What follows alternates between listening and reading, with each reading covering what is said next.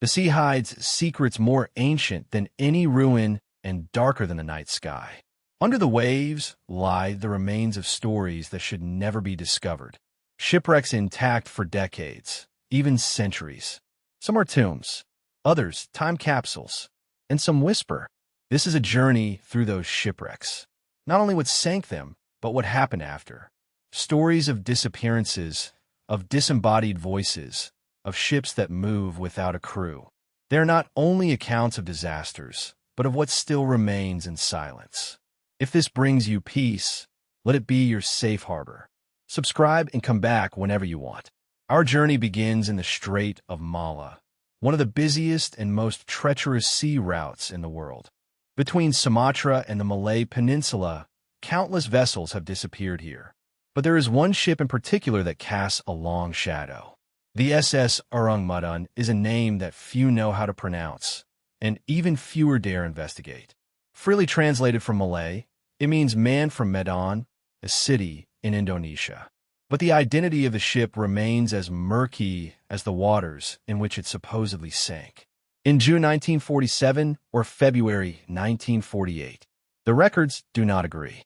Nearby ships picked up a distress signal, a transmission in Morse code, panicked. All the officers, including the captain, lay dead in the navigation room and bridge. Possibly the crew had died. The transmission continued with bursts of static. Then a last message. I die. After silence. The message did not include coordinates, only a rough estimate. Somewhere near the Dutch East Indies. The closest ship at that time was an American vessel, the Silver Star. It adjusted course immediately and headed at full speed toward the signal. When they found the Orang Medan adrift in a calm ocean, it looked like a ghost. There was no smoke, no fire, no sound, just the gleam of a hull swaying with the current. The Silver Star sent a boarding team. What they found chilled even experienced sailors. Everyone on board was dead. The bodies lay scattered across the deck, the bridge, and the radio room. Each of them was frozen in a grotesque pose of terror, with their mouths open, their eyes bulging, and their arms outstretched as if protecting themselves from an invisible force. Some were found huddled, with their backs arched and their teeth so clenched that they had broken. And yet, there were no wounds, no blood, no signs of a struggle. They even found the ship's dog, stiff and growling. Below deck, the engine room remained intact. There were no signs of fire or flooding. There was no poison in the food stores. There were no signs of a gas leak, only the same corpses everywhere, motionless in a silent scream. The rescuers decided to tow the ship for investigation. But as they attached the tow cables, smoke began to rise from below. Seconds later, an explosion rocked the ship. Flames rose to the sky. The crew of the Silver Star ran to safety. Moments later, the Orang Medan sank beneath the waves, disappearing forever without answers. Since then, the story has been told in 1,000 ways. Some say it was a leak of illegal chemical products, potassium cyanide, or nerve gas smuggled in after the WWE. Others whisper that it was an encounter with something not of this world, a paranormal phenomenon, a ghost ship in the most literal sense. Skeptics maintain that it is possible the ship never existed. There is no official record of a ship called the Orang Medan. There are no port records, no construction records, and yet the Silver Star records do exist. They mention a rescue attempt, a distress call, and men who never spoke again about what they saw. Some believe that the explosion was intentional, an attempt to erase something indescribable. Others believe that the crew died of carbon monoxide poisoning, and that the terrifying expressions are nothing more than a morbid trick of post-mortem rigidity. But there is something too precise in how everyone was found, too consistent, almost as if everyone had seen the same thing at once. Modern shipwreck hunters have tried to locate the place where the Orang Medan lies. But the ocean in that region is unpredictable. The currents change without warning. Visibility is low, and sonar is notoriously unreliable. All attempts end in failure, as if the ship did not want to be found or had never been there. Even so, every few years, a report resurfaces. A ghostly silhouette spotted drifting silently on the horizon. A ship without crew, without flag, without movement, only stillness and the faint echo of a distress signal on an abandoned frequency. All officers, including the captain, were dead. On land, the story is considered a maritime legend, but sailors know it is not. If you ask in any port in Indonesia, you will find someone, usually older and quieter, who remembers it, who has not heard the story in a book, but from a man who knew another who saw the orang mudan. And they will tell you the same thing, that it is real, that it was cursed, that it is still out there, waiting. In the decades since, the story has seeped into popular culture. It has inspired documentaries, novels, and even video games. But none of them captures the suffocating silence described by the crew of the Silver Star. That feeling that something was not right when boarding a ship where death itself seemed suspended in the air. That every echo, every creak of metal seemed to be watching you. Of all the theories, one remains the most disturbing. That the orang mudan was part of something classified. That the corpses were not just victims of a gas leak or accident. That they had been exposed to something untested, not understood, a biological agent, a failed experiment, a weapon that should never have been used. And when it failed, someone made sure it could never be traced. But if so, why the distress call? Why that very specific language? I die. Who was the last man to press that button? And what did he see before letting go of his finger? The sea never speaks. It only keeps. And when it finally returns something, it is usually too late. The SS Orang Mudan remains one of the most fascinating haunted wrecks in the ocean. A ship without origin, a crew without a murderer, and a wreck that cannot be found. Whether you believe in the story or not, one thing is certain. The ocean remembers everything, even when we forget, especially when we forget. Second part, the curse of the SS Valencia. The northwest coast of the Pacific is rugged and cold, with cliffs rising like stone teeth from the sea. A dense fog envelopes the waters in silence, and the waves crash against the rocks with a rhythm as ancient as the earth itself. One even claimed to have seen a woman standing on the water, with arms extended, before disappearing between the waves. And in 2002, a recreational diver who was searching near the place of the shipwreck reported to have heard what he described as a distant cry through his diving mask. He went to the surface, shocked, and refused to dive again in that zone. The SS Valencia lies in pieces under the waves, its rusted bones scattered on the sea bottom. But something of it remains, a memory, a presence, something that clings to the rocks and the algae adrift. Perhaps it is the echo of those last hours, the desperation, the impotence, the loss. Perhaps it is something completely different, something that does not rest. What makes the story of the Valencia even more disturbing is the number of people who witnessed the after-effects. It was not a shipwreck lost to time. It developed in sight of the coast, within reach of help. And, nevertheless, nothing could be done. The horror was visible, shared and engraved in the memory of a region. Generations transmitted the history, and each account added a layer of pain, a layer of mystery, a layer of something unexplainable. And perhaps that is why the legend persists, because we remember not only the facts, but also the feelings.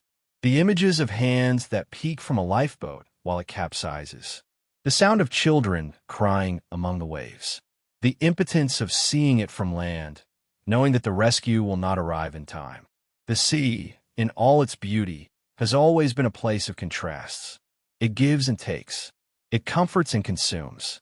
For the passengers of the SS Valencia, it did both. And the vestiges of its history, like sea foam, continue to arrive at the coast.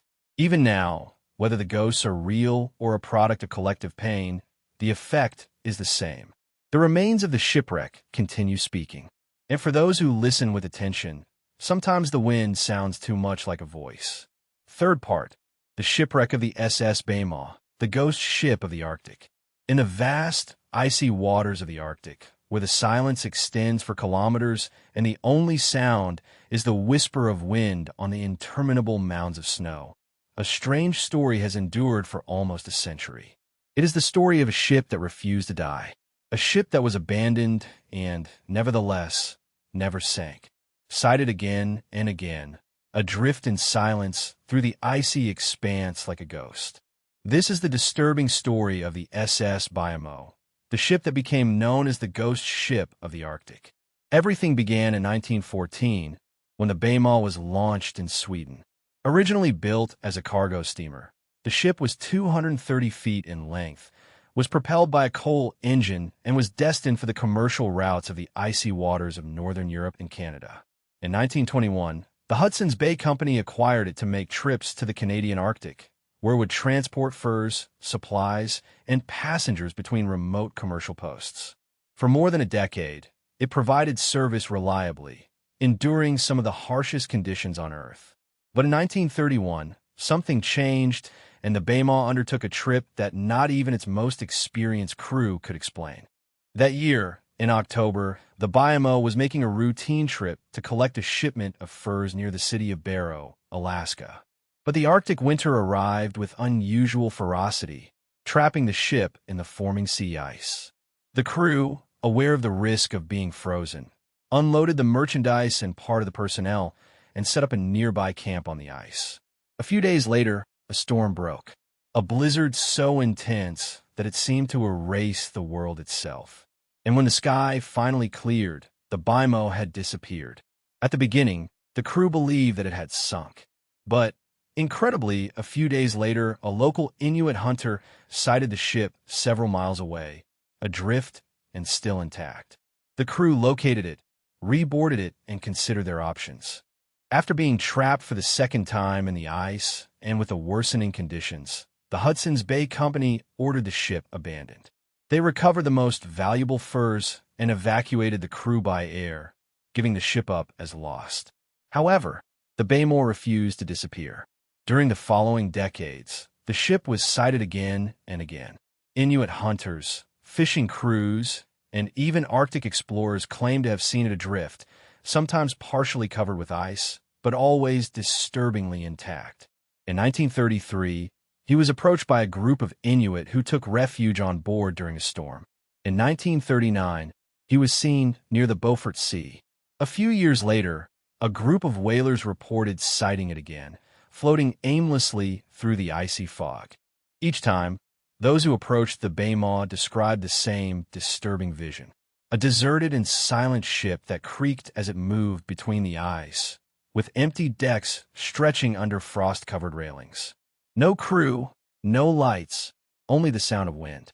The Bayamo became a legend, not only for its survival, but for its ghostly persistence.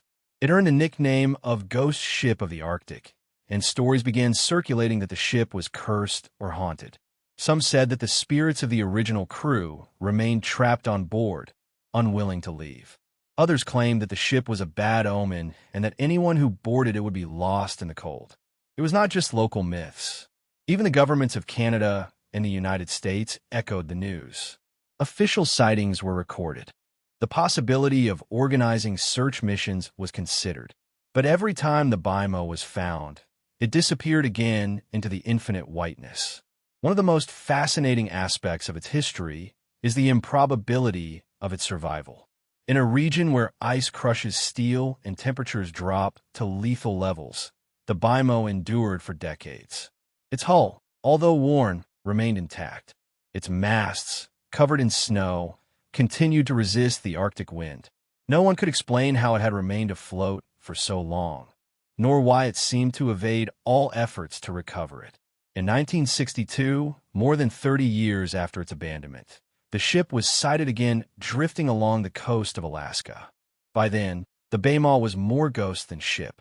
Its deck was bare from the passage of time and scavengers, and its wheelhouse was silent and frozen. Even so, it kept floating. The last confirmed sighting occurred in 1969 off the coast of Alaska. Once again, it was drifting between the ice, moving as if guided by an invisible hand. After that, it disappeared. No trace of it has been found since. Some believe that it finally succumbed to the pressure of the sea and sank into the depths. Its remains hidden under layers of ice and sediments. Others think that it could still be out there, locked in a glacier or trapped under changing currents. waiting for the ice to melt and to be seen once more. To this day, the Bay Maw remains one of the most enduring maritime mysteries. It was not a glamorous transatlantic liner or warship. It was a cargo ship, ordinary, practical, and yet it became something more. A symbol of the unknown, of persistence beyond reason, of the strange forces that seem to operate in the most remote corners of our world. The silence of the Arctic makes its story even more disturbing.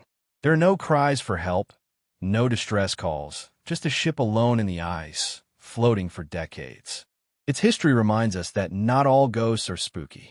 Sometimes a presence endures not because of spirits, but because of the questions, because the human mind cannot accept the inexplicable, because we need answers. And when we don't get them, the mystery takes root. The Bay Maw is more than just a lost ship. It is a question that resonates in the ice, unanswered and eternal. And somewhere, in the depths of the Arctic night, when the wind howls over the frozen sea, some say that you can still hear the faint creaking of its wooden structure, the groan of its metallic hull moving against the ice as if it were still out there, drifting between the world of the living and the lost. A ghost without a grave, a ship that refused to die, a mystery carried by the cold breath of the Arctic. Fourth part, the Mary Celeste, the ghost ship that did not sink into the world of maritime mystery. Few stories captivate the imagination as much as that of the Mary Celeste. His name is now almost synonymous with a ghost ship, and with reason. What was found on board in 1872 has defied explanation for over a century. It did not suffer a shipwreck. It did not sink. And yet, it was adrift, empty, and silent. Everything seemed normal, except that all the people aboard had disappeared and were never seen again. The story of the Mary Celeste is more than just a disappearance. It is a disturbing lesson about how the normal can break apart without warning and become unimaginable. The Mary Celeste was a sturdy two-masted brigantine built in Nova Scotia in 1861. It was not new, but seaworthy and had weathered many storms. In 1872, it sailed from New York under the command of Captain Benjamin Briggs, a respected, devout man with years of experience at sea. His wife Sarah was with him. Their 2 children did not respond. They boarded, expecting the worst. What they found defied logic. The Mary Celeste was completely abandoned. The lifeboat had disappeared, but the ship itself was in good condition, with no sign of damage. There were no signs of violence or struggle. The hull of the ship was intact. The cargo of barrels of alcohol was almost intact. The navigation log, with entries up to 10 days prior, contained no indication of problems. The crew's belongings were still in the cabins. The captain's sword was sheathed and untouched. There was even food prepared, half done, as if someone had walked away from the stove for a moment. And yet, not a single person remained. 10 people had disappeared from a ship in the middle of the calm ocean, leaving everything but their lives. The questions arose quickly and have never stopped. Why would an experienced captain abandon a ship that was not sinking? If it was a criminal act, where was any evidence? If they had fled in a lifeboat, why was it never found? There were no distress calls, no floating debris, no corpses, no wreckage, nothing to indicate what had happened in those 10 ghostly days between the last entry in the navigation log and the discovery by Inspector Garcia. The investigators of the time could only speculate, and the theories were as disturbing as they were varied. Some suggested an explosion. The ship was carrying barrels of pure alcohol, a volatile and potentially dangerous liquid.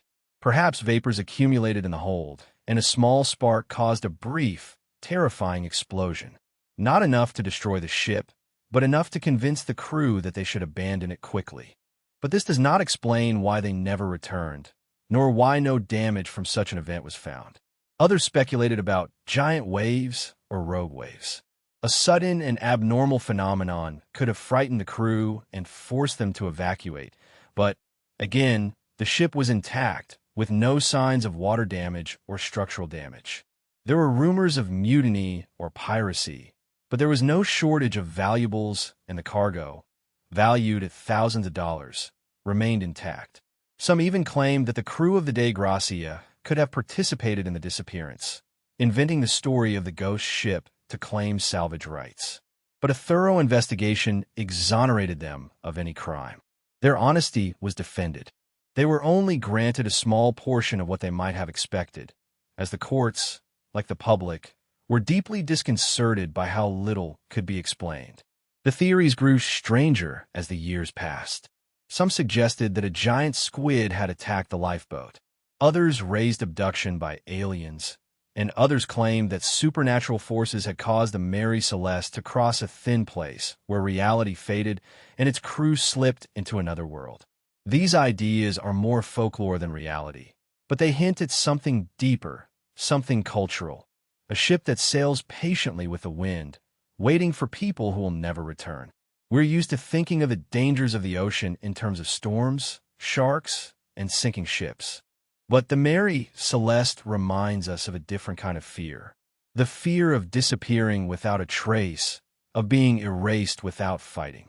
In the end, the ship itself was not cursed. After the incident, it was sold and sailed under the command of several captains, but the shadow of its ghostly history followed it. It could never fully escape its own myth. Finally, it ran aground off Haiti's coast in 1885. Some say it was an attempt at insurance fraud. Others think that the ship simply was tired. Its structure was rotting, its name weighed down, and its time had ended. But the story has not ended. More than 150 years later, the Mary Celeste continues to float in our cultural memory, a symbol of unresolved mystery. A ship that, despite the calm sea and its competent crew, was abandoned to its fate. And perhaps that is what most shakes us. That we could do everything right, choose the best people, sail on the clearest day in the best ship, and, even so, disappear in silence. Not for failing, but because the unknown, like the sea, has its own tides. Tides that drag even the best prepared to depths that we cannot map. Tonight, as your breathing slows and the world softens around you, imagine it again. The Mary Celeste, silent, calm, adrift, waiting in fog, still looking for its lost crew. A ghost ship, not because it is haunted, but because it is empty. Because it holds questions that no one can answer. Because it floats between what we know and what we fear. Fifth part, the SS Engmudun. A last transmission from death. The sea hides many secrets, but few stories are as disturbing as that of the SS Engmudun. Unlike other maritime mysteries that revolve around disappearances, this one begins with a call for help. A message intercepted through crackling radios in 1947, when the world still trembled under the shadow of World War II. What followed was a rescue attempt that became a ghost story, a tale that would never find an answer. A ship full of dead men, with faces frozen by terror. A final message from a silent vessel, and then fire, silence, and nothing more. The distress call occurred on a clear day in the Strait of Malacca, the busy stretch of water between Malaysia and the Indonesian island of Sumatra. Several ships nearby reported receiving a strange, choppy Morse code signal. The source identified itself as the SS Engmudun, a Dutch freighter. The first message was simple, yet terrifying. All officers, including the captain, were dead, lying in the navigation room, and on the bridge, possibly the entire crew has died. The transmission was interrupted and then continued with a last sentence. I die, and then total silence. The message provoked a wave of fear and urgency in the ships that received it. The coordinates were recorded. A nearby American ship, the Silver Star, changed course and headed at full speed towards a location, hoping to find survivors or at least understand what happened. When the Silver Star arrived, it found the Engmudun adrift. There were no signs of life on deck, no distress signals coming from the ship, only silence and a disturbing feeling of unease. The crew of the Silver Star boarded the ship cautiously. What they found would be etched in their minds forever. The entire crew of the Engmudun had died. The corpses were scattered across the decks and corridors of the bridge. Some lay face up, others frozen in grotesque postures, with arms outstretched as if defending themselves from something invisible. Their faces were disfigured by expressions of horror, with their eyes wide open and their mouths open, as if they had seen something unimaginable in their last moments. Even the ship's dog, they said, was found dead, with sharp teeth snarling at the air. And yet, there were no signs of violence, no wounds, no blood, no physical trauma. The ship had not suffered damage. It was as if death had arrived instantly and taken them all at once. Below deck, the temperature was unusually cold despite the warm tropical climate. The engine room was silent. The boiler was off. The ship had been rendered useless, as had everyone aboard. The crew of the Silver Stars began preparations to tow the ship back to port, but they did not get far. Just as they secured the moorings, smoke began to billow out of the hold of the Orang Mudon. In a matter of seconds, fire broke out. The crew barely had time to cut the moorings and retreat before the ship exploded. The explosion shattered the hull and engulfed the ship in flames. And so, without further ado, the Ang Mudon sank into the sea, taking its secrets with it. What had killed the crew? Why were their faces disfigured by terror? Why did the ship suddenly catch fire after remaining inactive for hours? And where had it come from? No maritime record listed the Ang Mudon as an active ship. No relative came forward to ask what had happened. It was as if the ship had appeared only to die. A ghost built for a single message in a single moment. Speculation has never ceased. Some believe that the ship was transporting dangerous chemicals, possibly potassium cyanide or nitroglycerin, and that a leak in the hold released toxic vapor that asphyxiated the crew. This could explain the sudden deaths and the fire, especially if the humidity of the sea interacted with the cargo. Others suggested that it was carbon monoxide poisoning from a faulty boiler system, although this does not explain the expressions of fear or the chilling cold. Some thought it was a secret military vessel, perhaps carrying weapons or biological agents left over from the war. And then, of course, there are the more chilling possibilities, that the crew witnessed something that should not be seen, that the ship was cursed, or that it had sailed to a place where death awaited. The maritime folklore of Southeast Asia is full of stories of haunted waters, cursed ships, and islands that do not appear on any map. In the years after the incident, some whispered that the ship was carrying something more than chemicals, that it was carrying something dark, something not of this world, a relic, a presence, a force, and that the crew had not succumbed to poison, but to terror. Even the name of the ship contributes to the mystery. Orang Mudon translates roughly as Man of Mudon, in reference to the city, but there are no records of any ship registered there with that name. Some claim that the entire incident was a cover-up fabricated to hide a deeper truth. Over decades, journalists and researchers have tried to verify the existence of the Ang Mudon. Some documents have come to light, but have disappeared or been discredited. Others claim to have traced it to a port in the Netherlands, but no definitive conclusion has been reached. What we are left with is a ghost, an event without solid foundation, but too detailed and persistent to be totally invented. The distress signal was real. Several ships recorded it. The account of the Silver Stars was recorded. The explosion, the fire, the disturbing silence. Everything is documented. And yet, like so many other maritime mysteries, the more you investigate, the more it escapes. It is as if history itself were protected, shrouded in fog and flames, never allowing a complete answer. Some nights, sailors still talk about the Ang Mudon. They do not tell the story as a historical fact, but as a warning that the sea not only hides dangers, but also madness. That sometimes a message is heard, weak and broken, asking for help. And if you find the source, you may regret having answered, because what awaits you on the other side should not always be known. And perhaps that is the most terrifying thing. Not that the crew died, but that they saw something before dying. That their mouths twisted into screams that they could not release. And that their eyes opened wide, not from pain, but from what they saw in the final seconds before silence. The SS Orang Mudon no longer exists. Burned, sunk, forgotten in the currents. But its last message continues floating like a ghost wave through time. I die, and then nothing. 6-part. The Cursed Shipwreck of the Texing. The sea is full of echoes of lost voyages, but some seem to carry more than simple misfortune. They carry the weight of ancient curses, ancestral greed, and unresolved suffering. One of those ships is the Texing, often called the Titanic of the East. Its name means true star, but it became one of the deadliest maritime disasters in history. And yet, tragedy isn't the only thing that haunts the memory of the Texing.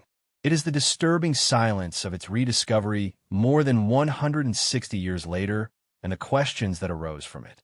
Because when the Texing was finally found, not only were the remains of shipwreck discovered, but the ghost of a calamity that still refuses to rest. The Texing set sail in 1822 from the port of Amoy, present-day Xiamen, in China. It was a huge junk, a type of ancient Chinese sailboat more than 160 feet long, with a wide hull and towering masts. On board, there were more than 1,600 people, mostly Chinese immigrants, who were heading to Batavia, today Jakarta, in Indonesia, hoping to build a new life in distant lands. Along with them traveled a fortune in porcelain, silk, and merchandise packed in the ship's holds. According to all testimonies, it was a journey full of hope. Families in search of a future, merchants transporting riches, a floating city of dreams carved in wood and rope. But there was always something that did not fit on the Texing. According to maritime law transmitted by Indonesian sailors, a ship overloaded with human desires, greed, ambition, and fear could cause its own ruin. And the Texing was very full, too full, much more than its original design could safely transport. The passengers were crowded into narrow spaces, and the cargo was so tight that it reduced the ship's balance and maneuverability. Even so, the ship set sail under a clear sky, sailing the South China Sea and charting its route along the Gasper Strait, a narrow and treacherous waterway between the islands of Bangkok and Belitung.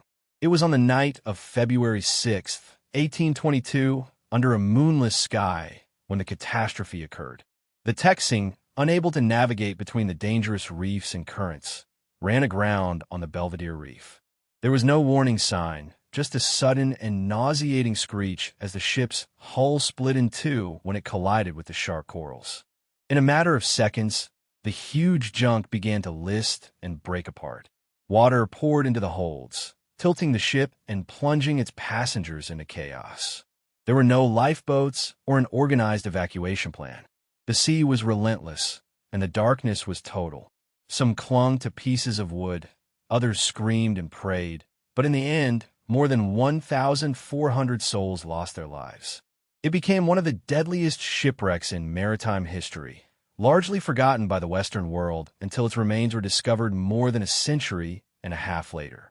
In 1999, a team led by salvage expert Michael Hatcher discovered the remains of the shipwreck by chance while searching for sunken Chinese ships carrying treasures. What they found under the coral and sediment left them stunned. The cargo of the Texing was practically intact, with more than 350,000 pieces of porcelain perfectly preserved in the silence of the depths. Bowls, plates, vases, all sealed in the mud like offerings left in a submerged sanctuary. But there was something else down there, something less expected.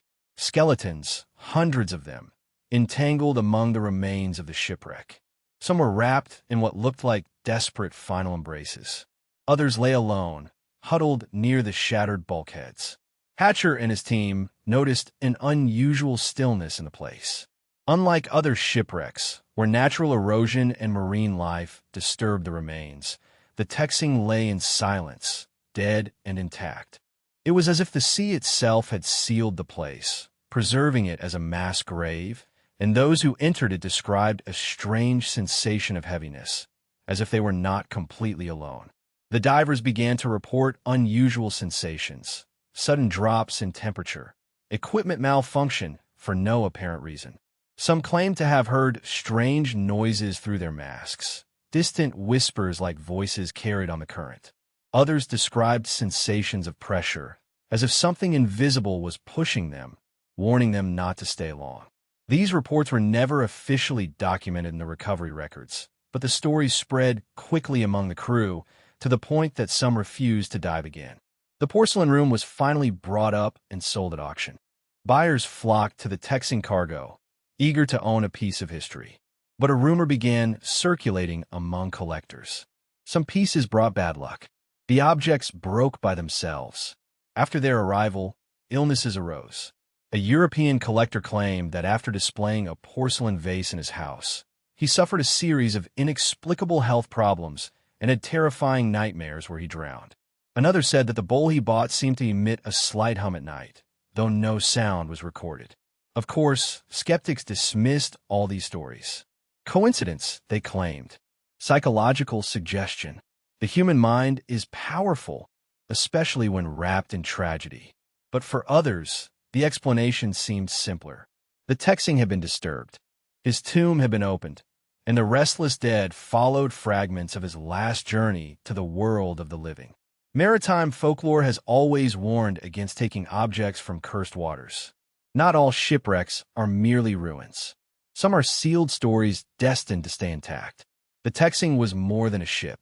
It was a floating tomb, a collective coffin for hundreds who died in darkness and fear. And perhaps by raising their bones, we opened something that should have stayed closed. Today, the remains of the shipwreck lie shattered beneath the reef. The porcelain has all disappeared. The bones, now known, remain scattered undersea. But divers still report a feeling of unease near the site. Locals avoid the reef, which they call the place where stars sank. Some say that on quiet nights, you can still hear echoes of the screams from the water that moonless night in 1822. It's not the kind of story that ends, nor one that can be solved. Like so many shipwrecks, the story of the Texan is preserved not in answers, but in silence. In the silence that follows, too many voices scream at once. In the stillness that remains after the ocean swallows them. And in the disturbing feeling that sometimes the dead do not like being disturbed. Seventh part. The ghost ship MV Lyubov Orlova began its journey in 1976. It was a robust cruise ship built in Yugoslavia and named for a beloved Soviet film actress. For decades, it sailed the icy waters of Antarctica, carrying passengers on expensive adventure expeditions through the harsh southern seas. It was not luxurious, but sturdy. Designed to break ice, it took tourists to places few ships dared visit. But as decades passed, the paint started to peel. The engines began failing.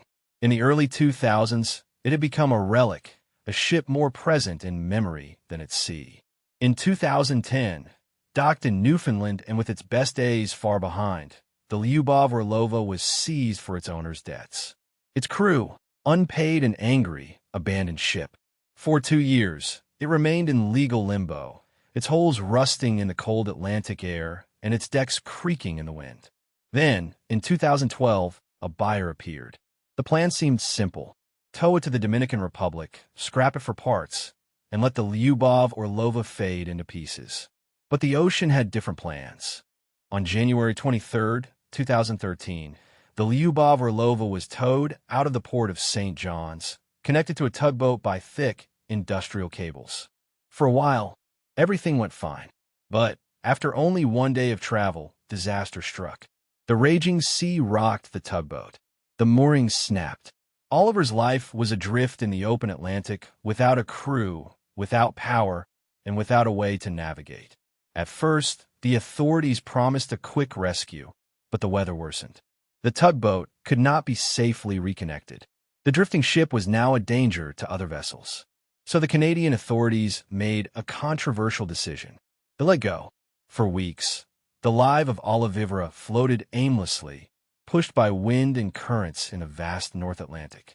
Satellite tracking suggested it was heading east, possibly towards Europe. Then the signal stopped. The ship had disappeared. There were no distress signals, radar signals, or visual sightings, just open water where a 300-foot ship once was. Maritime authorities speculated that it had sunk, perhaps in a storm or capsized by the ice it sailed through. The case was quietly closed, but the life of Olivar had not disappeared. In early 2014, a signal was detected. A faint beep picked up off the Irish coast. It matched one of the ship's emergency beacons, designed to activate only when submerged, but no remains were found. No oil slicks, no debris. The beacon went silent again as quickly as it appeared.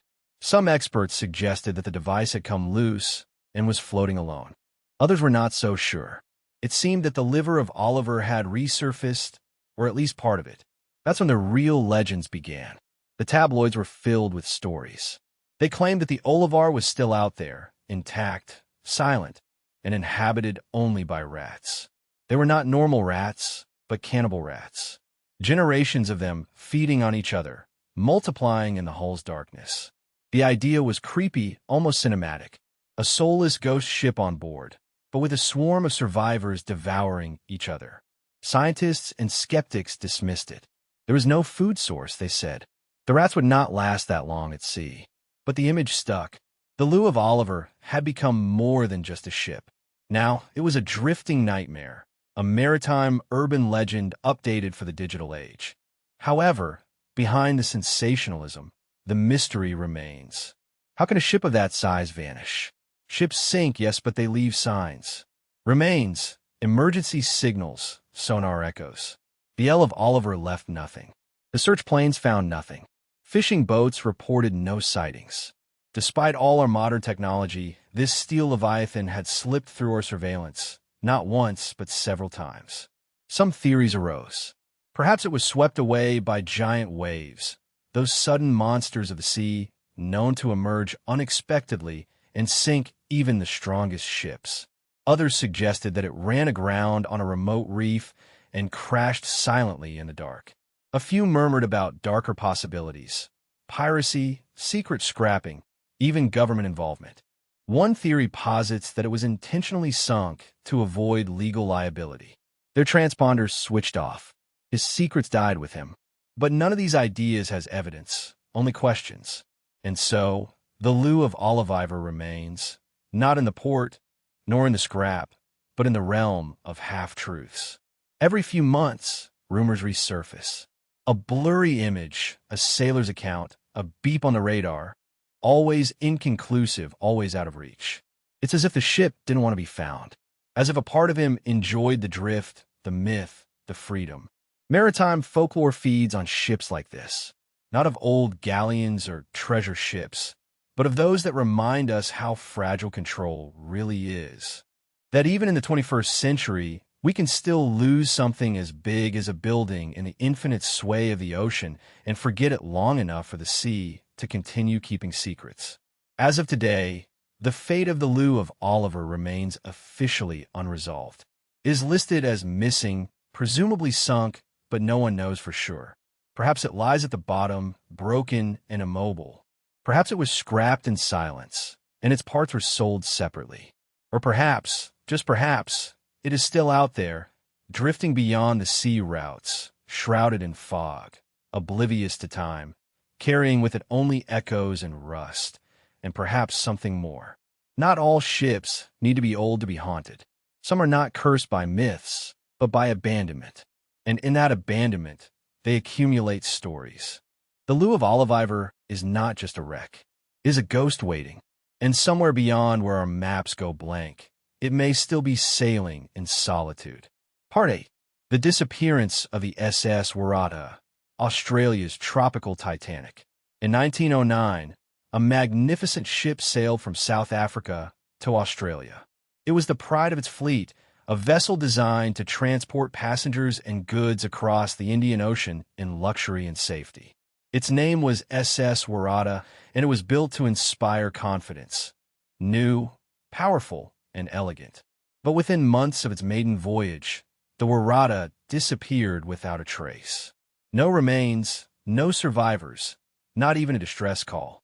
More than a century later, the disappearance of the Warrata remains one of the ocean's most chilling mysteries. A ghost ship story that is not born of legend, but of a sudden and permanent silence.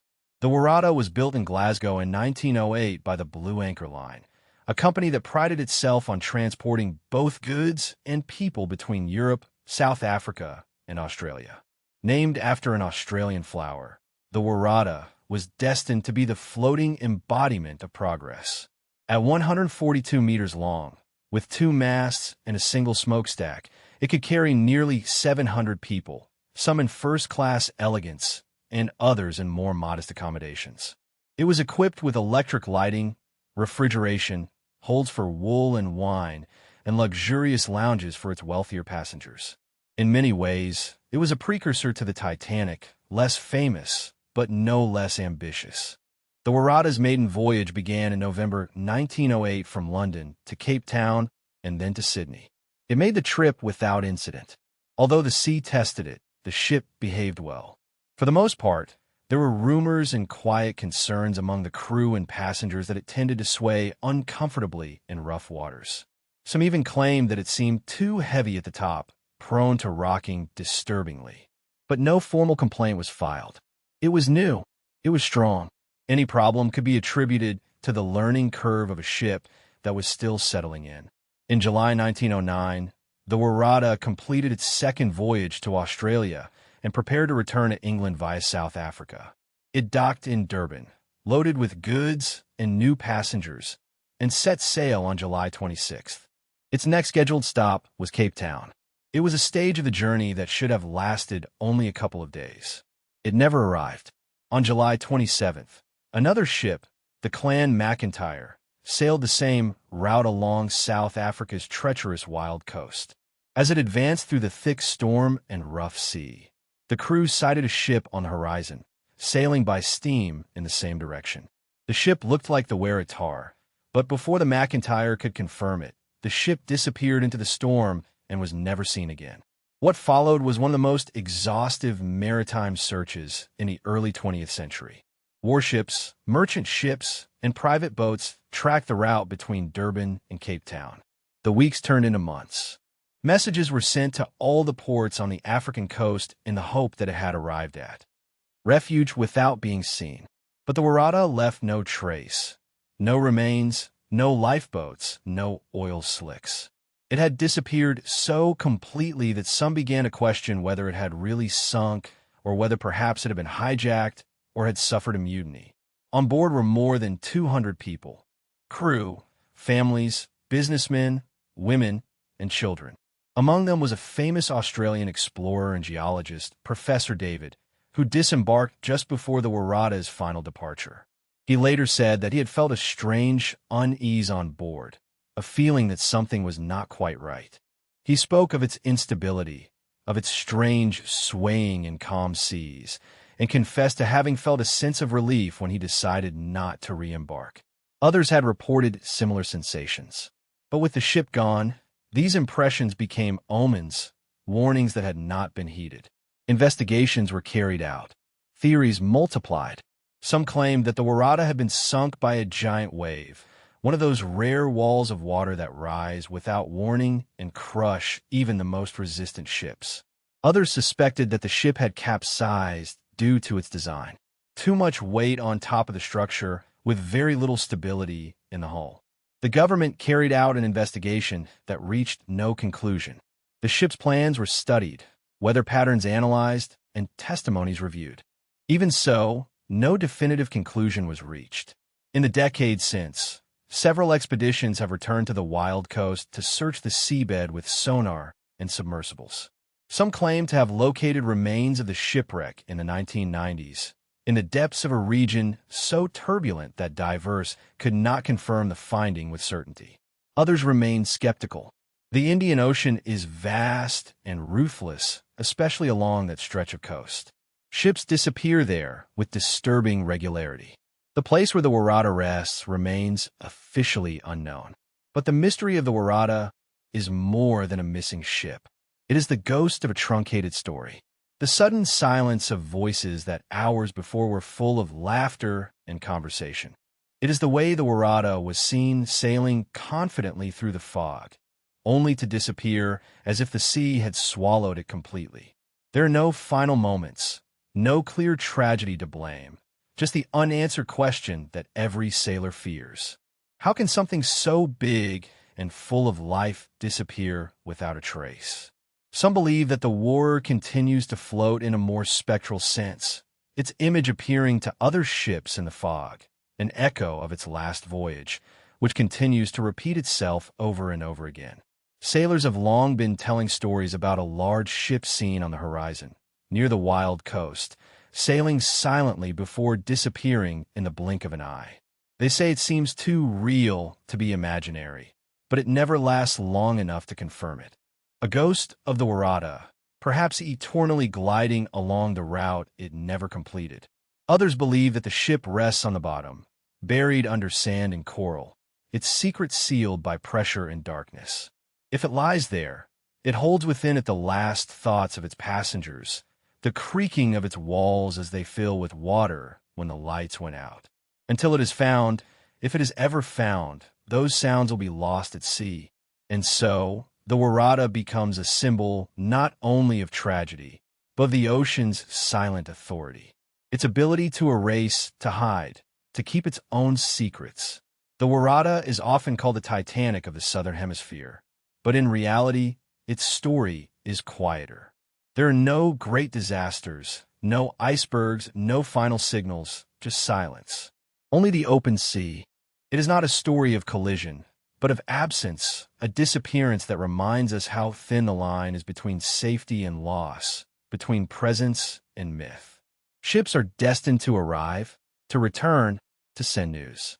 The Warada did none of that, and that is why it is still alive, not in photographs or recovered artifacts, but in the minds of those who wait for ships that never return home. Ninth part, the ghosts of the Octavius. A frozen ship and an eternal death at sea. The legend of the Octavius lies between whispered folklore and disturbing possibility. The kind of story that resurfaces in lonely ports and cold libraries, passing from sailor to sailor, from reader to reader, with a chill that lasts long after the story ends. It is said to be one of the oldest and most disturbing ghost ship stories ever recorded. A ship was found adrift. Its crew was dead and frozen, perfectly preserved. Their lives stopped in a silent, frozen picture. Whether myth or memory, the Octavius offers a glimpse into the sea's most implacable truth.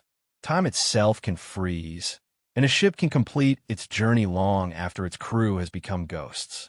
The story begins in the mid-18th century, in an era when daring merchant ships ventured into more dangerous waters in search of faster trade routes. According to reports dating from 1775, the Octavia sailed from London in 1761 bound for the east, with a full hold and an experienced crew. It reached its destination in the east, completed its mission, and prepared for the long journey home.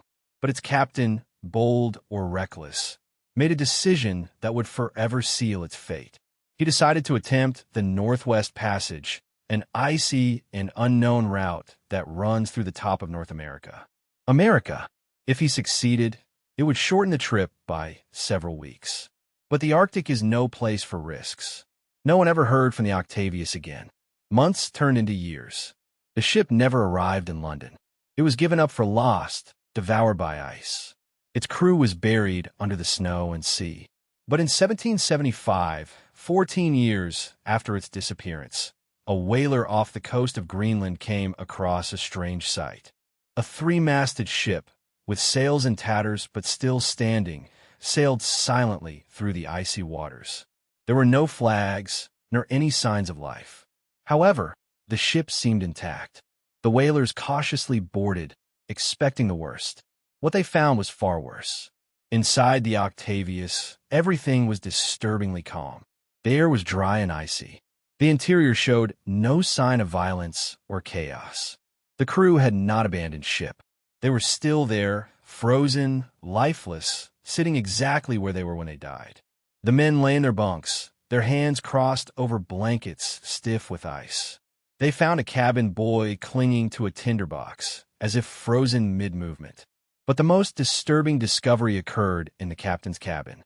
There, sitting at his desk, the captain was found with a pen still in his hand, the logbook open before him, and the ink frozen.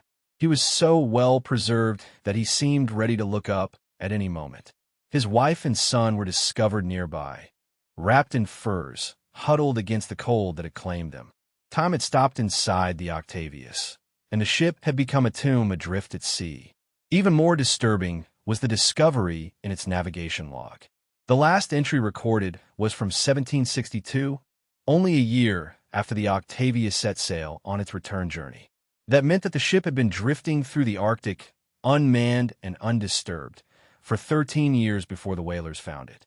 It had completed the Northwest Passage, but too late for its crew to see it. The whalers, frightened by what they had seen, only took the navigation log and fled. Some say they tried to tow the Octavius, but the weather changed, and they were forced to let it go. Others claim that they abandoned it immediately, convinced that it was cursed. Whatever the truth, the Octavius was never seen again. The navigation diary, if it reached land, disappeared into private hands or dusty archives. There is no official record left, just the stories. Skeptics argue that the story is apocryphal. Maritime law formed over time to warn against arrogance or the danger of icy seas. But the elements of the story persist in too many ways to ignore. Variations appear in maritime records, in oral histories, and even early journalistic accounts. Each version adds or omits details, but retains the central horror. A ship, a voyage, a crew frozen in time, even without definitive proof. The story refuses to disappear. It clings to our collective imagination like frost on glass. Some theorists have tried to rationalize the account. They suggest that the Octavius was trapped in the ice shortly after entering the Arctic. The crew succumbed to cold as temperatures dropped and hope faded. The ship, sealed by the ice, could have drifted with polar currents for years, until it finally broke free and continued to drift south toward Greenland.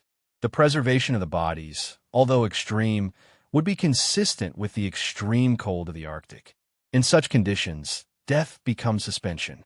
Stillness becomes permanence, but logic only goes so far. There is something more to the story of the Octavius that logic cannot explain. The image of a captain frozen next to his logbook, with a pen in his hand, finishing his tasks even as death looms over him. The sense that an invisible line has been crossed. The border between the will of man and the sea's indifference. The idea that a ship can finish its journey long after its crew has become silent ice statues. And then there's a question that no one can answer. Why was the Octavius adrift so long, invisible and intact? The North Atlantic is a busy place. Even in the 18th century, whalers, merchants, and explorers crowded those waters. However, no one saw it. No one went on board. It simply returned when it was ready, perhaps to tell a story that no one wanted to hear. In the world of ghost ships, the Octavius stands out. It is not simply abandoned or wrecked. It is preserved. It is a time capsule of frozen death. A ship that refused to decompose. No storm shattered it. No wave dragged it. It simply sailed silently, endlessly, until the day it was seen. And then, just as quietly, it disappeared again. To this day, sailors speak of ships trapped in the ice, of silent white walls rising on the horizon like mountains of calm waters, only broken by the creaking of wood and the occasional cry of a bird. Some swear they have seen the Octavius, with its masts piercing the fog like a half-forgotten memory. A ghost ship that continues to seek port, chasing a route that took its soul long ago. And if it is real, if somewhere in the Arctic, trapped under an ice platform, the Octavius is still waiting, then its story is not over. It waits with it, as frozen as the day it was found. A disturbing reminder that the sea does not forget. It simply waits silently, patiently, for us to remember it. Part 10. The Battle of the Eliza on the River and the Ghost Ship of Alabama. The Black Warrior River meanders through the heart of Alabama like a ribbon of time, carrying memories of commerce, work, and tragedy. Along its dark waters, rumors persist of a ghostly steamboat that is still seen at night, ablaze but never consumed. It is a story that has haunted generations of river inhabitants. The story of a ship called the Eliza Battle, which met a tragic end in the cold spring of 1858. Even today, some claim to see it. The flames still lick its masts. The music echoes over the water, a spectral memory of that night. A floating palace became a river tomb. The Eliza Battle was once the pride of the Tombigbee and Black Warrior, a sidewheel steamboat that transported passengers and goods between Mobile and Columbus. Built to offer elegance and luxury, it was more than just a ship. It was quite the event. Its decks bustled with rich cotton merchants and dignitaries, while music and laughter floated from its great halls. The lanterns flickered warmly on the polished wood. The crystal lamps shone over elegant banquets. The Eliza battle was a marvel of southern comfort, gliding through the wilderness with an opulence alien to danger. But the river, like the sea, keeps its secrets and power. On the night of March 1st, 1858, the Eliza battle set sail from Columbus on what should have been a routine trip downriver. Its decks were loaded high and tight with bales of cotton. The weather turned colder than expected. A cutting wind swept the water. The passengers wrapped themselves in their coats, huddled inside to warm up, unaware that the cargo they carried below would soon become a death trap. Around midnight, as the ship neared a bend in the river near Pennington, flames were sighted on the lower deck. It is believed a lantern fell or a spark ignited the dry cotton. Whatever the cause, the fire spread rapidly, far too fast. In a matter of minutes, the fire was raging across the deck, fanned by the wind and the stacked fuel. The Eliza went from a great floating home to a burning hell. Panic spread. The flames cut off access to the lifeboats and lifelines. The river was freezing, and the surrounding forests offered no shelter. Some passengers jumped into the water, desperate to escape the fire. Others were trapped on the upper decks, screaming for help as flames approached. Survivors would later describe the image of figures silhouetted against the flames, dancing like ghosts before disappearing into the smoke or plunging into the Black River. The captain and crew did all they could. Some rushed to save passengers, throwing planks and makeshift rafts into the water. Others tried to steer the burning ship toward the shore, but the current was too strong and the fire too fast. By dawn, the Eliza was a charred skeleton floating silently. Its once proud structure had been reduced to ashes and scorched metal. More than 30 people died that night. Their bodies were later recovered along the riverbanks or never found. The definitive number of fatalities was never known, as some travelers had boarded without registering, and the chaos made counting impossible. The story could have ended there. Another river tragedy lost to history, but it was not to be. In the years that followed, strange sightings began to emerge. Riverboat pilots, fishermen, and townspeople began reporting a ghostly vision near the site of the disaster.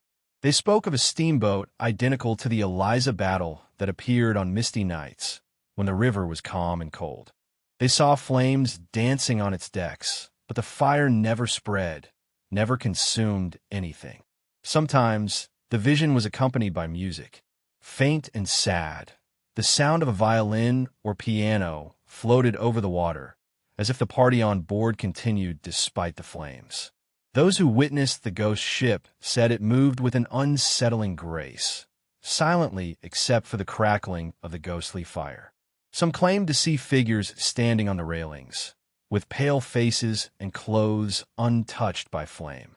Others described hearing screams from the riverbanks, as if voices from the past were still begging for rescue. But the vision never lasted long. It faded into the fog, disappearing as suddenly as it had appeared, leaving behind only the sound of the waves and a memory of terror. Skeptics blamed it on imagination or superstition. The heat, the rays, the fog, the whims of the river. But the sightings continued. Throughout the decades, more than a dozen renowned river pilots swore that they had seen the Eliza aflame. Their reports coincided in the details, and most occurred near the anniversary of the disaster. An account written in 1910 describes a pilot who saw the ship aflame when rounding the bend near Pennington. He had to deviate, thinking at first that it was a real emergency, until he saw it disappear into thin air, leaving no trace of smoke, remains, or smell of fire. Over time, the legend took hold. Locals began to avoid the bend in the river near the place on cold March nights. Children were told stories of the Eliza as cautionary tales, lessons about fire, water, and the delicate line between safety and perdition. However, the legend also became a source of fascination. Some embraced it, holding seances or ghost hunting tours in search of the phantom steamer. Others honored her in silence, leaving flowers or offerings near the shore. But beneath the ghost story lies a deeper truth. The Eliza was not just a story of supernatural flames. It was a tragedy of real people, many anonymous, who perished in one of the biggest disasters in Alabama. The apparition may be fiction, but the loss was real. And perhaps that is why the vision persists. It is not just a ghost, but a memory made visible, a pain that refuses to disappear. Some say that apparitions are not spirits, but echoes, emotional footprints left by a trauma too deep to fade. If that is true, then the Eliza is a perfect echo. Its history resonates every year in the river wind, a silent alarm that reminds all who hear it that the line between celebration and catastrophe is thinner than we want to admit. And so, the Black Warrior River keeps its secret at night when the fog swirls and the wind dies down. They say you can still see the flames, a brief flicker as if trying to warm the past. Whether you believe it's a ghost ship or a trick of the water, one thing is for sure. Something remains in that bend of the river, something that remembers. Part 11. The Ghost Ship of the Arctic. The endless drift of the SS Bachamo. The story of the SS Bachamo is a story that slides like ice on the surface of time, frozen in mystery, but never still. This is not just any ghost story that fishermen whisper in the dark. The Bachamo was seen, tracked, boarded, and then disappeared again and again for almost 40 years. Its legend is not born of fog or fire, but of the cold and penetrating silence of the Arctic, where abandoned things rarely return. And yet, she did, not once, but many times over decades. Its course seemed not to be controlled by any hand. Its presence remained as a question that no one could answer. The SS Bachamo was built in 1914 in Sweden and operated by the Hudson's Bay Company. It was a sturdy steel freighter built for long voyages through the turbulent and icy waters of the North. It carried furs, food, and supplies to remote trading posts along the Canadian coast and returned loaded with furs and other products. Reliable, slow, but strong, it was the kind of ship no one thought about until in 1931, the Arctic caught it and never let it go. Let go. That fateful year, the Bachamo was near Barrow, Alaska, trapped in the early ice. The crew, accustomed to difficult journeys, assumed they could wait for it to pass. The ice comes and goes, and the Bachamo had already survived other winters, but this time the frost was rapid, thick, and brutal. In October, the ship was immobilized, trapped in a field of white ice. The Hudson's Bay Company organized an emergency evacuation of part of the crew, while others stayed behind to protect the valuable cargo. They set up a camp near the ship, building shelters on the ice, a few meters from where the Bachamo groaned under the pressure of the frost. Then, as if the Arctic wanted to play its cruelest joke, the weather changed suddenly. A snowstorm broke out with an intense howl, one that reduced visibility to zero and turned breath into knives. When the storm subsided, the Bachamo had vanished. The crew assumed it had broken under the ice and sunk. Their camp became a gloomy place of vigil, from where they watched the spot where their ship had been. But just days later, a local Inuit hunter arrived at the camp with incredible news. The Bachamo was not lost. It was adrift again, free of the ice, kilometers from where it had been, still floating and intact. The crew found it and went back aboard. They were amazed, but the incident shook their confidence badly. Winter was approaching, and it was clear that the Bachamo could not be trusted to stay put. So the company decided to unload the rest of the cargo as best they could and abandon the ship forever. It seemed that its useful days were over. They had ended. They left her in the cold, adrift or grounded. Most expected it to disappear in the spring, but the Bachamo did not sink. In fact, it refused to. During the following year, and then the next one, reports about it began to arrive from whalers, trappers, and villagers. Sightings of a ghostly freighter sailing silently among ice floes. No crew, no smoke in the chimneys, no signs of life, just a steel hull making its way through the Arctic fog, sometimes free, sometimes trapped in the ice. Men went aboard and found it deserted, but intact. Some tried towing it. Others used it as temporary shelter, but no one managed to claim it permanently. The Bashimo always evaded any attempt to capture it. In 1933, it was seen again, adrift near the Beaufort Sea. A group of Inuit boarded it seeking shelter during a storm. They lit a fire in the galley and spent the night. In the morning, the weather improved, but the ship had moved once more. Like a homeless vagabond, it slipped between the ice before they could stop her. Other attempts were made over the following years. Once, a crew set up camp aboard the Bashimo hoping to salvage it, but was forced to abandon it by another sudden storm. When the sky cleared, it had drifted away again. Throughout the 40s and 50s, it was sighted at least a dozen times more. Always abandoned, always seemingly seaworthy, always impossible to recover. It became a maritime myth that, somehow, was real. The maps marked its last known locations. The Hudson Bay Company finally gave up and declared it unrecoverable. Sailors began calling it the Arctic Ghost Ship. Although it was not a ghost in the usual sense, it was of steel and iron, real and rusty, but unattainable. Perhaps the strangest thing about the Bashimo story is how long it lasted.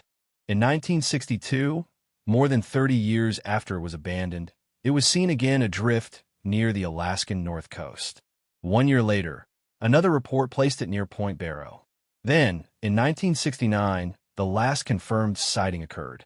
A group of Inuits saw the Bashimo trapped in the ice, battered but still intact, and then nothing more.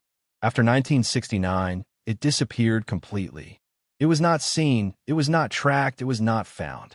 Some say that it finally sank somewhere under the white silence that finally claimed the ocean that had played with it for so long. Others believe that it may still be out there, trapped in some hidden corner or cove, like a rusty monument to defiance. The Arctic is vast and remote. It jealously guards its secrets. A ship, even a steel one, could disappear for decades and never be found unless it wants to be. There are those who think that the Bashimo was not limited to drifting, but somehow moved intentionally, always evading rescue, always out of reach, as if the ship had memory or will of its own. The idea seems absurd until you read the reports, the disappearances, the failed rescues, the snowstorms that always arrived just in time to frustrate a rescue, the sudden reappearances. If it wasn't luck or the weather or coincidence, then what was it? In the quiet north, people who live by the sea and ice do not mock such things. They speak of the Bashimo with respect, as if it were alive, as if it had chosen its path and was determined to follow it. Perhaps it carried too many hopes, too many goods, too many dreams, and lives through dangerous waters. And when it was abandoned to the cold, perhaps it became something else. An idea wrapped in iron. A story that wanted to continue being told. In the end, the mystery of the Bashimo is not only that they saw it, it is that they never understood it. It refused to die, refused to be saved, and refused to stand still. For decades, it haunted the Arctic, not as a ghost, but as a question adrift on the ice. A question that no one has answered yet. Part 12. The Carol A. Deering, the ghost crew of a schooner and the cemetery of the Atlantic. The ocean has long been a cemetery for dreams. But sometimes it doesn't just swallow a ship. It leaves it behind, stripped and silent, as if to remind us that the sea forgets nothing. Few shipwrecks reflect this idea better than the story of the Carol A. Deering, a five-masted schooner whose last voyage ended in one of the most disturbing maritime enigmas in United States history. It was found aground on the treacherous coasts of North Carolina in 1921, completely abandoned. There was no crew, no logbook, no lifeboats, just an intact meal in the kitchen and a ship resting unsettlingly intact, waiting for someone to ask what had happened. The Carol A. Deering was a beautiful, elegant, and fast ship built in 1919 during the last months of the First World War. It was built to transport cargo and to last, destined to be a reliable workhorse for the flourishing trade routes of the East Coast.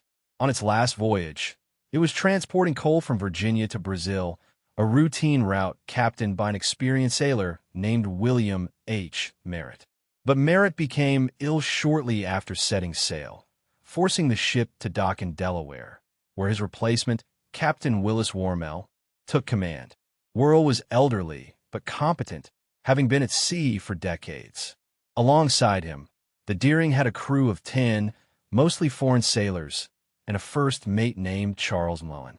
Witnesses would later say that there was tension between the crew and the new captain. Some claimed that Mullen openly resented Wormel's authority. In Barbados, just weeks before the Deering disappeared, Mullen allegedly got drunk and complained about Wormel to other sailors, saying that the crew didn't like the old man and that they were fed up with him. At the time, they took it as a joke, thinking it was drunken nonsense, but in retrospect, those words carry more weight. The Deering was last sighted on January 28, 1921 by the Cape Lookout lightship, off the coast of North Carolina. The crewman who called the lightship was not the captain or the first mate, but an unidentified crewman with a foreign accent. He claimed that they had lost their anchors and needed help sending a message to the ship's owners. Interestingly, the lightship's radio was not working, so the message was never sent. Then, on January 31st, just 3 days later, the Deering was sighted aground on the infamous Diamond Shoals, a stretch of shifting sandbanks so deadly that they were nicknamed the Cemetery of the Atlantic. The Coast Guard was unable to immediately approach the wreck due to the danger of the sea. But when they finally boarded the Deering on February 4th, what they found was disturbing beyond all explanation. The ship had been deliberately abandoned. The rudder was shattered. The box that housed the ship's compass was gone. The logbook and all navigation equipment were missing. The lifeboats were also missing. In the kitchen, food was on the stove as if the crew had been preparing a meal and had suddenly left. The personal effects remained intact. Even the crew's boots were still aboard. It was as if everyone had disappeared in the middle of an idea, in the middle of an action, without leaving a trace. The FBI was then called. Also, the Navy was... The shipping firm began its own probe. Peters began to speculate. A popular theory was that Mullen and the crew had rebelled against the elderly Captain Wormel, perhaps killing him and fleeing in the lifeboats after running aground. But if that were so, why leave their belongings? And where had they gone to? No bodies ever appeared on the coast. No lifeboat was ever recovered. No one claimed responsibility or confessed. They had simply disappeared as if they had vanished off the world. Other theories seemed darker. Some suggested pirates were responsible. The early years of the 1920s were a turbulent time, with smugglers and traffickers operating along the East Coast. The Deering, with its cargo and crew, may have drawn attention. Perhaps it was intercepted, boarded, and its crew kidnapped or killed. But, again, there were no signs of struggle, no damage, no bullet holes, no blood, just silence. And then there were stranger ideas, those that never left the public's mind. The Bermuda Triangle was not yet a well-known concept, but the region through which the Deering sailed had already been the scene of a series of mysterious disappearances. Some believed that the crew had been victims of a strange natural phenomenon, such as an abnormal swell or magnetic anomaly. Others pointed to paranormal theories, such as abduction by a force, perhaps extraterrestrial or dimensional. These ideas were dismissed by the authorities, but remained alive in rumors, in newspaper headlines, and in the collective memory of a nation that did not know how to interpret such a total and clean disappearance. What compounded the mystery was that the Deering wasn't alone. In the same period, several ships disappeared or were found abandoned in nearby waters, including the SS Hewitt, which vanished around that time without distress signal. It was as if something invisible swept the coast, silently removing ships and lives from the sea without trace. Despite countless probes, the fate of the Deering's crew was never determined. Not a single trace of the men was found. Their names are still listed as lost at sea, though no one can say when or how. The remains of the shipwreck were destroyed in a controlled explosion later that year, as they were considered a danger to ships sailing through the coasts. And with them vanished any chance of returning to the site for hidden clues. Today, the story of the Carol A. Deering is remembered as one of history's most chilling maritime disappearances. Not because of fire, storms, or explosions, but because of silence. Because of how everything was left untouched. Because of how no one ever did return. because of how everything seemed like a story stopped in the middle of a sentence. A ship that was once full of voices and chorus, reduced to silence and questions. The ocean, as always, offers no answers, only currents, echoes, and the odd ship that reaches the coast with mystery in its hull. Part 13. The SS Bachimo, the ghost ship of Arctic ice. In the frozen confines of the Arctic Circle, where the sea hardens, forming walls of drifting ice and silence reigns under the wind, sails a ship that should not exist. The SS Bachimo is a name that has resonated in maritime legends for almost a century. Not because of the treasures it carried or the crew it lost, but because of how it refused to disappear. Long after it was given up for sunk, the Bachimo was seen again and again, drifting aimlessly through the waters of the Arctic, like a memory that refused to fade. A ship abandoned to the elements, but which never claimed it. A ghost ship, not only figuratively, but also in its actions. It became a ship of the impossible. The Bachimo was a steel freighter, built in Sweden in 1914. Initially, it was called Ångman Alvin and was used by a German shipping company, but after the First World War it passed into the hands of the British as part of the war reparations and was renamed. The Hudson Bay Company took possession and used it for trade routes along the Canadian Arctic coast, moving between settlements to collect furs and deliver goods. For a ship of its time, it was resistant and reliable, built to navigate not in open sea, but between drifting ice floes that could crush less robust boats like paper. Its function was to save lives. Its routine was a predictable journey until 1 year it did not return. In October 1931, the Bachimo found itself trapped in the early ice near the city of Barrow in Alaska.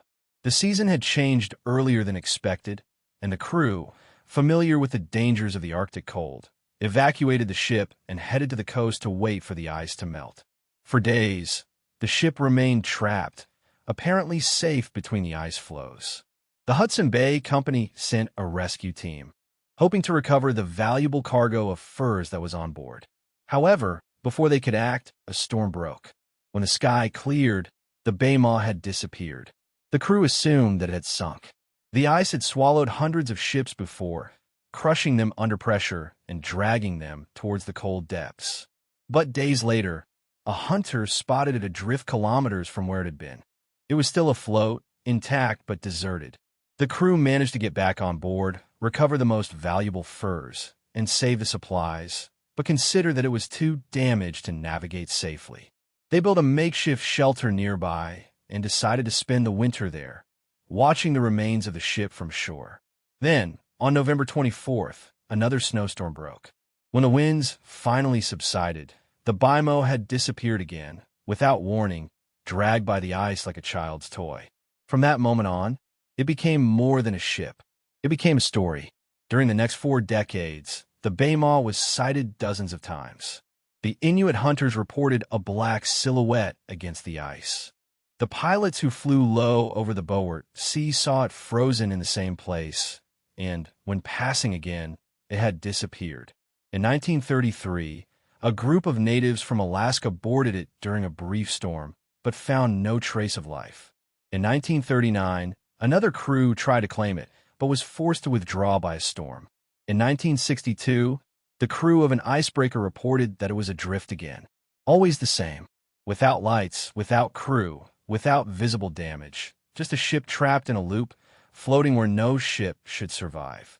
The ocean surrounding Alaska is not kind to metal. The ice tears the hulls, the salt corrodes the steel, and nevertheless, the Bachimo resisted. It was as if it had freed itself from the rules that govern other ships. Some tried to claim it. Others tried to tow it. All failed. The ice always returned it. Those who approached often described a strange atmosphere on board. An absolute stillness, like a forgotten world preserved in ice. Rooms covered with ice. Footprints in the snow that led nowhere. Rusty tools in their place. Dishes still on the tables. A ship stopped in time, but without memory of how or why. So theories began to emerge. Some believed that it was cursed, either by the spirits of those who died on board or by the earth itself, an intruder in sacred territory. Others thought that it was simply lucky, designed with extraordinary resistance, and trapped in currents that pushed it enough to avoid destruction.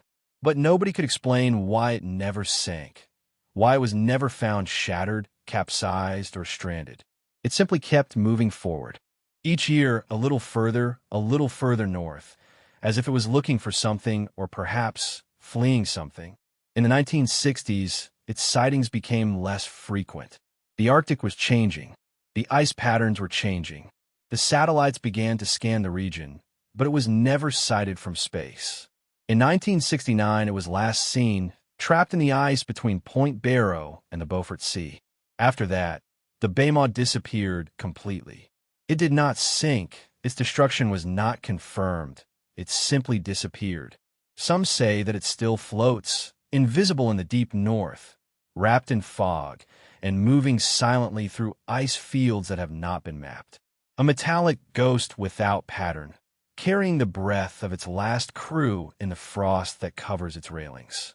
Some even claim that it can be found if you go looking, if you sail far enough, wait long enough, sail silently, but only if it wants to be seen. After all, the Baymaw was never completely lost. It simply stopped being part of the world that we can measure. In the folklore of the sailors of the Arctic and of the native tribes, it became more than a ship. It became a warning, a symbol that the sea does not always let go of what it claims, that some disappearances do not end in destruction, but in an endless wandering, and that sometimes the most terrifying thing the ocean can do is not sink a ship, but keep it, left adrift for decades, outliving all the sailors who once stepped on its deck, waiting silently for someone to remember its name. SS Baymaw, the ghost that continues sailing. Part 14. The Palatine Light. Fire in the water off the coast of Rhode Island, near the northeast end of Block Island. There's a stretch of water that seems unusually restless. In winter, when the wind howls and the sea breaks against the rocks in foamy gray, convulsive spasms, the islanders claim to see something strange, something bright. A flickering light dances just above the surface, going in and out of the fog like a candle flame floating in the night.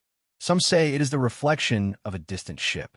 Others swear that it is something much older, a ship engulfed in flames, silent and adrift, repeating its last night forever. The locals call it the Palatine Light, and it is said to be the ghost of a real ship, the Princess Augusta, consumed by fire and betrayal almost 3 centuries ago. In December 1738, the Princess Augusta, a ship of German immigrants bound for Philadelphia, was stranded off the American coast after a long and brutal journey.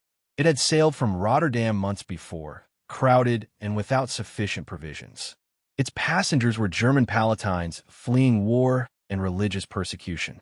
Almost 200 people, men, women, and children, huddled below deck, hoping for a new life on the other side of the ocean. But what awaited them was one of the deadliest voyages of colonial history. From the beginning, the trip was plagued by problems. In a few weeks, the food ran out. Diseases, dysentery, typhus, and fever spread through the decks. Every day, corpses were thrown overboard. According to reports, the captain of the ship, a man named Andrew Brooke, hoarded supplies for himself and his crew while the passengers starved. When they reached the waters of New England, more than half of the people on board had died.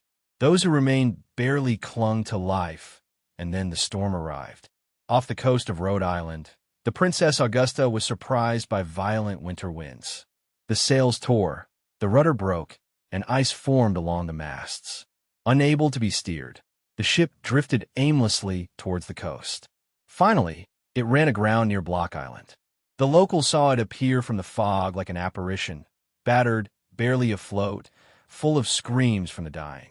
The islanders rushed to help, rescuing the survivors, taking them ashore, and trying to give them warmth and food. But the horror was not over. From here, the accounts diverge. Some say that the islanders were generous and that they did everything possible to help the shattered refugees.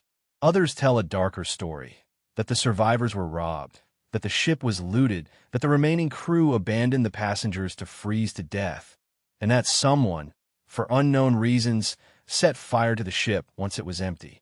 Whether out of malice, out of fear of disease, or to hide something darker, no one knows. But as the flames consumed the ship, illuminating the sky in red and gold, the image was etched in local memory.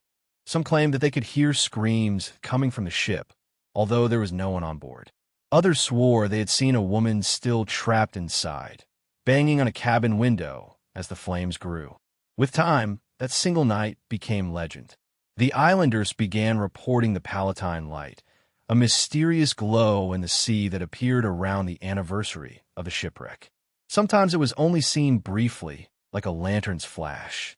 Other times it loomed on the horizon for hours, flickering like a candle in the wind. The sailors described it as a ship on fire without sound or smoke, only fire. A silhouette in flames that slid silently before disappearing. For generations, it was considered a local omen. The light of Palatine was a sign that something was wrong or about to occur. Writers and historians try to rationalize it. Perhaps it was St. Elmo's fire, a natural meteorological phenomenon, or swamp gas, or even a mirage from distant fishing boats.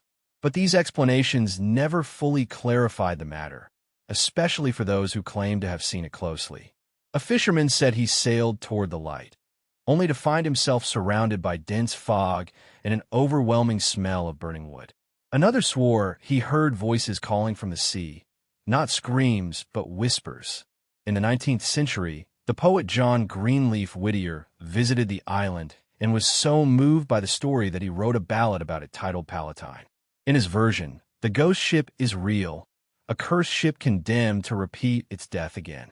He writes about a figure seen on board, a woman with long dark hair, staring at the storm as the flames rise around her. Some believe it was based on testimonies from witnesses of the time, although they're difficult to trace. Others think the story took root because of how real the fear seemed. The light of the Palatine, whether it was a ghost or an illusion, inspired as much awe as fear. To this day, the stories still persist. Modern witnesses, some skeptics, others not, continue to report the light. Fishermen, tourists, islanders, all describe the same flickering glow in the same cursed stretch of sea. The United States Coast Guard has received calls about a ship on fire near Block Island, but found nothing. Neither remains of the shipwreck nor distress signals, only silence. And what about the Princess Augusta? Her bones have long since disappeared, consumed by the fire or the sea. But her legend still remains. A ship of hope that became a ship of despair. A journey destined to bring life that, instead, brought death. The suffering of its passengers, forgotten by history, endures in the minds of those who look toward the sea. On stormy nights, they wonder what really happened there. Was the fire an accident? A mercy? Or was something more sinister? Whatever the truth, the light of the beacon continues to burn, like an echo of a shipwreck that refuses to die, a ghost born from the sea and preserved by memory. And every year, around December, someone sees it again. A silent flame in the darkness, adrift and out of reach. A reminder that some tragedies are never fully buried. They float, burn, and wait. Part 15. The Ghosts of the SS Valencia. The west coast of Vancouver Island is a place of steep cliffs, hidden bays, and constant fog. Not in vain is it known as the graveyard of the Pacific. More than 2,000 ships have met their end along this treacherous coast, shattered by storms, hidden rocks, and the relentless force of the tides. But few stories of this stretch of sea are as heartbreaking and disturbing as that of the SS Valencia. A story not only of shipwrecks, but of visions, silent lifeboats, and a ship that seemed to refuse to let go of its dead. The Valencia was a steamship built at the end of the 19th century, originally used for service between New York and Venezuela.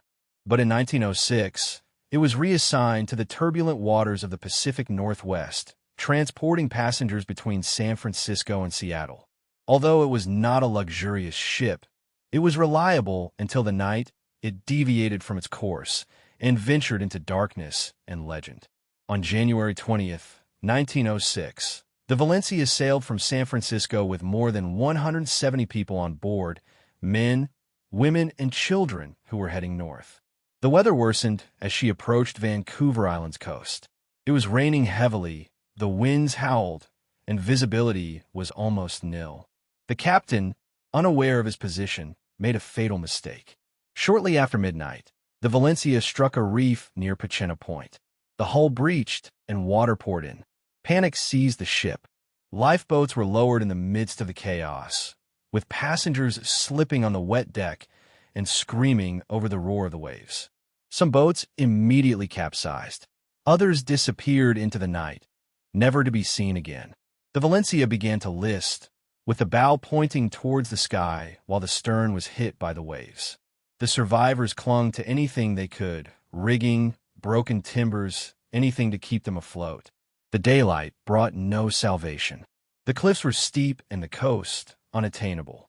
The telegraph lines along the coast were broken, and the nearest cities were too far to send help in time.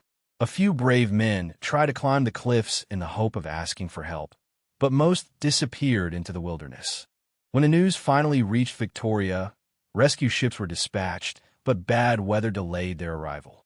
For the remaining passengers, many of whom were women and children, it was already too late. Witnesses watching from the coast with telescopes atop the cliffs later described a disturbing scene. Dozens of people clung to the ship's rigging, soaked, frozen, and exposed to surf for nearly 2 days. On the morning of January 24th, a giant wave swept away what remained of the structure. Screams were heard as the last survivors were torn from rigging and dragged underwater. Of the 174 people aboard, only 37 survived, almost all men who had reached land in the early hours. No woman or child was saved. But what followed after the disaster was what really consolidated the place of the Valencia in maritime legend. During the following months and years, sailors and coastal residents began reporting strange events, sightings that seemed impossible, yet persisted.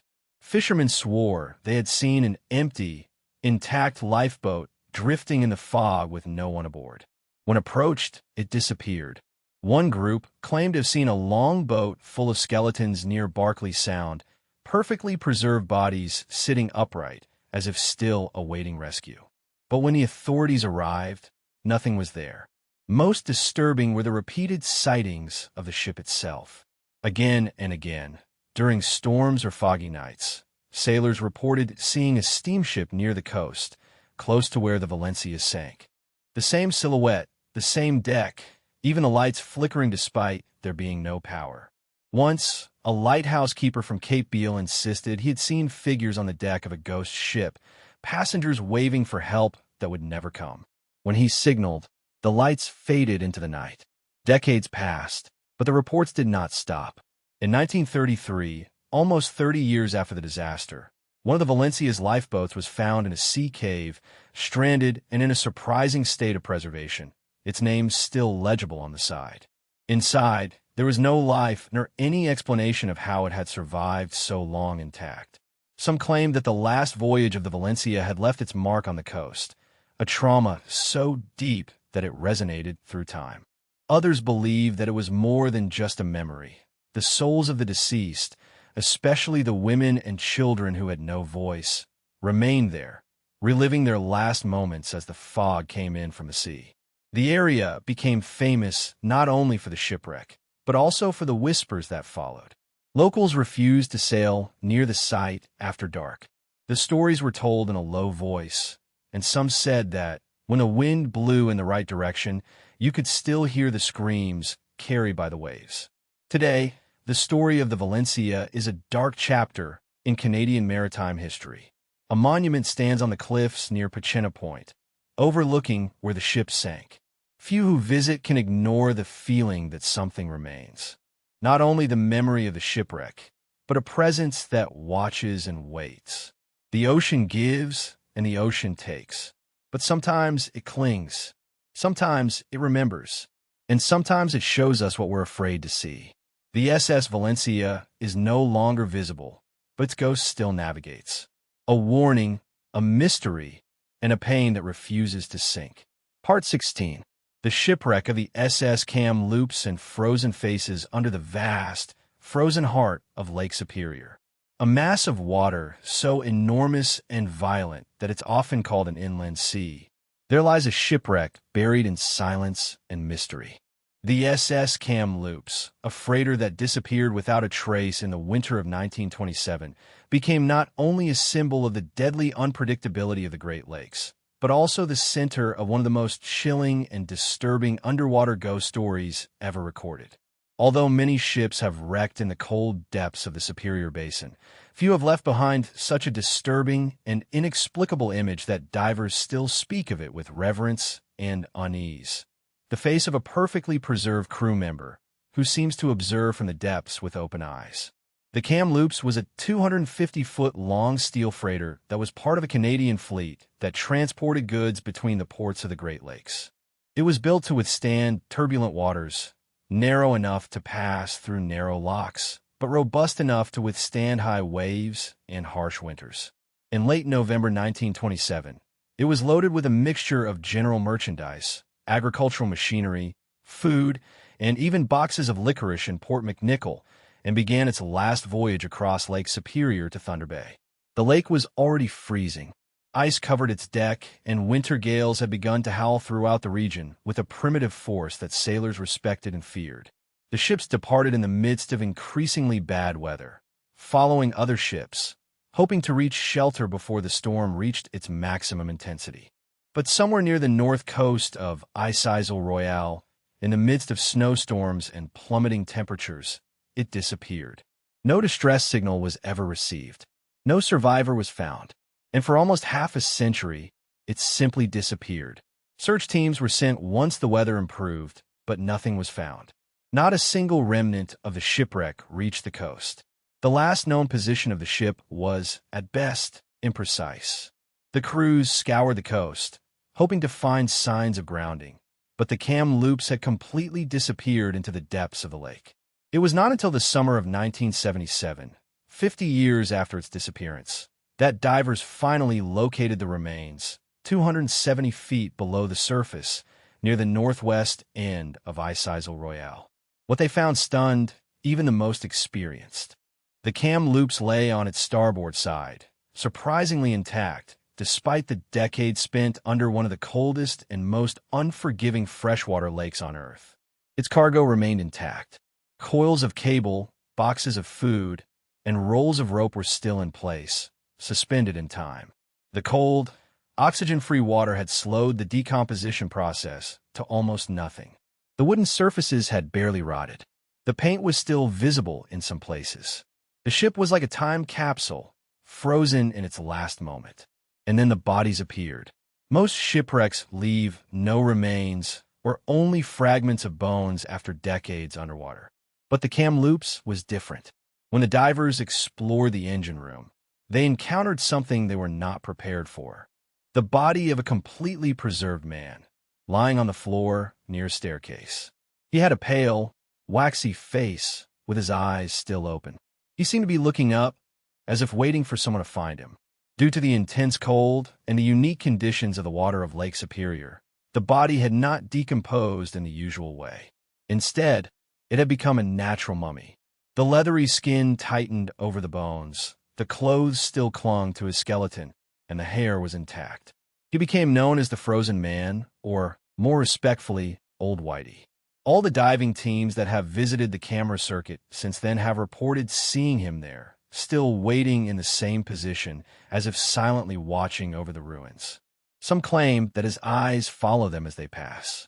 Others say that he seems to drift slightly towards visitors, with his arms gently raised by invisible currents. It is deeply disturbing, not spooky, just strange, as if he'd never left. Had left.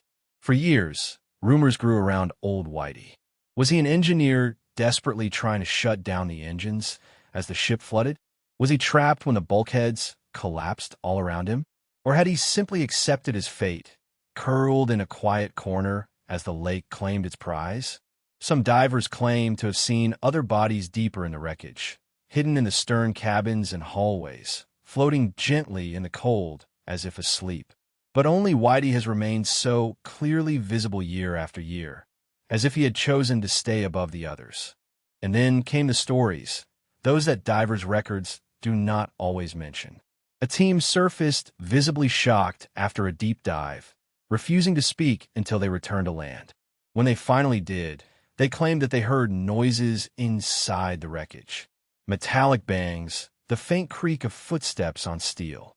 One diver said he turned a corner near the engine room and thought he saw someone pass through the hallway, a figure in overalls that disappeared as he turned the next bulkhead. But when he followed, the hallway was empty. Another diver, a shipwreck explorer with more than 100 dives under her belt, surfaced crying and said she had seen the preserved man's hand move. No video recording has ever captured these moments. Only the accounts remain. Stories whispered among divers in dive bars, at the edge of sonar screens, or as they descend once more into the black, ice-cold waters. Today, the SS Kamloops remains one of the most visited wrecks of the Great Lakes, but only by technical divers with the training and equipment necessary to survive the crushing pressure in glacial cold. The lake has no mercy for those who are not prepared. Above the remains, the waters remain as choppy as ever, with sudden gusts and waves that can appear in minutes. Divers talk about electronic failures near the site. GPS signals weaken, and compasses swing for no apparent reason. No one knows if it is a trick of geology, magnetism, or something else. But the remains remain in silence, undisturbed, like a sanctuary for the dead and for something more ancient. Something that reminds us that nature does not forget. The chamber is plunged into darkness. Its secrets remain hidden among rust and silence. Its crew, especially old Whitey, has become legends beneath the surface. Some say it is a warning, others that it is a guardian. But everyone who sees it agrees on one thing. There is something sacred about that shipwreck, something that is not spoken of lightly, something that is felt. The story has become a ghostly maritime loop, eternally trapped in the tides of Goodwin's sands, where so many other ships have met their end. The story begins back in February 1748. The Lady Loverbond was a new, polished and proud three-masted schooner, preparing to set sail from London for Portugal. Its captain, Simon Reed, was an experienced and respected sailor, known for his calm leadership and his poetic devotion to the sea. But, unlike most captains of his time, Reed made a decision many considered a terrible omen. He took his new wife on board with him. It was going to be their honeymoon, a trip of celebration and adventure through the cold winter waters of the English Channel. However, maritime superstition held that women aboard ship brought bad luck. Sailors whispered about storms and deaths caused by the female presence, a belief rooted in centuries of fear and folklore. Captain Reed ignored all warnings. He was deeply in love and did not want to leave his wife behind. The couple boarded the Lady Loverbond in early February with flowers adorning the ship's railings and candles flickering below deck. The crew, restless but loyal, prepared for their departure. The wind was strong but steady, and the ship was moving at a good pace. But as they approached the coast, increasingly narrow, near Kent, where the infamous Goodwin's sands lay heavy as teeth beneath the tide, fate, or something darker, began to stir. Among the crew was the ship's first mate, John Rivers, a man whose heart also belonged to the captain's bride. Unbeknownst to the happy couple, Rivers had harbored feelings for her long before their wedding. He had watched her silently and jealously as she fell in love with Reed. And now, trapped on a ship with both of them, seeing their joy and their closeness, his heart twisted with rage. On the night of February 13th, while most of the crew was below deck, Rivers seized his opportunity. In a fit of passion and madness, he took control of the helm, overpowered the helmsman, and steered the Lady Loverbond straight into the Goodwin Sands, a lethal sandbar known for sinking ships without mercy. The tide was high, and the shallows were just below the surface. The ship advanced at full speed. When the crew realized what was happening, it was already too late. The Lady Loverbond crashed against the sands with a deafening crash. The hull cracked, the mast splintered, and the ship split in two amid the waves, scattering its remains through the water like driftwood. There were no survivors. Captain Reed, his girlfriend, and the entire crew perished under the waves, dragged by the sand and forgotten, or so it seemed. The first strange report arrived 50 years later, in 1798. A coastal ship near Goodwin Sands reported seeing a schooner sailing at full speed toward the coast. The captain of the ship that was observing it, thinking that it was a reckless maneuver or a ship in danger, watched in horror as the schooner crashed against the sandbank. However, no noise was heard, nor were splintered wood or remains of the shipwreck seen. The ship simply disappeared. Confused, they reported the incident to local authorities, who found nothing at the place. Then, in 1848, another ship passing near the area on the same date claimed to see the Lady Lavabond again. This time, observers said that the ship shone with an unnatural light, projecting a green glow over the waves. Once again, it sailed at full speed towards Goodwin Sands.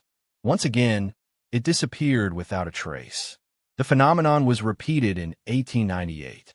In 1948 and in 1998, several groups, some coastal observers, other simple passersby who were walking along the shore, reported that they had seen a ghostly ship near the coast, illuminated by a disturbing glow that faded into the fog. There was no modern ship registered in the area at those moments. Nor were there only stories, accounts of witnesses who had nothing to gain, who often did not even know the legend. Some believe that it is a classic maritime apparition. The cursed lover condemned to relive her last moments for all eternity, representing the love triangle condemned to failure as a ghostly echo trapped in time. Others suggest a jump in time, a moment in which conditions align and the past merges with the present. The most skeptical voices say that it is a coincidence, a myth that grows with each generation. But those who have seen it, the bright sails, the shape of the masts, the way in which it disappears in silence, speak of something beyond narration, something that seems real. Divers have searched the sands of Goodwin countless times. Hundreds of shipwrecks lie hidden under the changing currents and the silted seabed. But the sands move, erase, bury, and unearth with the passage of years. Definitive remains of the Lady Lavabond have never been found. It exists between history and myth. A ship that perhaps was real in its day, but that now occupies a more spectral plane. It is said that the sands themselves are cursed. It is believed that more than 2,000 boats have sunk there. The sailors speak of compasses that spin without control, of voices in the wind, of fleeting shadows under the waves. A diver claimed to have felt a hand brushing his leg. When he looked down, he saw nothing, only bubbles that rose toward the sun that he could no longer see. And so, every 50 years, those who remember the legend gather on the coast of Kent, looking towards the horizon on February 13th, waiting, observing, wondering if they too will see it. The bridal ship, the cursed journey, the Lady Lavabond, sailing eternally towards its destiny. In a world that changes so rapidly, where stories are swept by time and the tides, there is something enduring in this endless repetition.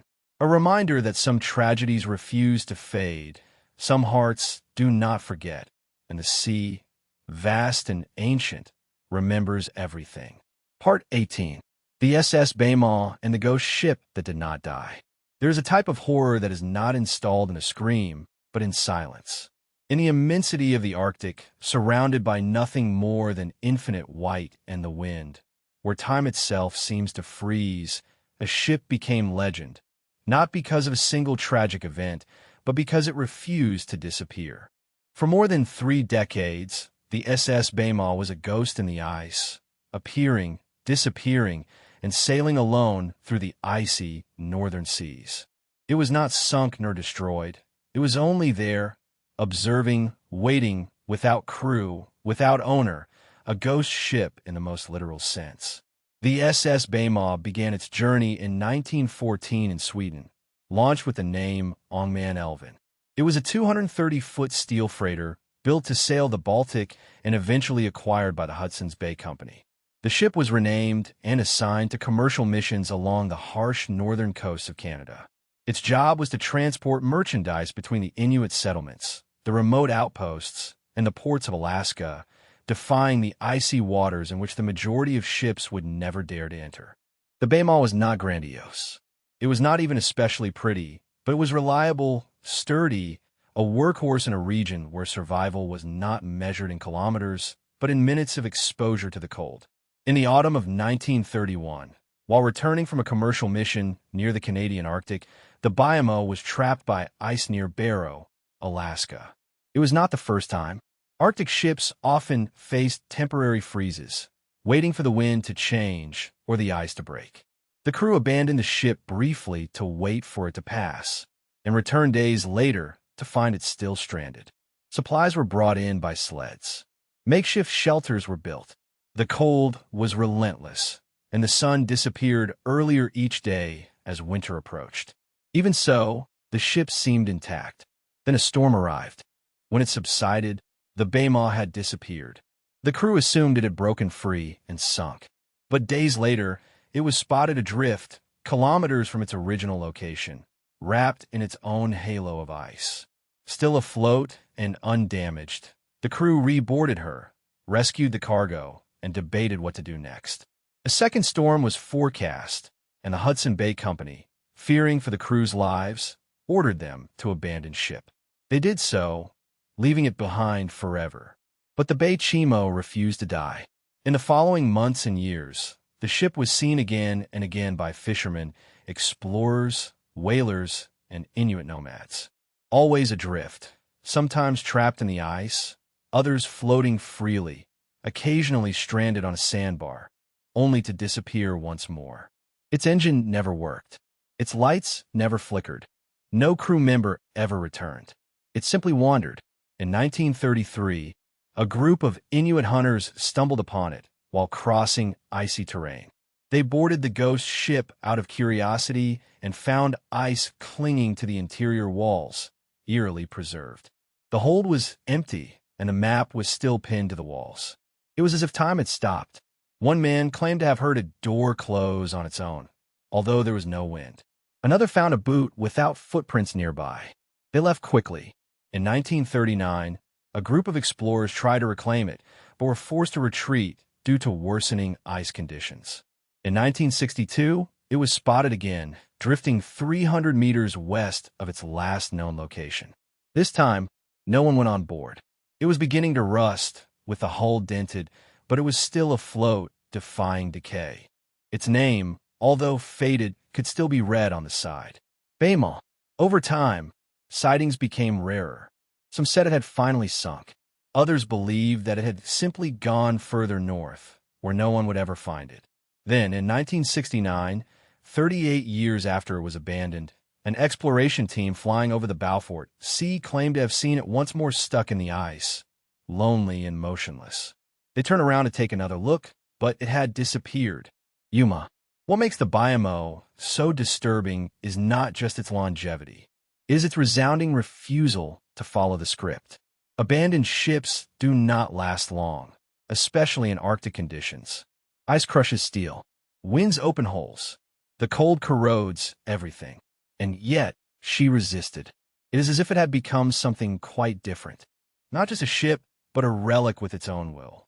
A presence that simply did not want to rest. Over the years, the stories adhered to it like frost.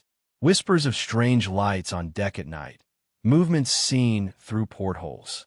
One persistent story, impossible to verify, speaks of a man who tried to board the BMO in the 1950s and was never seen again. His last radio message was this simple phrase, "I hear something downstairs." The signal cut off, then disappeared. Others dismissed it as nonsense, but his body was never found. To this day, the final fate of the BMO is unknown. No wreckage has ever been confirmed. No debris field has been identified. It may have finally surrendered to the sea, resting under ice in some nameless tomb. Or it may still be adrift, moving slowly through the infinite white, waiting for someone else to find it. There is something deeply disturbing about a ship that defies all expectations. An abandoned machine in one of Earth's most inhospitable places, continuing its journey long after it should end. Without cargo, without a guide, simply adrift observing, remembering. The ESS BMO does not neatly fit into our categories of ghost story or historical anomaly. It is both, and even something more. a symbol of how the sea never fully lets go. A floating paradox, a whisper on the ice. And perhaps, if you travel far enough north, beyond the lights and maps, you might see its silhouette in the fog, sailing towards remembrance, detached and eternal. It seems there's been a technical problem preventing the answers from being displayed. Let me try again. Part 19 of the script for you now. Part 19. A ghost story of the Arctic ghost ship. In the frozen confines of the Arctic polar circle, where the horizon stretches into an infinite white void and the winds whisper like lost voices, there exists a maritime mystery as chilling as the waters themselves. The sea ice creaks under winter's shifting weight, and for centuries, ships that dared to venture too far north sometimes disappeared, their fate sealed in the deep, relentless cold. Among them, a story has haunted generations of polar explorers, whispered quietly around ships' lanterns during the long Arctic nights. It is the story of a ship known simply as the Arctic Ghost. A ship was reportedly sighted drifting silently through icy straits, unmanned, engine off, lights flickering through the snowstorm fog. A lifeless ship, but not entirely abandoned. The first modern encounter occurred in 1931 during an expedition led by Norwegian polar explorer Knut Jorgensen. His team was mapping remote ice floes between Greenland and Canada when they spotted a dark hull looming in the fog. At first, they believed it was another expedition ship, or perhaps an abandoned whaler needing help. But as they drew closer, the atmosphere changed. The fog thickened strangely. Their instruments began to fail, and an unbearable cold gripped their own ship's metal. The ship they found was a small cargo steamer about 70 meters long, its hull markings erased by time and ice. The windows remained intact. The mast still sported broken signal flags, but no one came to greet them. There were no distress flares or any radio contact. The ship remained silent. Jorgensen and 3 crew members cautiously boarded the abandoned ship, armed. What they found inside remains one of polar history's most perplexing enigmas. The ship's interior was in extraordinary condition. The tables were set with plates, some half full of frozen food. The beds were unmade, personal effects scattered, coats hung on the door, as if the crew had stepped out for a moment. In the kitchen, a pot was still on the stove, now frozen. The engines were unusable, cold and silent too. There were no signs of struggle, no water damage, no fire suits, nor animal intrusion. It was as if life had stopped in an instant, yet it felt like someone was watching. Jorgensen later wrote in his navigation log that the air on board felt abnormally charged, as if an invisible presence coiled in every corner.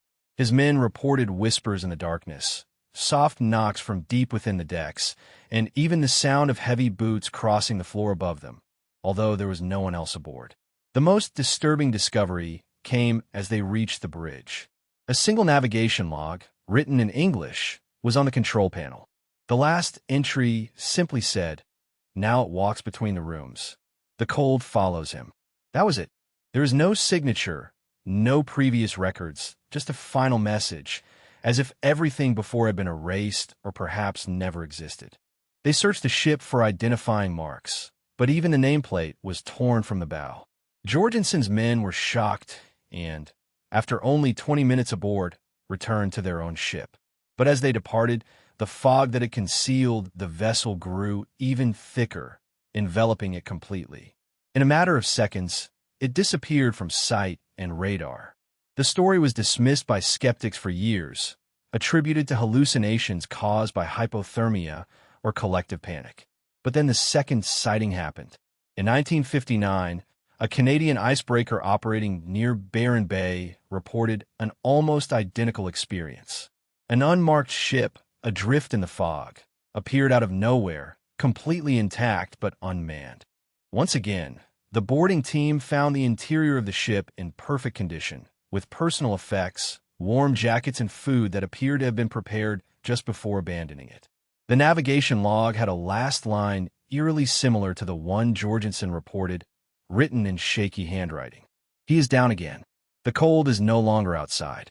The men abandoned the ship immediately, nervous and unable to explain the sensations they later described, as if they were being watched by something that knew they did not belong.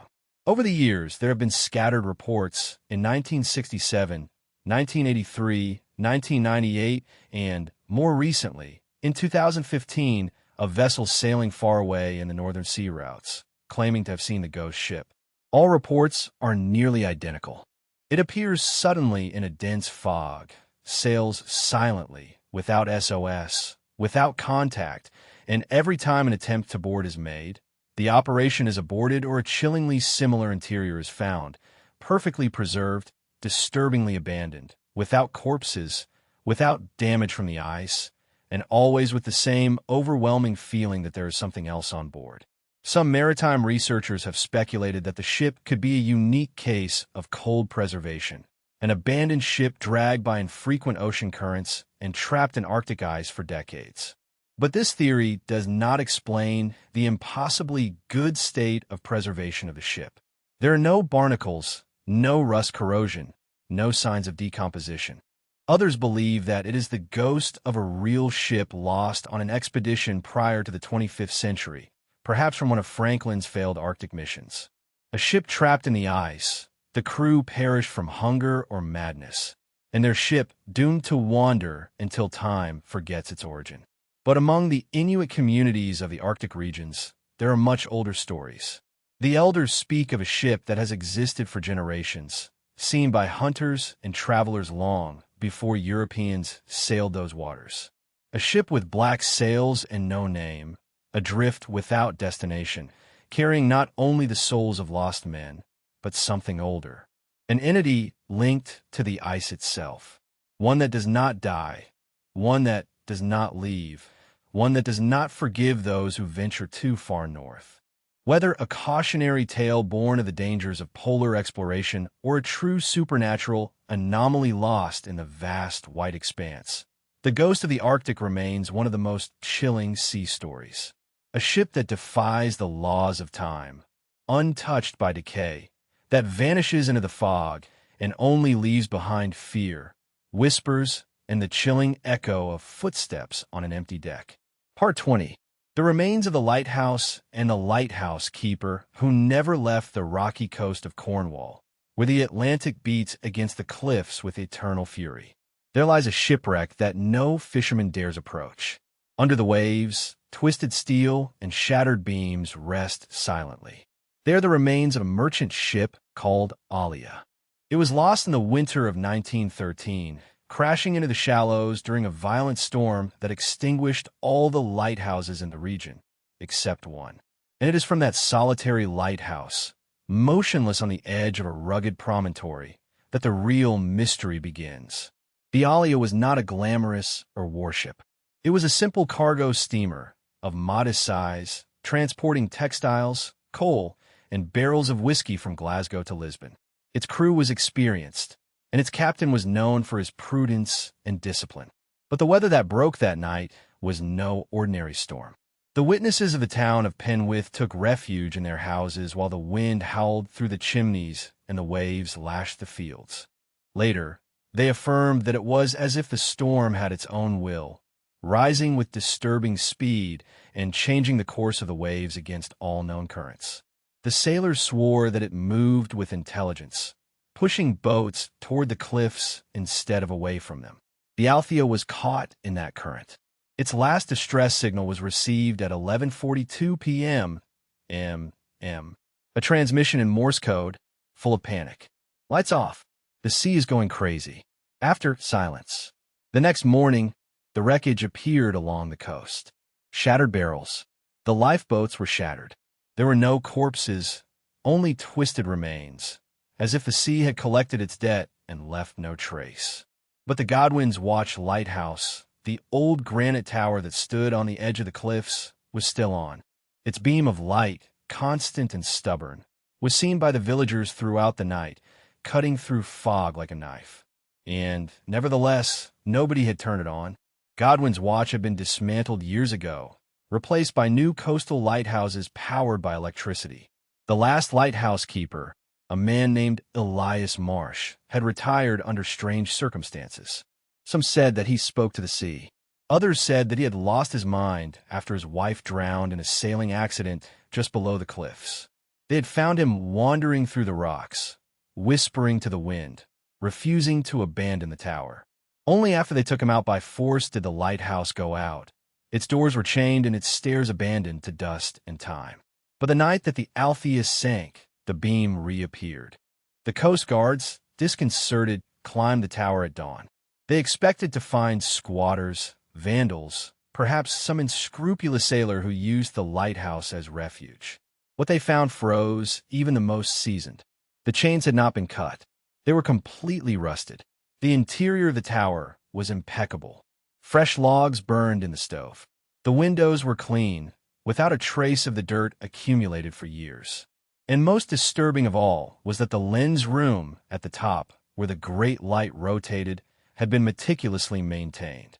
The mechanism rotated as if it had been greased the day before, despite the fact that no type of maintenance had been carried out for more than half a decade. And then there was the logbook. A new entry had been added, dated that same night, written in the unmistakable handwriting of Elias Marsh. A storm is coming. Something sails with the tide tonight. The light must not go out. I will keep it for her, for them. The entry was signed with his full name and a small drawing of a sailboat identical to the one that sank his wife. Searches were carried out.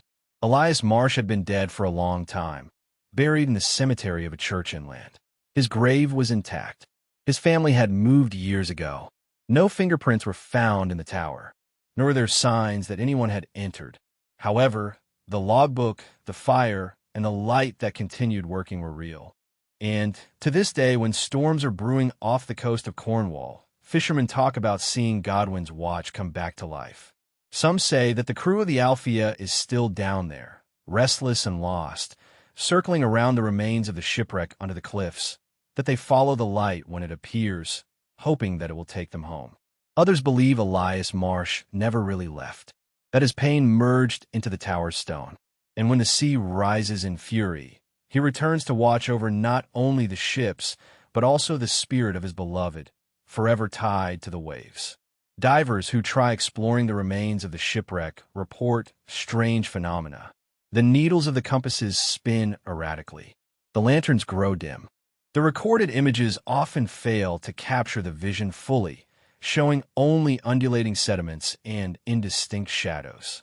Some have heard what sounds like a distant foghorn underwater, long and deep, followed by muffled voices just outside their helmet glass. No one has recovered any artifact yet. In 2004, a research team tried to remove a piece of the hull of the Althea, but the cables broke 3 times, each time the winch approached the surface. The operation was then abandoned. And yet, the remains of the shipwreck are still visible from the cliffs on a clear day, a scar under the waves, and always that sensation of being watched from the tower, even when its windows are dark. The villagers no longer wonder about it now. Some leave lanterns on their porches during storms. Others hum a song, a melody that is said to have been the favorite of Elias's wife, a lullaby for the sea, an offering of peace. Godwin's clock remains still, worn by time, defying wind. And every few winters, when lightning tears the sky and the ocean scratches earth, the light returns once more. A single beam sweeps the horizon, calling out through the darkness. A guardian at his post still, a shipwreck that never gave up hope. A ghost perceived less as terror and more as devotion. Silent, tragic, and eternal. Part 21.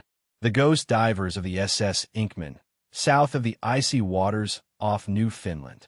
Beyond the well-charted sea routes lies a stretch sailors call the Silent Channel. It did not earn that name for tranquility, but for the strange absence of echoes. The sounds of the sonar disappear in this area. The seabed does not return any. There are no rocky walls that bounce signals, only silence. That silence is where the SS Inkman was last seen and where, according to the few who claim to have ventured nearby, it can still be heard. The Inkamon was a Canadian freighter built during the First World War, one of a trio of twin ships built hastily to support Allied efforts. It was launched in 1918 with a discreet ceremony, loaded with railway material and bound toward France. It sailed from Quebec in the rough seas of November and disappeared without sending a distress signal. No remains or survivors were ever found. For decades, it was listed as one of the many maritime losses of the war. It was assumed that it collided with an iceberg and quickly sunk. But in 1957, a Soviet fishing boat fishing in disputed waters reported something strange. Their nets had hooked something heavy and metallic below. When they tried to lift it, the object came loose, but not before a diver was sent to inspect. The diver returned shocked and refused to describe what he had seen, except for a phrase he repeated over and over in Russian. He is waiting. Later, independent diving teams, attracted by the mystery, began unofficial explorations of the region. These were not military operations or funded expeditions, but thrill seekers, wreck divers, and amateurs drawn to ghost stories. One of those divers was Marcus Elroy, a retired naval engineer with over 3 decades of experience in underwater exploration. In a recorded interview in the early 1980s, his voice trembles as he recalls descending into the darkness where the sea seemed to thicken around him, with a cold he had never felt. The lights flickered dimly. The current grew stronger near the bottom, pushing him off course. But then he saw it. He described a long steel hull embedded halfway in the silt, tilted as if it had stopped mid-fall with intact portholes. There were no signs of impact or breakage at all. It was as if the ship had simply been placed there, cradled gently by the sea. But more strange than the state of the ship was the presence of movement inside it. He claimed to have seen shadows crossing the interior of the bridge. They were not fish or algae, but shadows in the shape of men who walked, stopped, and turned as if still handling the ship. Elroy approached, swimming and shone his flashlight through the thick glass. Inside, he saw a figure, a man with a terrifying naval uniform from World War I, standing at the helm. The man slowly turned his head toward him. He had no flesh, only bones and a jaw open in silent scream. However, the body remained upright, grabbing the helm with skeletal hands. When Elroy backed away, the beam of light from his flashlight captured another detail on the interior walls, which said, engraved in the metal with bare hands or with tools, again and again, in French, in English, and in another language. One phrase stood out, repeated in hundreds of marks. We dive searching for air. Elroy came to the surface in panic, abandoning his rope. His companion on the boat recalled that he refused to speak for days afterward and that, when he did, he begged them never to return to that place. Later, he destroyed the images from the camera on his helmet, claiming that they had followed him and that at night he heard noises that came from walls. He died 2 years later, drowning in his bathtub. There were no signs of struggle. The bathtub was full of salt water. After the story of Elroy gained notoriety, others dared to tell their stories in a low voice. Fishermen reported seeing bubbles rising in perfectly calm waters. Navy patrols recorded radio interference that matched a Morse code in disuse for a long time. And then there were the lights, soft blue-green flashes under the waves that seemed out of reach. When they approached, they disappeared. When ignored, they returned the following night closer to the coast. A chilling detail was provided by a French diver, Sabine Duval, who led a clandestine expedition in 1992. Her team reached what they believed to be the Inkomon. They reported that they did not see a single shipwreck, but 2 superimposed in the same space, as if time had fractured, creating multiple realities. Her notes described the sensation of hearing breathing, not through her helmet, but in her mind, rhythmic, terrified, as if crew drowning forever right behind my eyes. She also mentions an anomaly in the sonar, an impossible echo that, when reproduced, formed a rough melody, a sea shanty known to be sung by Canadian naval crews during World War I. What happened to the Inkomon remains unresolved. The prevailing theory suggests that a combination of heavy ice, bad weather, and excessive cargo sank it without a trace. But the stories, the divers, the radio signals, and the shadows refused to sync with it. Some believe that the ship entered a kind of liminal space, a fold in the ocean where time stops and souls repeat their last desperate moments. Others insist that it is a curse, a consequence of the war, and the secret that condemned it to remain hidden and restless. And then there is the chilling theory of Sabine's last transmission, according to which the Inkamon was never really a ship, but a vessel in a different sense. Something built to retain, trap, contain, and that what is inside its hull is no longer human. Her last message, sent before her radio went silent. If you find it, do not open the hatch. The coordinates she transmitted were coded. To this day, no one has deciphered them, and perhaps no one ever should. Part 22. The Siren Song of the Valencia off the rugged west coast of Vancouver Island.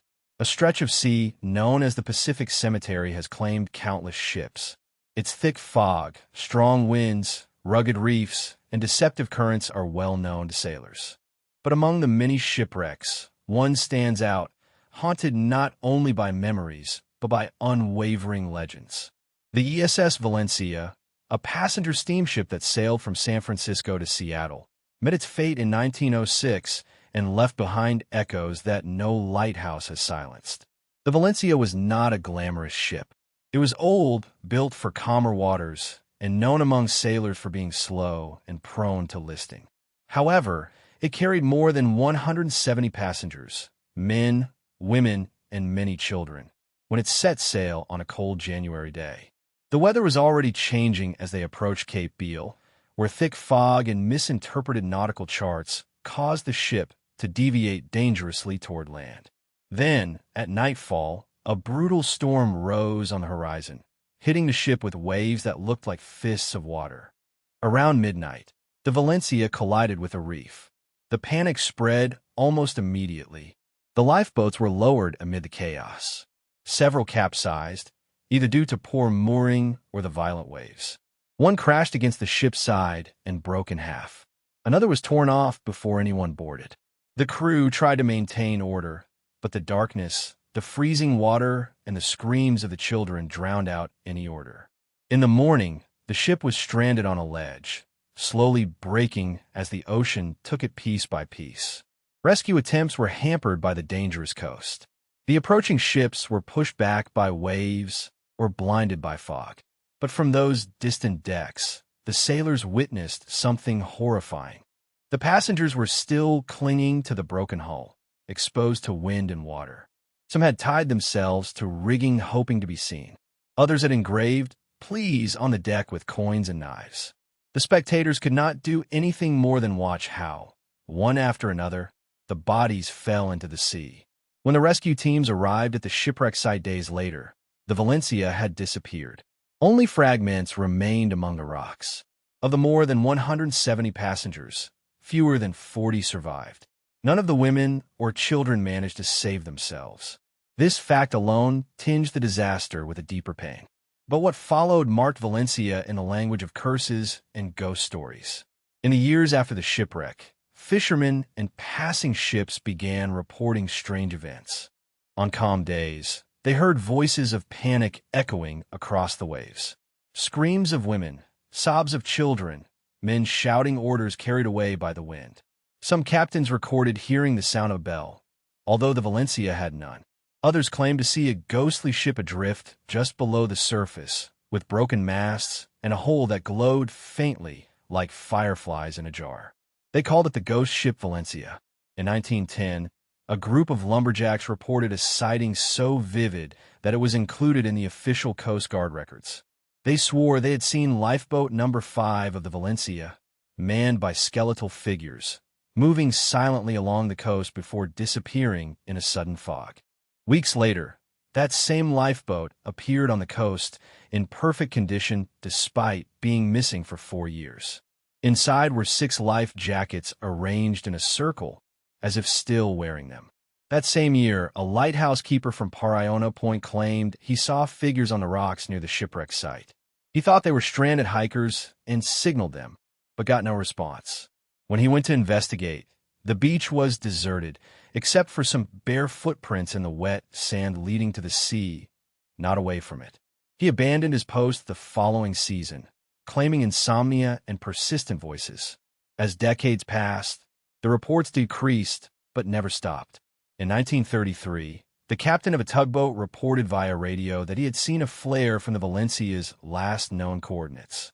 He approached and found nothing, but his radar picked up a signal moving beneath him. Slow, steady, shaped like a hole. He launched a sonar buoy. When analyzed later, the pattern it recorded resembled the rhythm of a human heartbeat, multiplied dozens of times. Even modern divers who explore the Pacific cemetery speak of the Valencia in hushed tones. Some claim to have seen what looks like the outline of a ship just below the seaweed beds, clear one moment and gone the next. Others describe finding shoes, coins, or children's toys embedded in the reef, too well preserved to have spent over a century in salt water. One diver swore he heard singing, not in his headphones, but through the water, a lullaby, old and soft, in a language he did not recognize. Skeptics dismiss these accounts as exaggerations, the product of trauma, legends too deeply rooted in local memory. But not even they can explain one last chilling detail. In 1980, a diving team exploring near the Valencia's supposed resting place found a pocket watch wedged in a crack. It was rusty, broken, but still retained an inscription to Ella Laner. Always come home. There is no record of who Ella Laner was, but when they showed the watch to a local historian, he turned pale. That same phrase had been written in charcoal on a lifeboat of the Valencia that arrived at the coast in 1906. Whatever really happened on that reef in 1906, the story of the Valencia did not end there. It continued through whispers, visions, and spectral echoes carried by the wind and the tides. The sea took the passengers, but never let them go entirely. And to this day, when the fog closes in and the waves begin to roar, some say that the ship returns not in search of rescue, but to relive its last night again and again beneath the waves. Part 23. The Forgotten Crew of the Bishimo. In the confines of the Arctic polar circle, where the daylight fades into endless night and silence envelopes the ice like a shroud, there's a legend of a ghost ship that refuses to rest. Not because of an ancient curse, but because no one ever came to claim it. The SS Bishimo was a steel freighter built in 1914. Originally operated by a German company and subsequently confiscated by the British as war reparations after the First World War, it was put into service by the Hudson's Bay Company to transport furs and supplies to remote settlements along the icy waters of northern Canada. But its trips were never routine, and one day, the Bishimo simply stayed behind. It was October 1931, the end of the navigation season in the Arctic. The Bishimo, after making its rounds of delivering and collecting goods in the Inuit communities and the fur traders, was heading back to Vancouver. But a sudden and fierce snowstorm swept in from the northwest, leaving the ship trapped in the ice off the coast of Barrow, Alaska. The crew knew what that meant. Winter had arrived early, and the Bishimo was trapped. Without a clear path ahead, they only had two options: wait for a thaw or abandon the ship. The company arranged for the construction of an emergency shelter on the coast, just a mile away. The crew took refuge in the structure and visited the ship daily to check on its condition. But one morning, after another fierce snowstorm, the Bishimo had disappeared, vanished from the ice like a breath of wind. The crew assumed that it had sunk, dragged down by the currents. Pain and confusion took hold of them until a hunter reported that he had seen the ship intact, adrift 45 miles to the south. The crew rushed to look for it and were stunned to see that it had survived the storm. But the hull was deformed. The ice had damaged the ship so much that the Hudson Bay Company considered it too risky to try to rescue it. So they abandoned it. In a decision that continues to haunt maritime historians, the crew recovered the valuables they could and abandoned the Bishimo in the ice, hoping that it would soon break apart. But the Bishimo had other plans. Over the following years, it was sighted again and again, adrift in the waters of the Arctic. Inuit hunters would see it near the horizon. Explorers would come across it frozen in the sea ice, eerily intact. In 1933, a group of Alaskan traders went on board and found everything inside intact. Log books, furniture, boxes of furs, even a teapot that still rested on a rusty iron stove. In 1939, a team of dog sleds traveling along the coast came across the ship again, now wedged between sharp ridges of ice. The head of the team, fearing that the ship might break free, ordered his men not to go on board, but one of them did. He found the captain's cabin still furnished, with faded maps pinned to the walls and a broken compass lying on the floor. When he returned to the team, his hands were shaking. He said he had heard voices murmuring in English and something else he could not recognize. He did not go back in, but Bishimo became a legend. Its sightings lasted for decades. It was sighted again in 1941, 1949, and as late as 1962. Increasingly battered, but never shattered. No one saw it sink.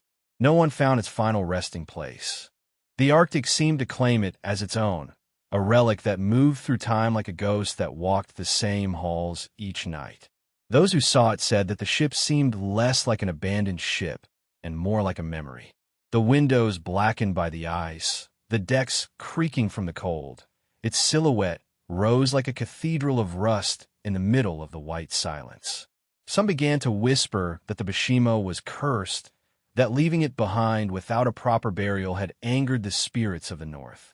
Others believed the crew's souls remained on board, unable to complete their final journey.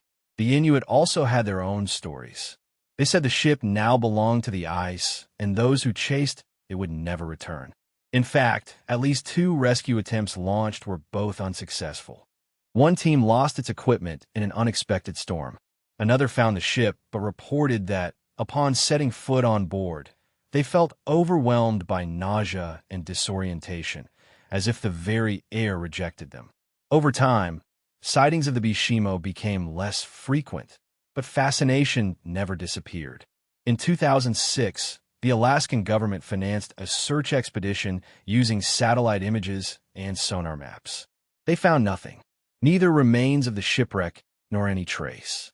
It was as if the sea had finally decided to draw the curtain on the old ship, or perhaps it had drifted so far north that no human eye would ever see it again. Even so, every few years a new rumor arises. Someone sees a silhouette on the horizon, hears a metallic screech in the distance, or finds an old box washed up by the sea with the Hudson's Bay Company logo and a year engraved in faded ink. 1931. There is something deeply disturbing about a ship that refuses to die. The Bishimo did not explode, catch fire, or crash against the rocks. It simply continued to drift, out of reach, like a ghost that is not malevolent, but neither at peace.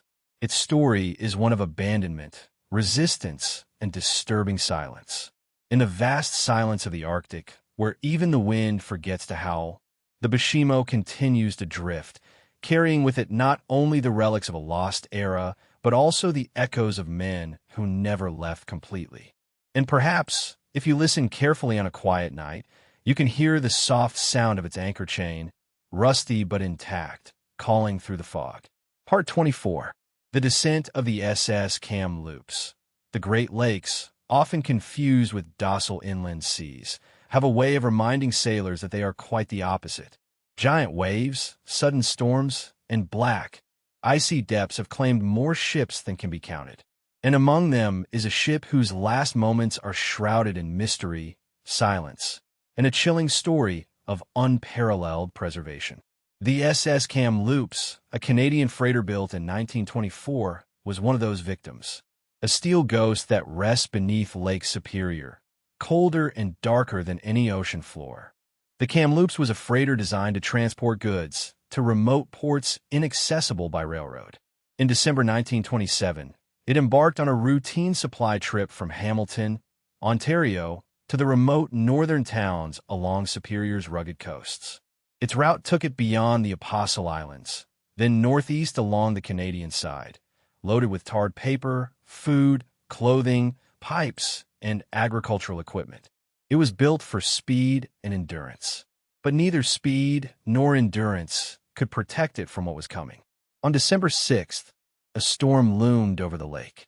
A brutal Arctic front with 60-mile-per-hour winds and ice forming so fast that it stuck the lifeboats to their supports. Most ships ran for shelter, but the Kamloops continued with its work.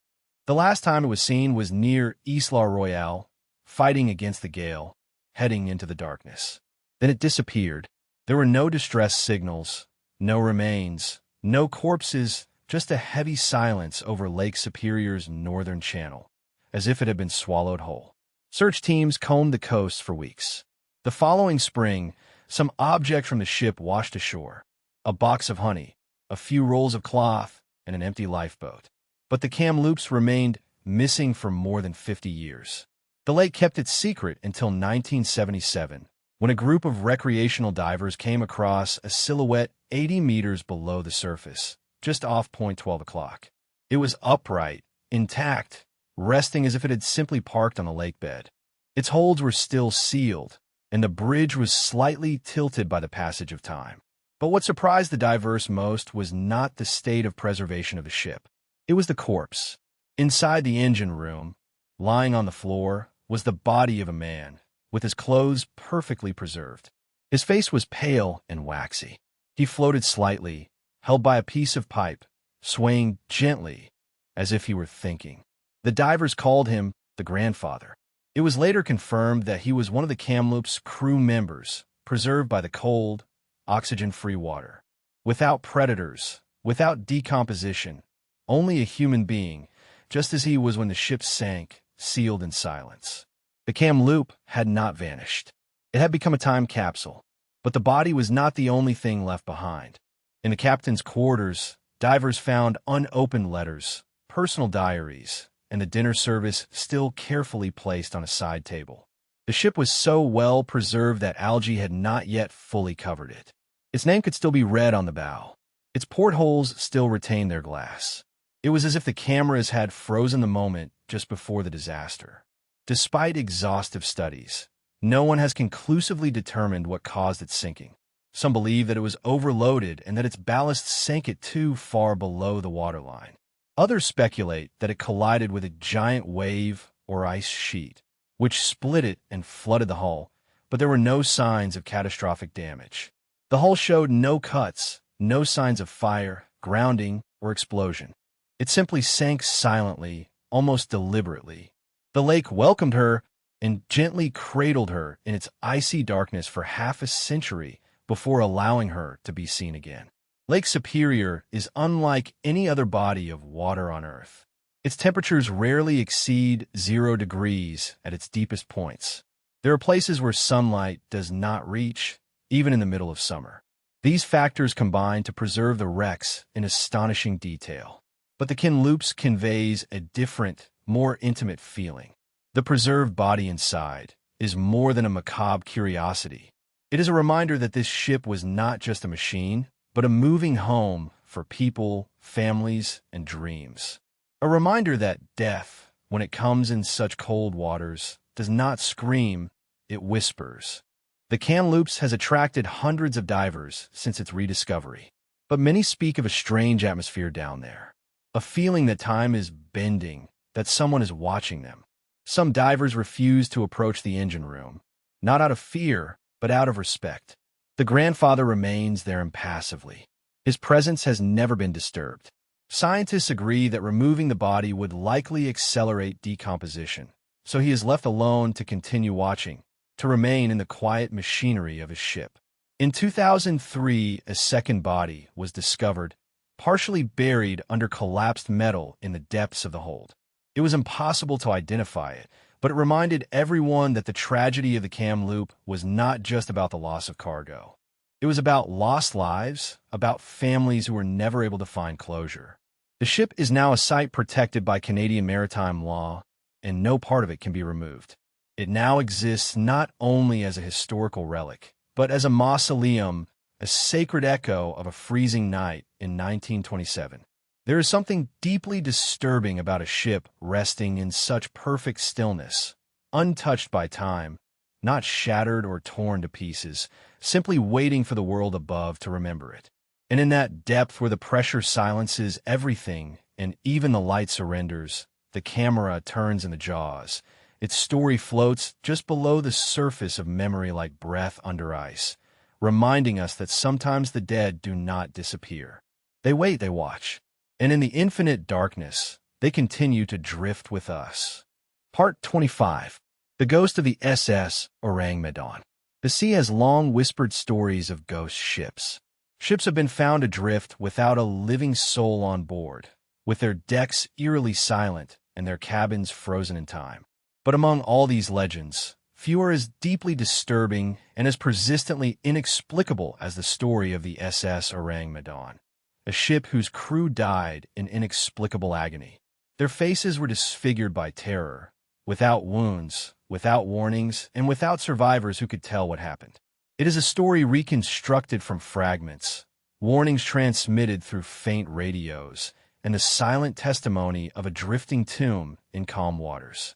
The first account of the Orang Medan dates back to 1947 in the Strait of Malacca, a busy shipping lane between Sumatra and Malaysia. Several merchant ships reported receiving a distress signal from a nearby ship, the origin of which was unclear at first due to static interference, but then the messages became clearer and more disturbing. The first message arrived in disjointed bursts. All officers, including the captain, are dead, lying in the navigation room and on the bridge. It is possible the entire crew died. After a pause, a final transmission was received. ED. And then, static and silence. No one answered the ship again. The coordinates were located, and a nearby American merchant ship, the Silver Star, changed course and approached the location. What they found was not a shipwreck battered by the storm or a hull damaged from battle.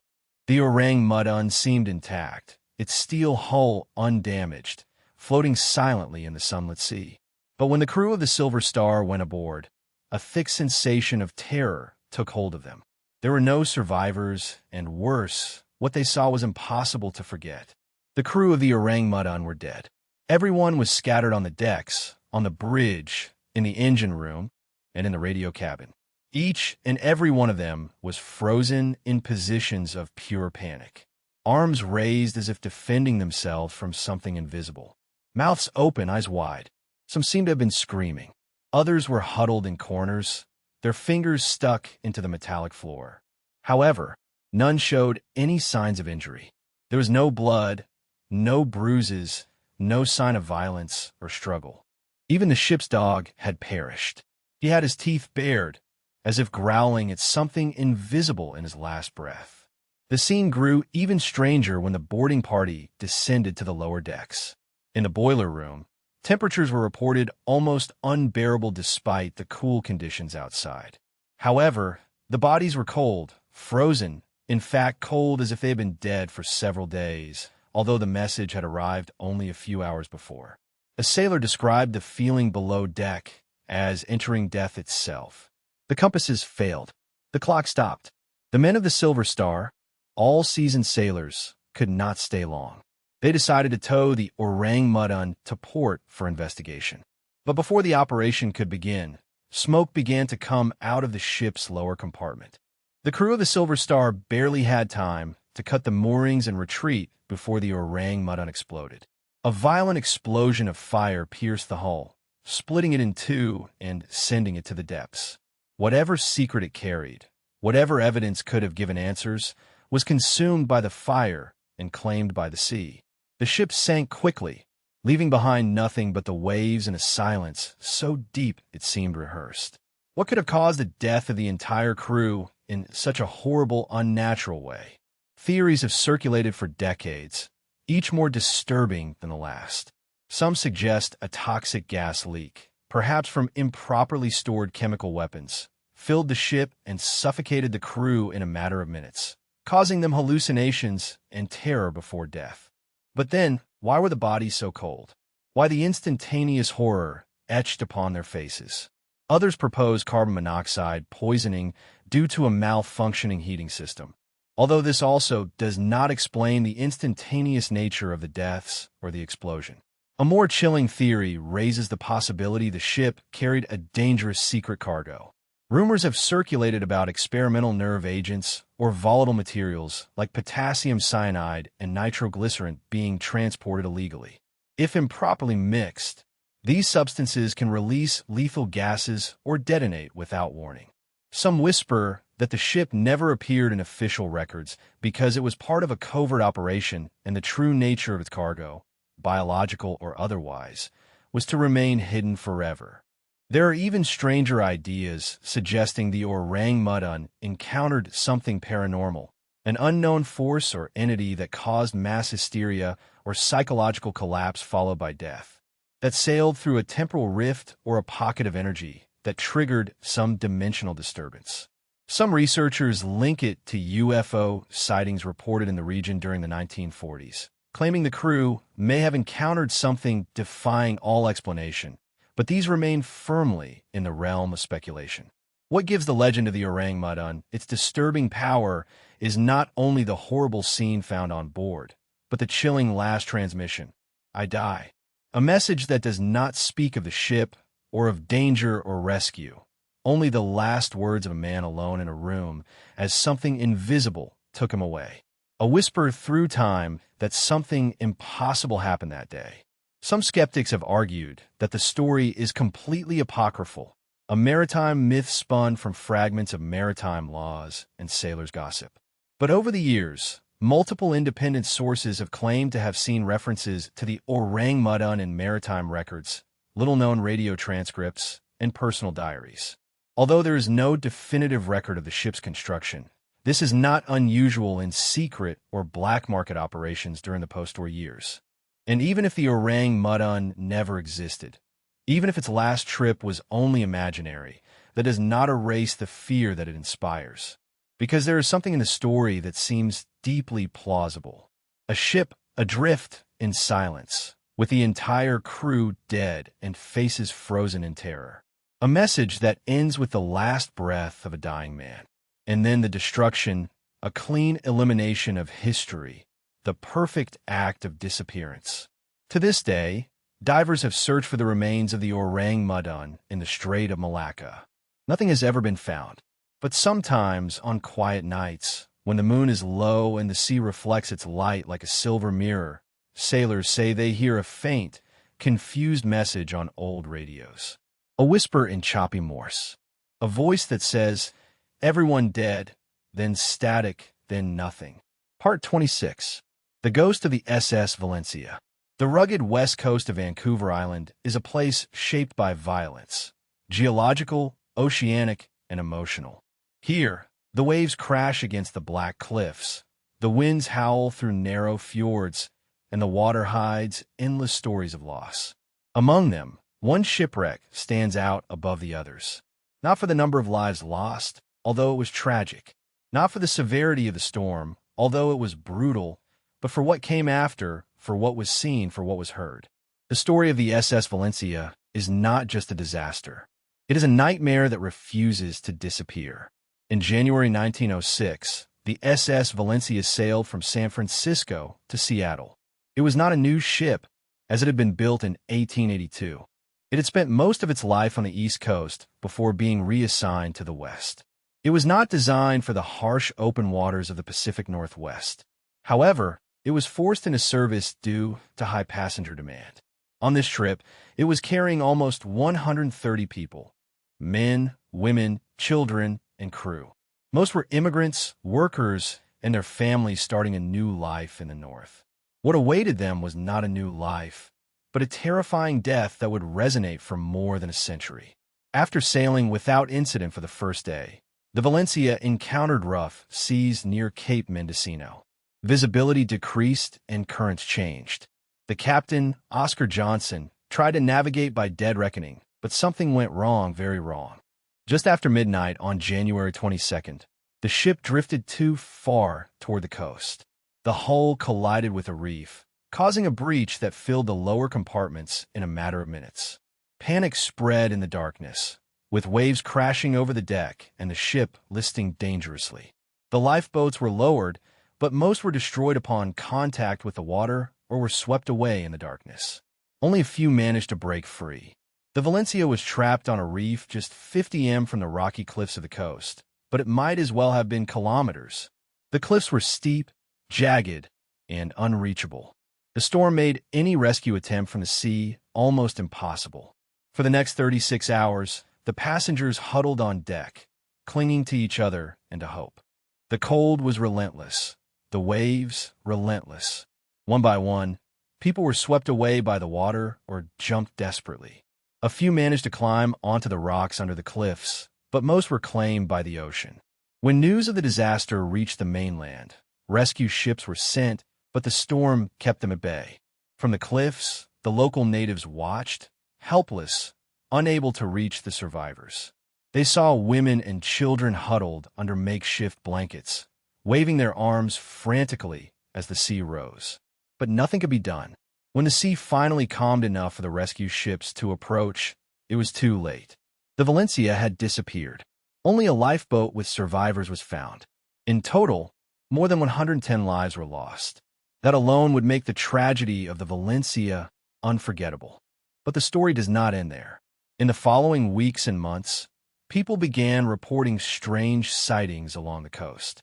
The sailors of the ships that passed by there described having seen a broken, rusty ship with the sails in tatters, floating aimlessly near the cliffs. When they approached, it disappeared. The locals claimed to hear screams on foggy nights, or voices calling on the wind. A man swore he had seen women on the rocks under the cliffs, waving white cloths, their faces pale and blurred by the fog, who vanished when he ran to help them.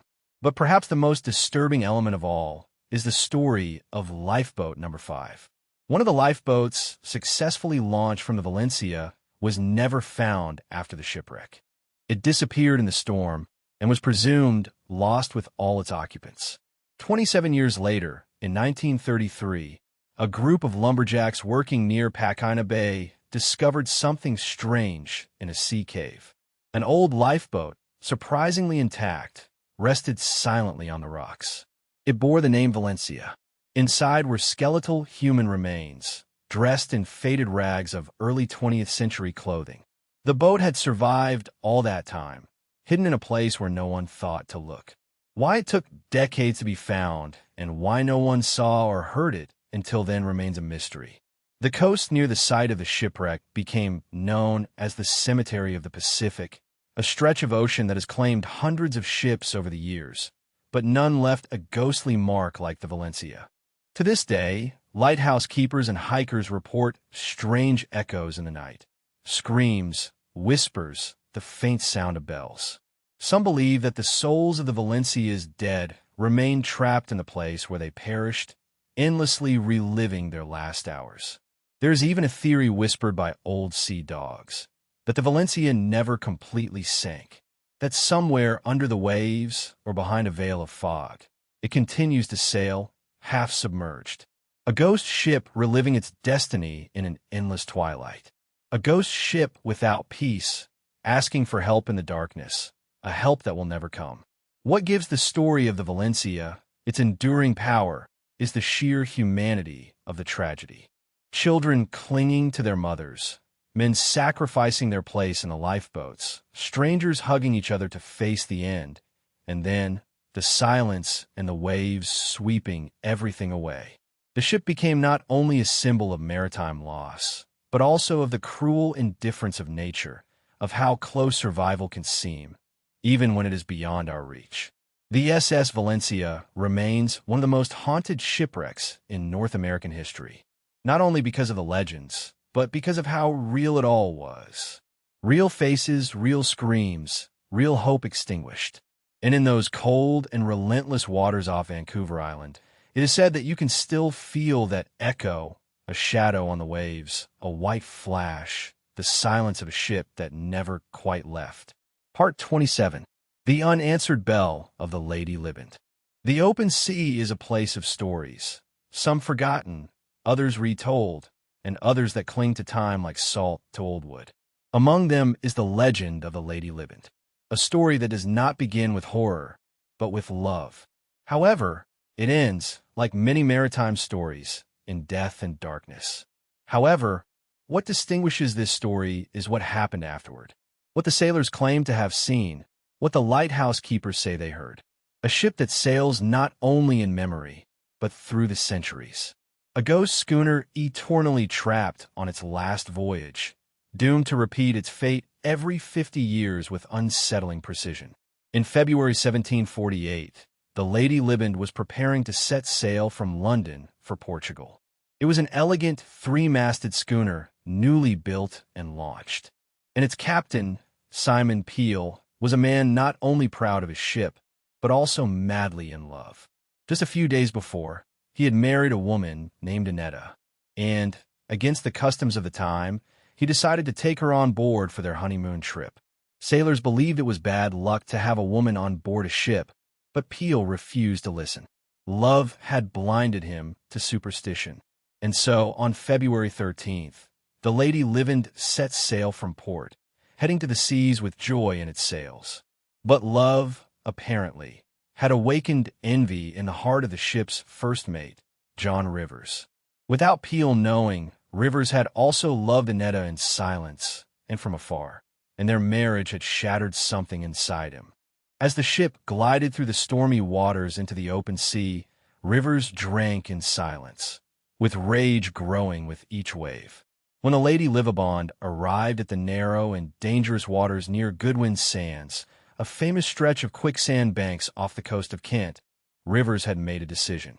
On the night of February 13th, under the glow of the full moon, Rivers stealthily approached the helm while the rest of the crew celebrated the party below deck. The ship sailed calmly, and the air was abnormally still. Without anyone seeing him, Rivers seized the helm and deliberately steered the Lady Livorn directly toward the sandbanks. The impact was catastrophic. The hull split in two. The mast splintered. The schooner, with its passengers, its crew, and the captain's beloved wife on board, was shattered by the waves. There were no survivors. The tragedy shocked the maritime community, but the sea, as it usually does, continued its course. The remains were buried under the sand in time. However, the Lady Liborn did not disappear completely. 50 years later, on exactly the same day, February 13th, 1798, a ship near Goodwin Sands reported seeing a ship sailing at full sail, heading straight for the coast. Foreseeing a catastrophe, the crew tried to send signals, but the ship passed silently and disappeared before impact. No wreckage was ever found. Then in 1848, exactly 50 years later, several ships reported an almost identical sighting. A white schooner sailed at full sail, advancing rapidly, with lights shining warmly inside, and music was heard faintly in the wind, then silence. No splashes, no remains, just empty sea. The pattern continued. In 1898, it was sighted again. In 1948, the lighthouse keepers of Southfollen swore they had seen a three-masted ship plowing through the waves too close to shore, disappearing before their eyes. There was no record of any ship that should have been in the area. The coast was calm, the night was clear, and in 1998, modern sailors reported the same thing. The radar detected a large object moving rapidly near the sands, but there was nothing there.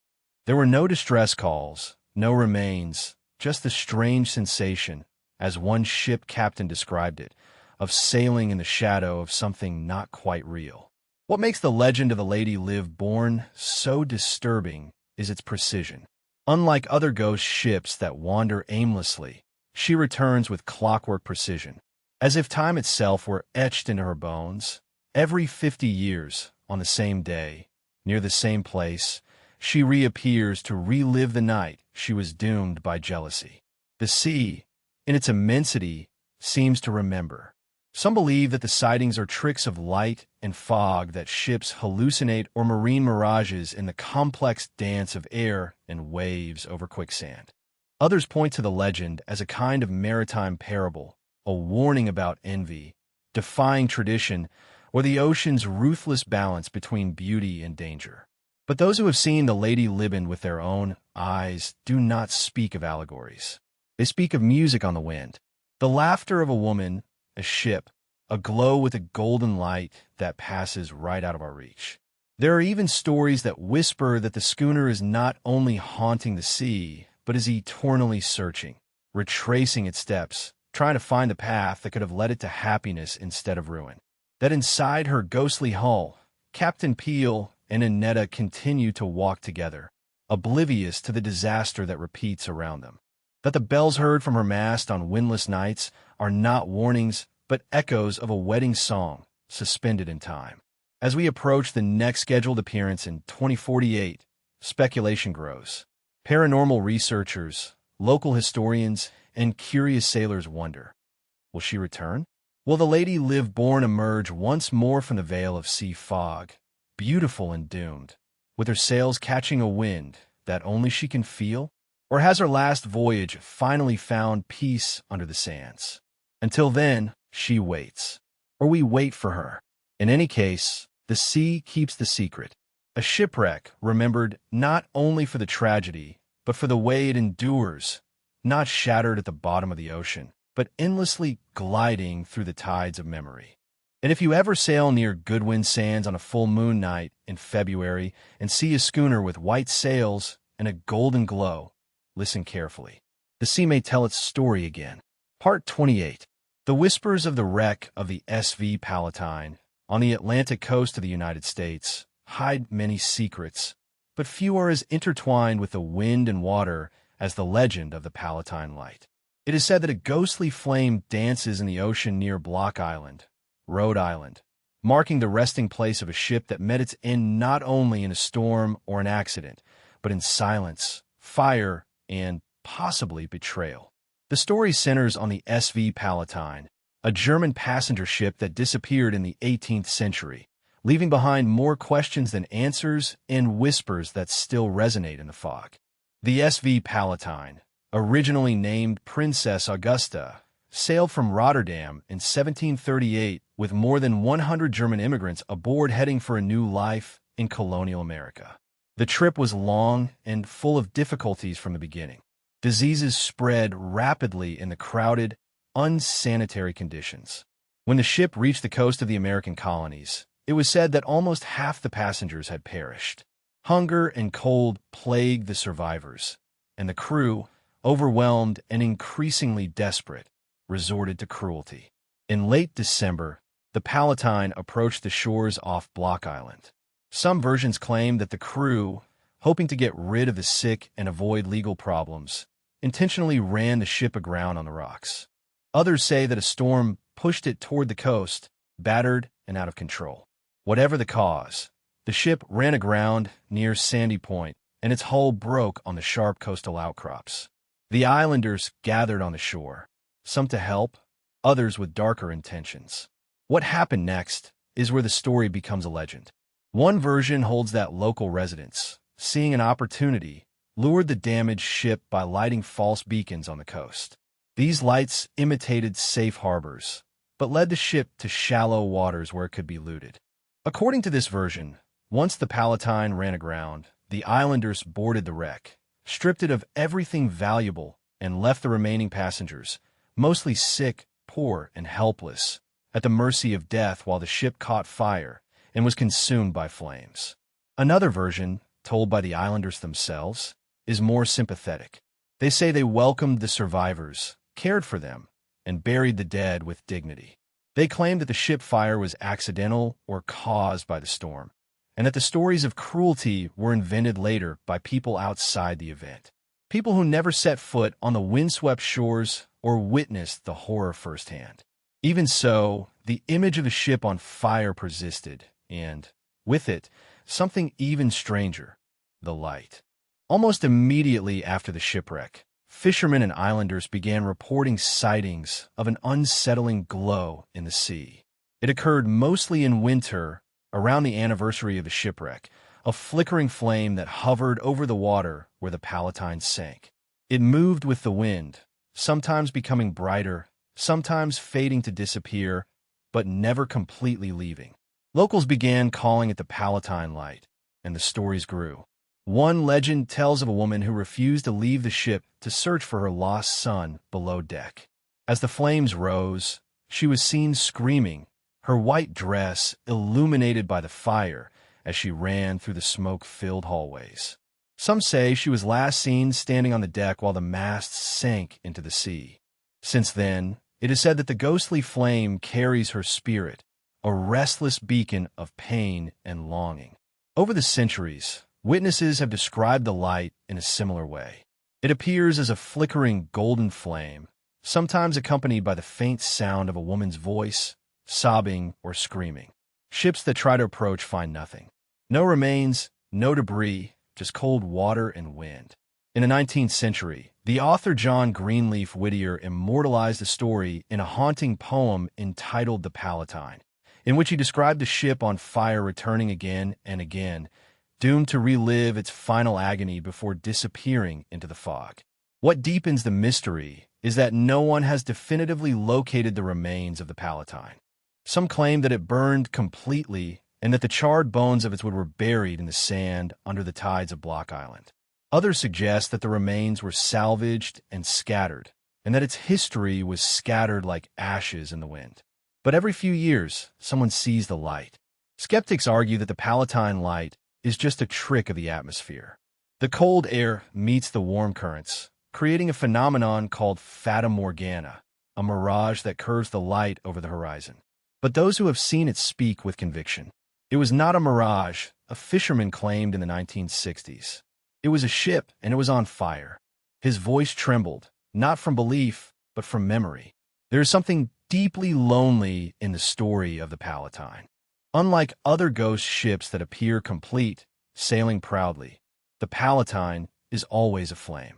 There is no arc of redemption, no crew persisting at the helm, only destruction that is repeated, a moment frozen in pain.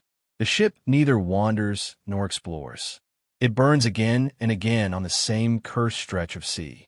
That image of vessel trapped in its last hour, shining softly on the horizon, has been engraved on the soul of Block Island. Today, the story is part of local tradition. Some winter nights, it is possible to find a few residents gathered silently on the cliffs looking out to sea. Some bring lanterns, others flowers, others only the memories that their grandparents passed on to them. They wait in silence, expecting nothing, but open to the possibility that perhaps the sea will speak again, that a golden flash will appear in the night, not coming from a lighthouse or the stars, but from a ghost ship reliving its end. And if it does, they will not consider it an omen. They will not fear it. They will simply whisper to the waves, "It has returned, and we will let the tide carry the story forward." After all, the Palatine is not just a horror story. It is a story of echoes, of how trauma remains in place, of how even the sea remembers. And when you walk alone through the dunes of Block Island and feel how the wind changes, you wonder if its light is watching or if, beyond the fog, a woman dressed in white is still waiting for her son. Her screams rise in the air between the past and the present, hope and fire. Part 29. The Silent Observer of the Baymaw.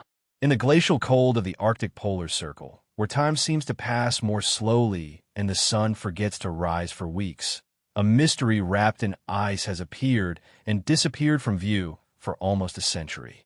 The SS Baychimo was not born haunted. It was built for trade, a steam cargo ship with nothing special, built in 1914 in Sweden and christened for trade. But as the years passed, something changed. Its destiny was not to rest in silence under the waves or to be scrapped and turned into metal scrap. Instead, it became something else, a ghost, not of myths or superstitions, but a very real ghost of the sea. It was seen again and again, adrift, with no one to claim it and no one able to reach it, long after it should have disappeared. The BIMO was operated by the Hudson's Bay Company and was responsible for transporting goods and furs between the remote settlements of Alaska and Canada. For years, it carried out its routes successfully, defying the relentless cold and the unpredictable climate of the Arctic. Its mission was simple: to bring supplies to the outposts and return with furs, a job that did not demand greatness, but determination. But in the autumn of 1931, that daily rhythm was broken. In October of that year, the BIMO was caught in an early storm while sailing through the Beaufort Sea. The ice arrived quickly, trapping it before it could escape. The captain and crew disembarked and set up a camp nearby in the hope that the ice would be temporary. But the ice remained firm. The ship was immobilized, sealed in an irregular coffin of frozen sea. For days, the crew waited, watching the helpless ship just a few hundred meters away. Then, as if it were a decision of the elements themselves, the weather worsened.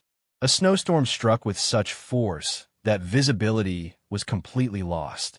When the storm subsided, the Bayumo had disappeared. Panic seized the camp.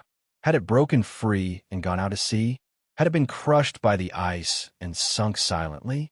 A search was initiated, tracking the area for remains or debris. After several days, a report arrived. The Bayumo had been sighted, still afloat, a few miles away. It had escaped, yes, but it had not sunk and had not stood still. The crew briefly recovered it, but the incident had shocked them. The ice was returning, and the fear that it would be trapped again was growing. So the Hudson's Bay Company made a decision. The ship was no longer worth the risk. It was abandoned.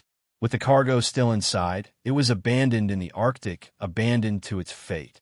Most abandoned ships do not last long. But the Baymaw was different. In the following years, sightings of the Baymaw continued.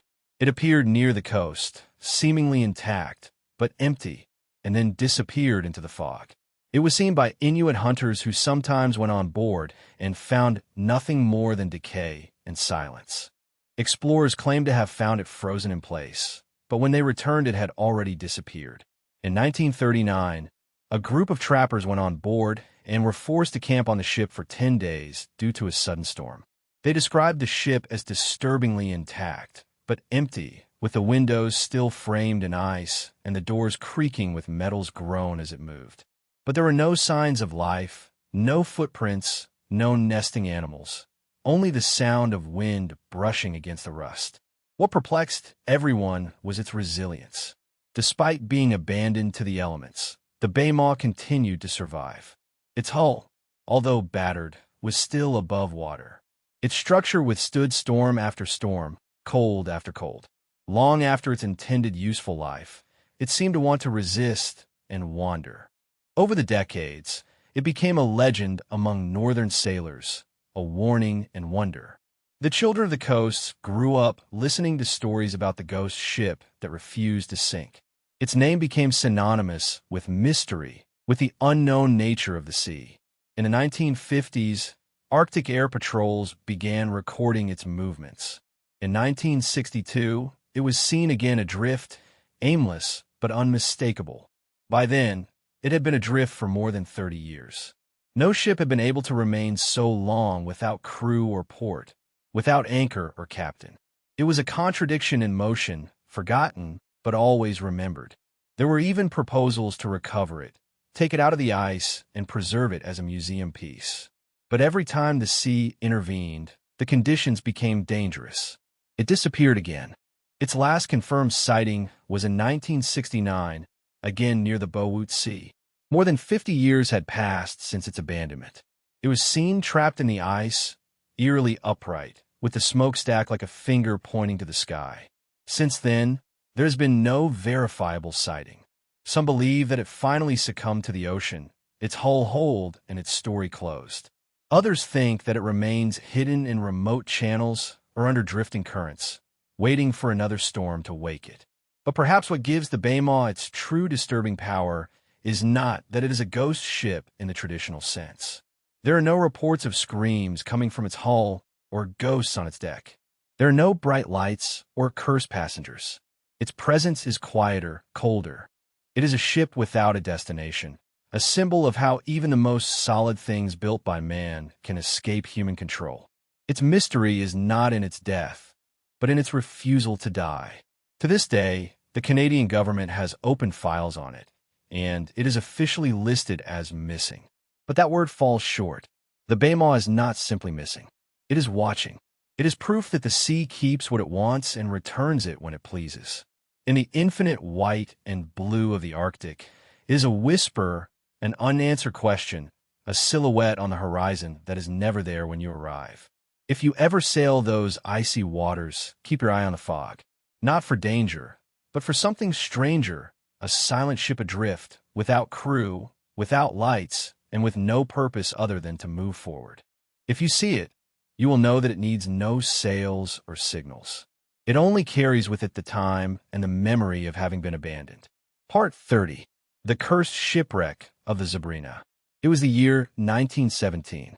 The war had plunged Europe into darkness, and the seas were no safer than the skies.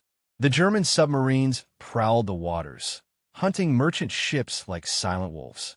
Among those ships was the Sabrina, a modest barge with schooner rigging, transporting coal from Falmouth, England, to the port of St. Briac in the north of France. It was not a warship. It had no weapons, no armor, or hardly any protection. But its trip should have been simple. A coastal crossing through the English Channel, which it had done before without incident. However, when it set sail at the end of September, it disappeared from view and sank into a silence that would last 2 days.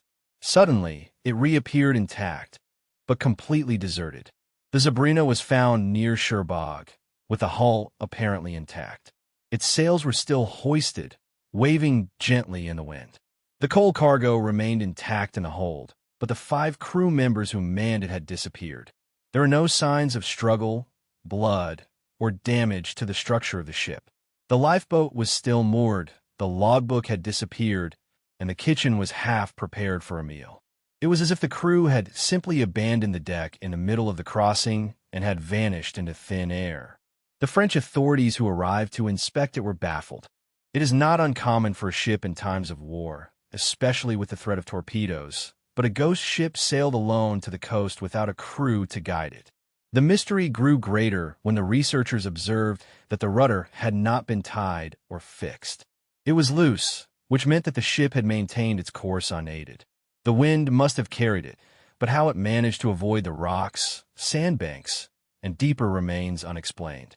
Some proposed the most immediate theory, that the Sabrina had been intercepted by a German U-boat.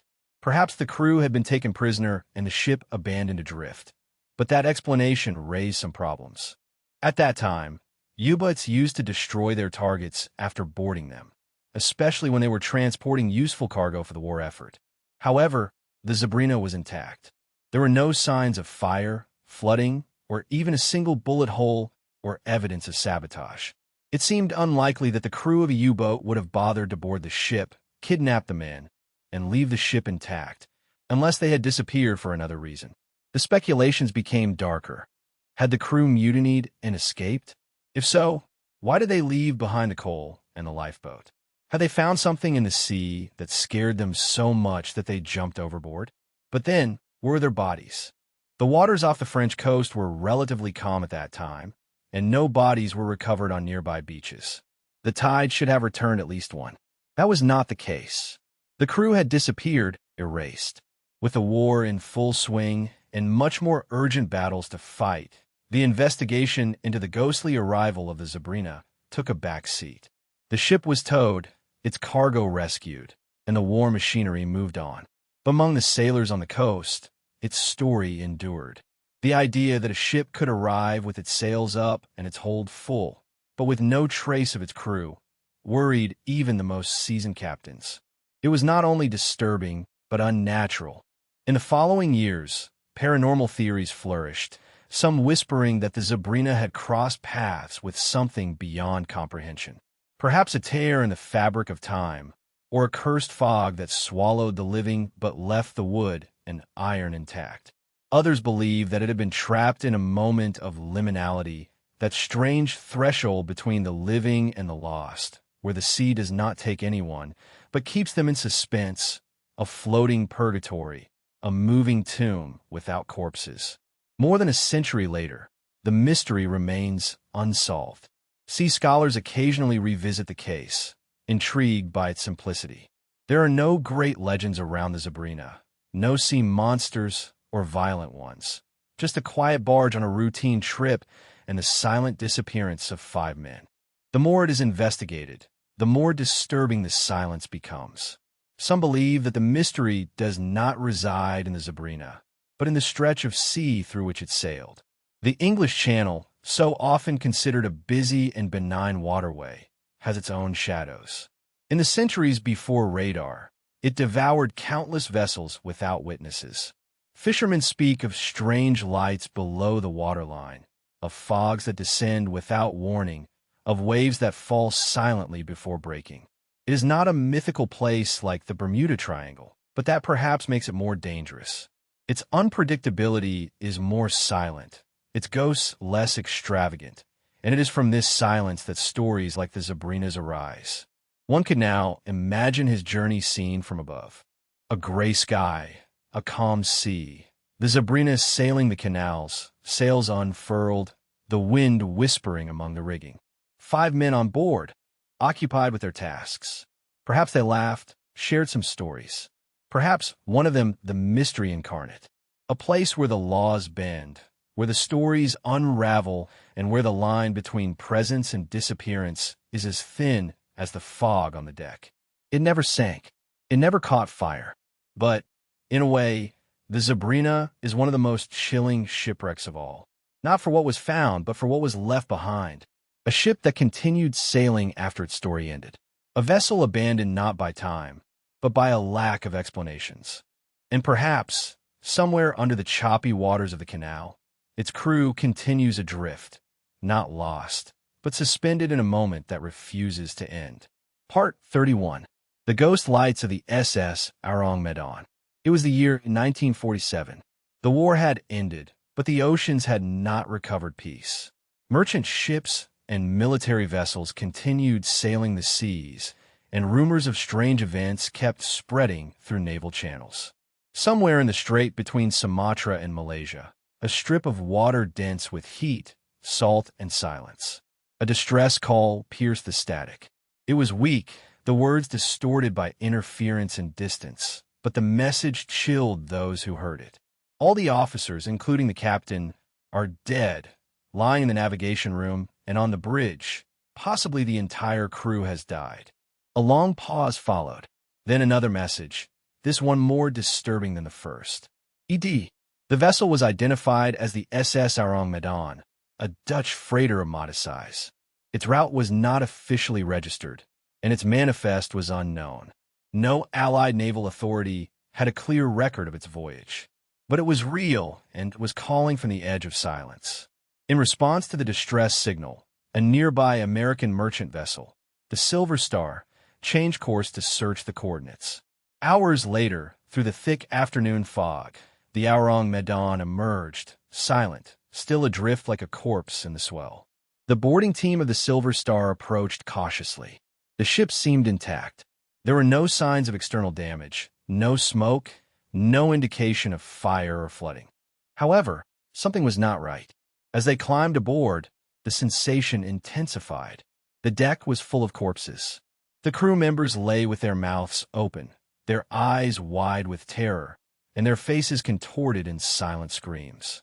Their hands were frozen in defensive postures, as if they were defending themselves from something invisible. Even the ship's dog, found near the engine room, was dead, with its lips drawn back in a grimace, as if it had died prey to panic.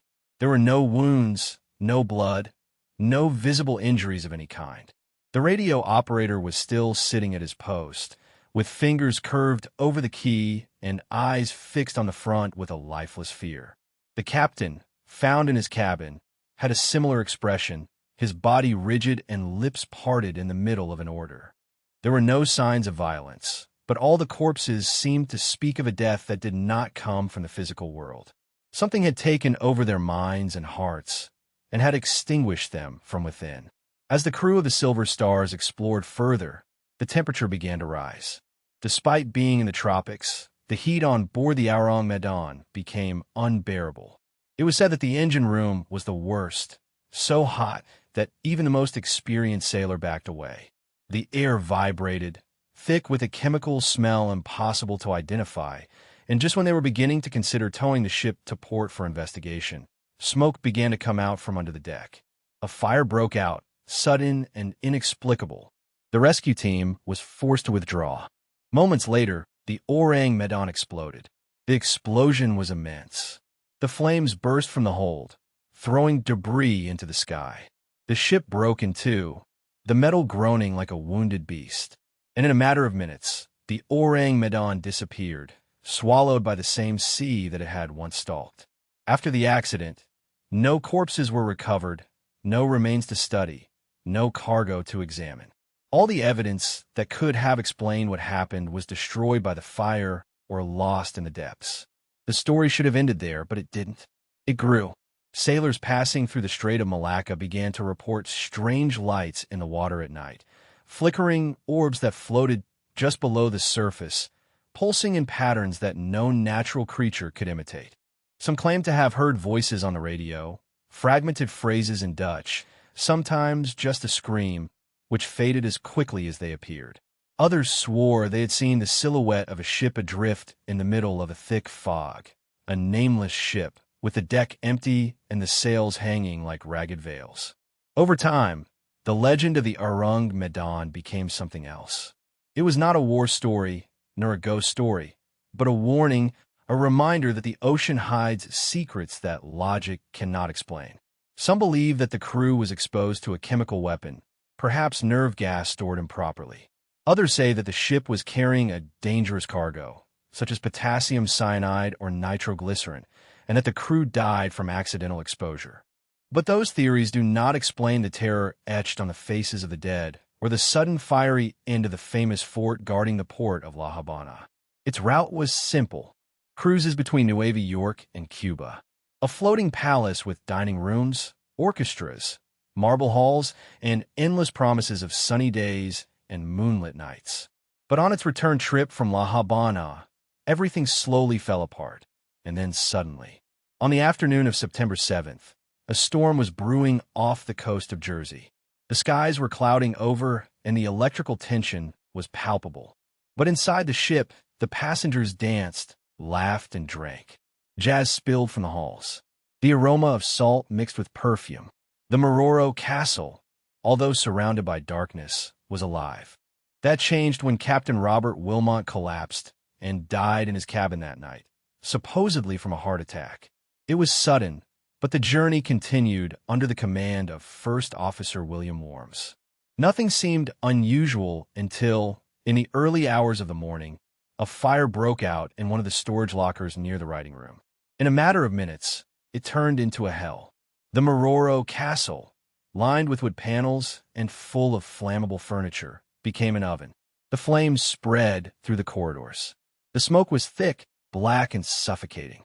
The lights flickered and then went out. The crew members, many of them poorly trained for emergencies, panicked or disappeared. The doors jammed. The alarms were slow to sound. Some lifeboats were deployed. Others were left hanging, useless, while the fire licked their ropes.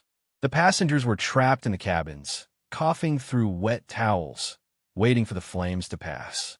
Others climbed over the railings and jumped into the cold, dark Atlantic, some breaking bones as they hit the waves. The fire devoured the ship from within. More than 100 people died, burned, drowned, suffocated. The survivors were rescued by the heroism of local fishermen and rescue boats, who pulled them out of the sea as if they were ghosts. By morning, the Morro Castle had drifted, blackened, hollow, still on fire. It finally ran aground on the beach of Asbury Park, just 150 meters from the boardwalk. A crowd gathered to see it. It felt like a funeral in the sand. The cameras flashed rapidly. The children stared open-mouthed. He arrived too late, bringing only death. But the tragedy was just the beginning. What followed was stranger, harder to explain. Once secured, the Coast Guard began to investigate the shipwreck. The cause of the fire was unknown. It was suspected that it had been provoked, but by whom and why? A storm delayed communications. The fire systems had failed. Security protocols were ignored or bypassed. The death of the captain the night before now seemed less casual. Then there was George Rogers, radio operator. At first, he was hailed as a hero for staying at his post and sending SOS signals until the lines burned. But later, as the investigations progressed, suspicions grew. Rogers had a very strange past. He had worked on ships where fires or equipment failures occurred. He was known for his erratic behavior, and on one occasion had been admitted to a psychiatric center. Some reports even claimed he spoke openly about how easy it was to sabotage ships. Although he was never formally charged in the Morro Castle disaster, years later he was imprisoned for the murder of a companion with an electrical device, adding a macabre touch to his legacy. The charred hull of the Morro Castle remained on the beach for months, a dark silhouette against horizon. At night, people swore they saw movement on board. Silhouettes in portholes, lights flashing, though there was no electricity. The sound of footsteps on steel decks, whispers carried on the sea wind. Some believed the dead had never left, that the screams, so sudden and suffocating in life, had left an echo, a psychic stain that lingered. The children dared each other to approach. The locals crossed themselves quickly. The rescue divers who examined the wreckage spoke of an overwhelming fear inside the corridors, of cold pockets in still dry rooms, and of strange, sudden nausea when near the center of the ship. Finally, the remains of the Morro Castle were towed and scrapped, but its legend was not dismantled with its steel. Stories persisted that its keel had been cursed, that the fire was not the first supernatural event on board, and that its inaugural voyage had suffered strange breakdowns. Some crew members had whispered that they heard voices coming from the ventilation ducts even before the fire. A worker in the engine room once told a journalist that, a week before the disaster, he found the boiler room colder than the upper decks, something impossible given the heat there. Another spoke of seeing the captain talking to someone who wasn't there just hours before his death. The city of Asbury Park never forgot. Some buildings near the beach report voltage surges and cold drafts during storms. It is said that the sand where the Morro Castle was located erodes faster than anywhere else on the coast. Locals call it the burned area. Some say the ship is still there, not in metal form, but in presence. That when the wind is right and the sky is charged with the weight of storm, you can smell the burnt varnish again. But the sea remembers today. Few remember George Rogers or the hundreds of passengers who embarked for a last vacation. But the Morro Castle still floats in our memory. Its story is told in whispers, in dreams, in sleepless hours by sea. Not all shipwrecks lie under the ocean. Some rest in mind, invisible but never gone. Part 33. The missing crew of the SS Bachimo. The story of the SS Bachimo does not begin with tragedy, but with resilience. It was a robust vessel built in Sweden in 1914 and initially named Elfen. Its mission was practical trade, transporting goods like furs and food between European ports and, later, to Arctic settlements along the coasts of Canada and Alaska. After the First World War, it was acquired by the Hudson's Bay Company and renamed Bachimo. For years, it defied the icy waters of the Northwest Passage, crossing layers of floating ice and zigzagging between islands covered with snow. But its most famous journey, the one that would define its legend, began back in 1931, a journey that never truly ended. In October of that year, the Bachimo was nearing the end of its usual commercial season, sailing along the western Arctic coast of Canada, loaded with a valuable cargo, mostly skins from Inuit hunters. But as it headed towards Vancouver, the early arrival of winter caught it in the sea ice near Barrow, Alaska. The crew had experienced this before. They dropped anchor, prepared to wait, hoping that the ice would release them in a matter of days or weeks. But this time, the freeze was severe. Day after day, the Bachimo was increasingly buried until the ice formed a solid wall around its hull. Escape became impossible. The Hudson Bay Company sent supplies to the crew by plane. As conditions worsened, the company came to a decision: evacuate most of the crew and leave a small group to watch over the ship and protect the cargo. But the situation soon took an odd turn. On November 24th, a violent snowstorm engulfed the area. When the winds subsided and the snow cleared, the Bachimo had disappeared. Assuming it had sunk under the ice, the remaining crew trudged back to the evacuation point, defeated. But a few days later, a native Inuit hunter arrived with incredible news. He had seen the Bachimo adrift, intact, about 70 kilometers away. The crew followed him, and there it was, undamaged, unlooted, floating silently next to the edge of the ice floe. Without a crew, abandoned by its caretakers, but refusing to sink. From that moment on, the Bachimo became more than just a ship, it became a ghost. For the next 4 decades, it was sighted again and again throughout the Arctic, always adrift, always empty. Sailors, explorers, and trappers reported seeing it with binoculars, silent against the grayish background. Its rusty hull stood out like a scar. Occasionally, some brave souls climbed aboard. They found it virtually intact, although gradually deteriorated by the passage of time.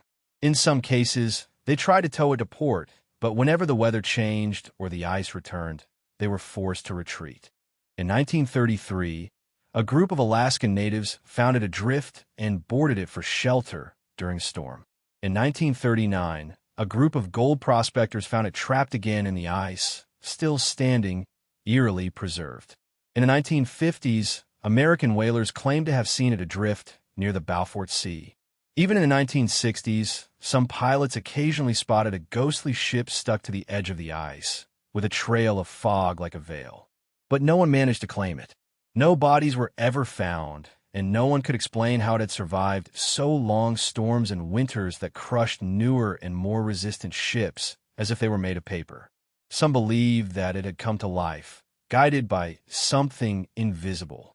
Others suggested that its original abandonment had opened a kind of crack, turning it into an object lost in time, existing slightly out of sync with the world.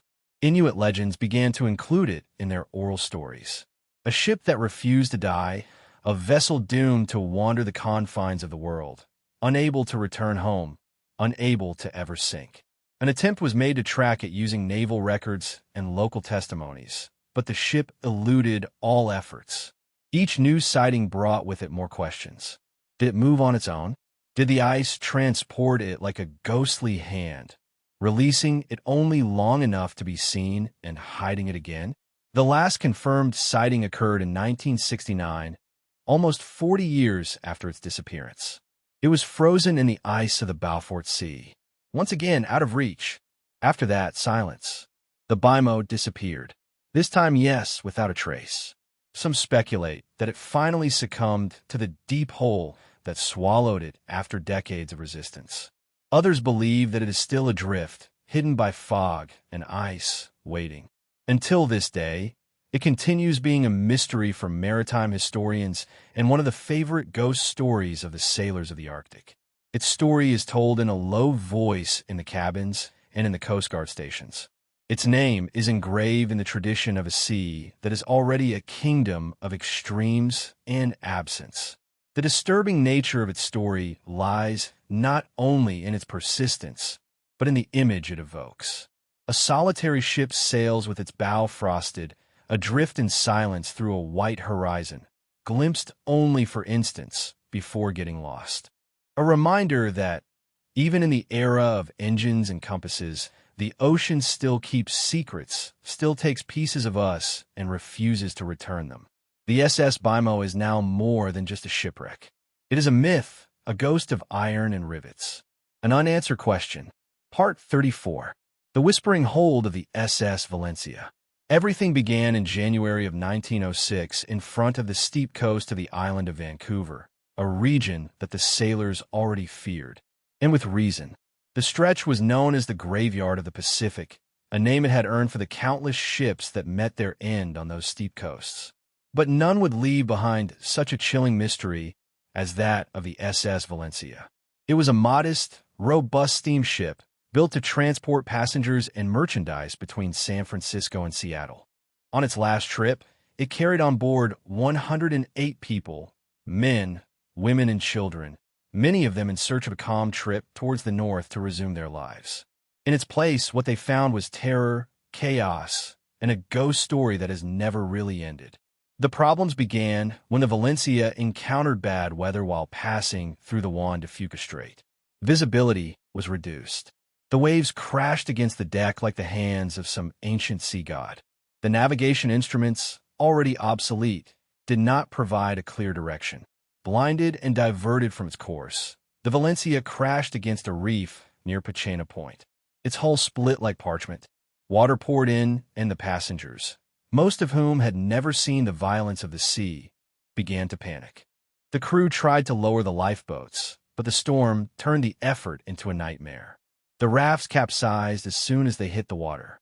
Some broke loose from the cranes and shattered against the iron sides of the ship. The women clung to their children. The men shouted orders that nobody could hear.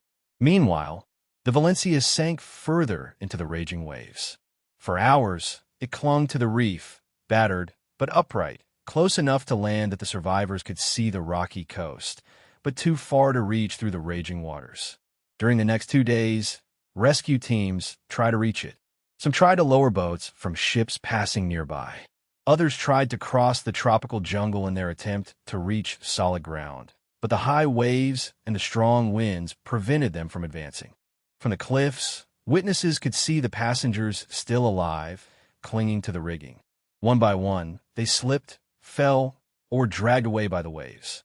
When the rescue teams arrived, the Valencia had disappeared beneath the waves. Only 37 people survived. More than 70 perished. Many were never recovered. That alone would have turned its story into a tragedy. But the Valencia did not rest in peace. In the weeks that followed, strange sightings began to emerge. Fishermen claimed to have seen a ship adrift in twilight near the same reef, even on calm days when no ship should have been there. The shape, they said, was unmistakable. The inclined chimney, the broken masts. Others recounted hearing voices on the wind when passing through the strait. Shouts, sobs, the echo of distant prayers. Some claimed to have seen a woman dressed in white standing on the waves, with her arms extended and her eyes empty. And the most disturbing thing was the lifeboat. 12 years after the shipwreck, in 1918, one of the Valencia's lifeboats was discovered floating in a marine cave in a nearby cove. It was vertical, intact, with the paint still visible, though it barely worn, as if it had been placed there, as if it had never really left. Without barnacles, without decomposition, just a silent relic, perfectly preserved, as if it was waiting. During the following decades, the legend grew larger. Sailors who passed near the reef reported sudden chills. The ship's instruments failed, and compasses spun madly. The locals began to refer to the area not only as the cemetery of the Pacific, but as a haunted place. Some avoided it completely, changing routes to stay away.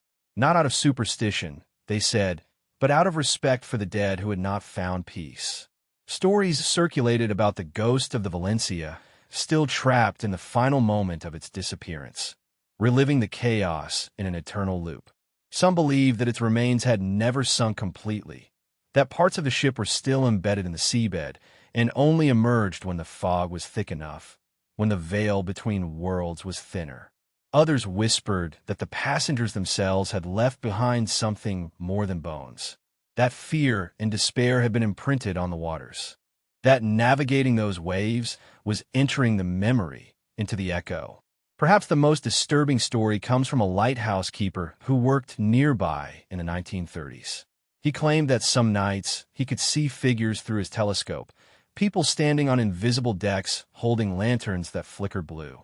He kept these sightings to himself until his retirement, when he finally confided in a local newspaper. "They don't ask for help," he wrote. "They just watch." Today, few physical remains of the Valencia remain. Its rusty boiler, perhaps a plaque on the cliff that warns of the lost lives, but its presence is still present in the minds of those who know the coast. Some Boers still claim that they hear screams on quiet nights, far from any land. Others say that the fog thickens too quickly near its resting place, swallowing both sound and senses. And from time to time, another lifeboat is sighted, empty, adrift, as if still looking for the coast. What gives the story of the Valencia its chilling power is not only the tragedy, but the details, the visible despair, the screams that were heard from the coast, the ghostly recreations recounted by seasoned sailors, the idea that trauma can resonate through time, that a moment of horror can take root in the sea and resurface without anyone asking for it. Some believe that the Valencia remains because it was not allowed to die in peace. Its passengers were seen, their last moments were witnessed, but they were not answered. And in that incomplete ending, something was left open, a wound, a whisper. It is said that the ocean forgets nothing, that the deepest currents remember everything that sinks. If that is true, then the Valencia has become more than a memory. It is a warning written in the fog, a ghost that will not disappear, a ship not only wrecked but unresolved. And somewhere off the coast of Vancouver Island, it waits. Part 35. The silent screams of the Palatine Light. Off the coast of Rhode Island, nestled between the rippling waves and the rugged Block Island mountain range, a spectral glow has been seen floating in the waters for more than 2 centuries. A flickering flame in the darkness, sometimes described as a ghost ship on fire, others as a column of light that glides silently over the waves.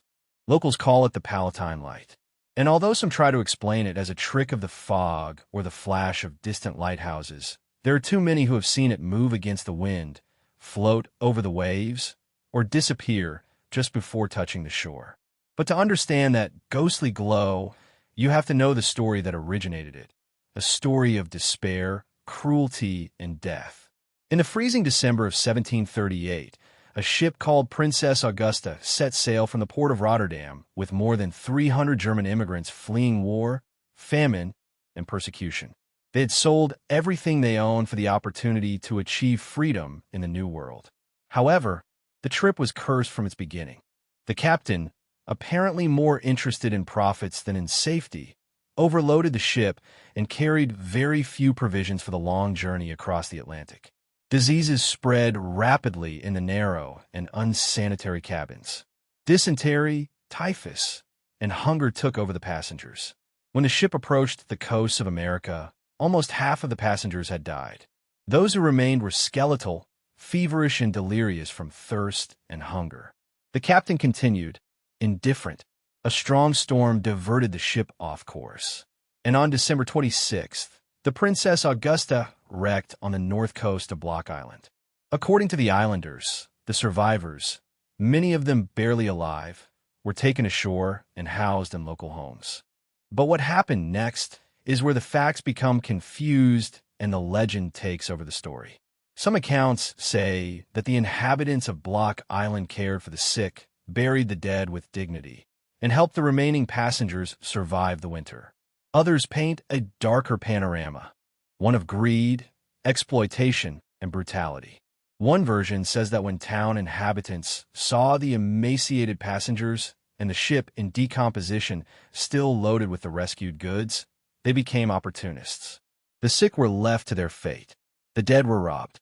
The survivors were sold as slaves. The ship, stripped of all valuables, was set on fire and pushed back to sea to hide the evidence. The flames illuminated the night sky, and some say that, while the ship burned, a woman's scream resonated in the water, so penetrating and full of pain that it was engraved in the waves. That final act is what gave rise to the Light of Palatine. For years after the shipwreck and until the modern era, fishermen, lighthouse keepers, and bathers have reported seeing the spectral glow of a ship adrift off the north coast of Block Island. Some say that it looks like the Augusta, with sails torn and a flame that is never consumed. Others describe a silent light that floats just above the surface, leaving a trail of smoke that fades to nothing. The most disturbing thing is that many who see it claim to hear weak, high-pitched, gloomy, and distant screams, like a cry carried by the wind from some very distant place. At the beginning of the 19th century, the poet and abolitionist John Greenleaf Whittier visited Block Island and heard the story. Moved by the legend, he wrote Palatine, a disturbing poem that narrates the ship's last journey and the ghostly light that followed. His work helped preserve the story in American folklore, mixing reality and fiction into something timeless. But even Whittier admitted years later that he could not give form to the sensation that something real and terrible had happened that winter night. Skeptics have tried to rationalize the sightings. They suggest that the light of the Palatine is nothing more than a gas phenomenon of the swamps that ignites when coming into contact with the methane of the decomposing algae. Others propose that the light comes from distant lighthouses refracted through the fog. But these explanations fail before the consistent reports throughout the centuries. Many describe movements, shapes, and sounds that no natural illusion could explain. A story from the end of the 19th century tells of a fisherman headed toward the light, thinking it was a ship in danger. When approaching, he saw the silhouette of a ship in flames, with figures visible on the deck. But when he arrived at a distance from which he could scream, the ship disappeared, not into the fog, but into the air. He returned to the coast, shocked, swearing that he had seen a ghost. Others have made similar claims. Some say that the light passes under their ships, as if the ghost ship sailed not only on the water, but through it. Until today, on winter nights near the anniversary of the shipwreck, the locals still gather on the cliffs overlooking the sea. They scrutinize the dark horizon, looking for the glow. Some go to remember the dead, others to try to glimpse the unknown. And almost every year, someone sees it, a faint and flickering light that slides silently on the waves. Sometimes alone, sometimes accompanied by a whisper, a scream, a sensation of weight in the chest. It is not exactly fear. It is something colder, sadder, like seeing a wound that has never healed. The light of Palatine confirms it because the wound that it represents never closed. A ship full of desperate souls abandoned by the captain who should have protected them, betrayed by the very land for which they had risked everything. Whether the legend of the islanders' cruelty is true or not, there is something in the destiny of the Princess Augusta that refuses to be forgotten. Her story and that of her passengers endure in the water. A slow and brilliant whirlwind of memories and mourning. For some, the light is a warning. For others, a lament, but all those who have seen it agree on one thing. It is not just a story. It is a presence, a footprint in the sea that not even time can erase. Part 36. The Eternal Vigil of the Eliza Battle. The Tone Bigbee River meanders through Alabama like a sinuous ribbon, narrow and deceptively calm in some places, with currents that hide its state of mind beneath the surface. In the middle of the 19th century, it was one of the main arteries of the South, transporting goods, people, and stories along its winding route. Among the many steamboats that sailed through its waters, none was more elegant than the Eliza Battle. A great vessel, all white wood and gleaming brass, adorned with chandeliers, velvet salons, and polished oak railings. It was the pride of the river, a floating palace destined not only for transportation, but also for spectacle. But in the early hours of March 1st, 1858, that grandeur gave way to horror when the Eliza Battle met a fiery end and, in doing so, became one of the most enduring river ghosts of the United States. The previous day, the Eliza Battle had set sail from Columbus, Mississippi, downriver toward Mobile. A cold front had taken over the region, covering the riverbanks with frost and causing the cold to penetrate the decks. The passengers crowded into the great hall, playing cards in the light of oil lamps, drinking coffee, and listening to the soft melodies of a string quartet that accompanied the most luxurious trips. The ship was full, not only of travelers, but also of bales of cotton stacked on the lower decks, dry and well packaged, the sustenance of the Southern economy. Towards midnight, the temperature dropped below zero. The fog was thick and swirled around the banks like smoke, and the captain slowed to keep the ship from running aground. Then, somewhere near Beckley's Landing, a scream came from the lower deck. Flames! One of the cotton bales had caught fire, perhaps from a fallen lantern or spontaneous combustion, as was feared then. In a matter of seconds, the fire spread. The dry cotton ignited like firewood. The fire jumped upwards through the decks, consuming the wooden structure with terrifying speed.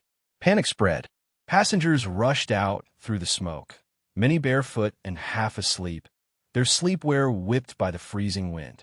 The river was close, just on the other side of the railing, but jumping risked drowning or hypothermia. Some took the risk and threw themselves into the black water, hoping to swim to shore. Others tried to find lifeboats, but the fire advanced too fast. It swallowed the cabins, then the dining rooms, then the pilot's cabin, spinning the paddle wheels in a last frenetic turn. The steamship, now a floating hell, drifted downriver, illuminating the forest, the banks, and the sky with an unholy orange glow. Farmers in the distance saw what looked like a comet leaving a trail of fire in the night. Screams echoed in the water. The music had ceased. The chandeliers fell, one after another. The Eliza, once full of life and music, had become a funeral. In the morning, the riverbank was full of debris, charred planks, burned clothes, and scorched luggage. The corpses floated in the shallows, their faces unrecognizable. Survivors recounted that they jumped from the burning decks, clung to floating bales, and shouted for their loved ones, who never responded. Some had seen how the fire started and had only seconds to react. Others were trapped in their cabins, lost within the smoke. In total, more than 30 people died, although some believe the real number higher. After all, the river had a habit of hiding its dead, but the Eliza battle did not simply fade into history. In the following years, the inhabitants of the river began to talk about strange sightings along the Tombigbee.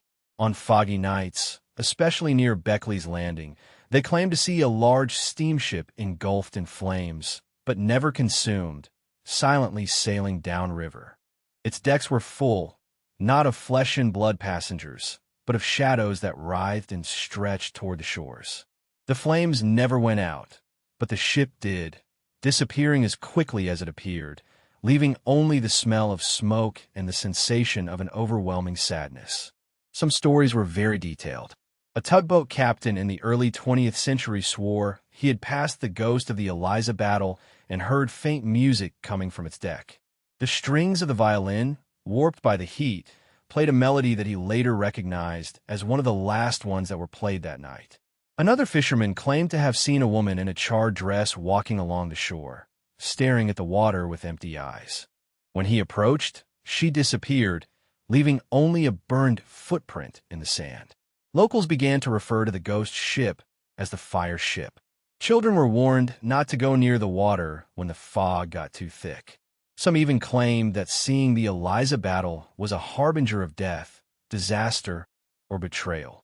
River preachers said that the ship had become a vessel for unfinished souls, and that its journey was endless because its passengers had died unprepared, torn from life by fire and fear.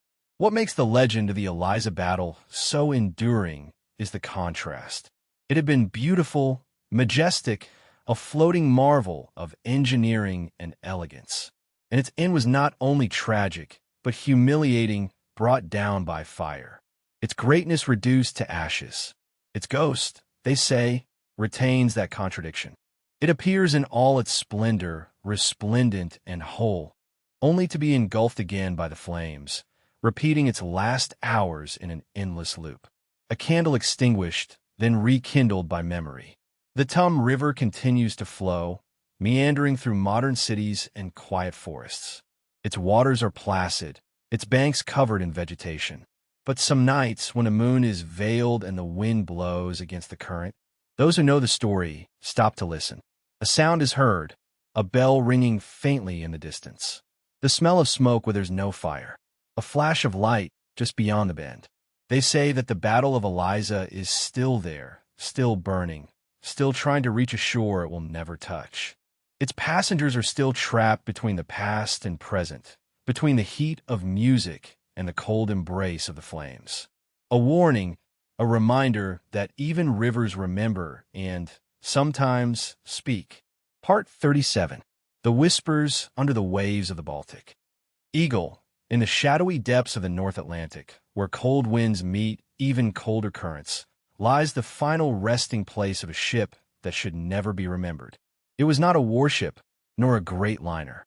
It did not bear any famous name, nor did it have a celebrated crew. But the Baltic Eagle was real. In its day, it was a silent messenger of steel and shadows, and now, according to those who have dared to sail over its grave, it is something quite different. A ship haunted not only by ghosts, but by sounds. Sounds that do not belong in that place. Built in the late 1930s, the Baltic Eagle was a merchant ship of German origin, although its true purpose was always murky. Officially, it transported raw materials between northern ports, iron ore from Norway, wood from Sweden, and, occasionally, pieces of armament passed off as agricultural equipment. But those who worked on its decks whispered about long nights anchored in forbidden coves, about sealed boxes marked only with numbers, and about men who spoke little and often disappeared. In 1941, the Baltic, Eagle had earned an informal reputation among stevedores and port watchmen. It was an unlucky ship. It was not cursed, at least not yet, but unlucky. Its last trip was meant to be simple. It was supposed to transport a mixed cargo from Trondheim to Danzig, with a single stop at a dark outpost on the Danish coast. Its captain, a man from Tastern named Eric Woolmer, had made this journey dozens of times. But this time, something was different. The manifest was incomplete. The crew was unknown, and the weather turned dark quickly. Too fast. A storm, followed by a full-blown gale, struck the ship just after it set sail from its Danish stopover. Radio logs from a nearby fishing fleet. Only one distress message was received before all contact was lost. Unstable cargo, water in the hold, crew unresponsive, then silence. When the sea calmed, no remains were found, no oil slicks, no shattered boxes. The Baltic Eagle had disappeared completely. Its last known coordinates were recorded in the patrol logs of the Danish Coast Guard with an annotation marked by a red circle. An abnormal pressure drop was recorded. That note would become the first clue to a mystery that refuses to end. For decades, the Baltic Eagle fell into obscurity. Its name was not listed in any memorial. Its case was buried among the noise of wartime losses. But in the 1970s, sonar scanners in the area discovered something strange. A long, thin object on the seabed, almost perfectly intact. Its orientation was strange, slightly tilted, as if resting on something just beneath the sand. Attempts to investigate the wreckage were repeatedly delayed by sudden technical failures. Submersibles lost contact. Divers reported headaches, nausea, and strange interference in their recordings. One of them, an experienced Norwegian explorer named Lars Nyborg, described hearing something through his headphones as he descended toward the wreckage. It was not static, nor voices of equipment failures, but soft, rhythmic voices speaking in what he swore was Low German and singing. The Baltic Eagle had become a forbidden dive, unofficially, of course. There were no formal prohibitions, only patterns. The research ships were subtly redirected. The exploration budgets were discreetly reassigned, and yet some returned. Fans, thrill seekers, and some brought more than they expected. One of those accounts comes from a Polish diving team in 1991. They claim to have found a small entry point on the side of the wreck, a gap in the hull where water kept going in and out as if it were breathing. Inside, the ship was disturbingly well preserved. The cables hung like cobwebs. The papers floated in the air. The edges were yellowish, but intact.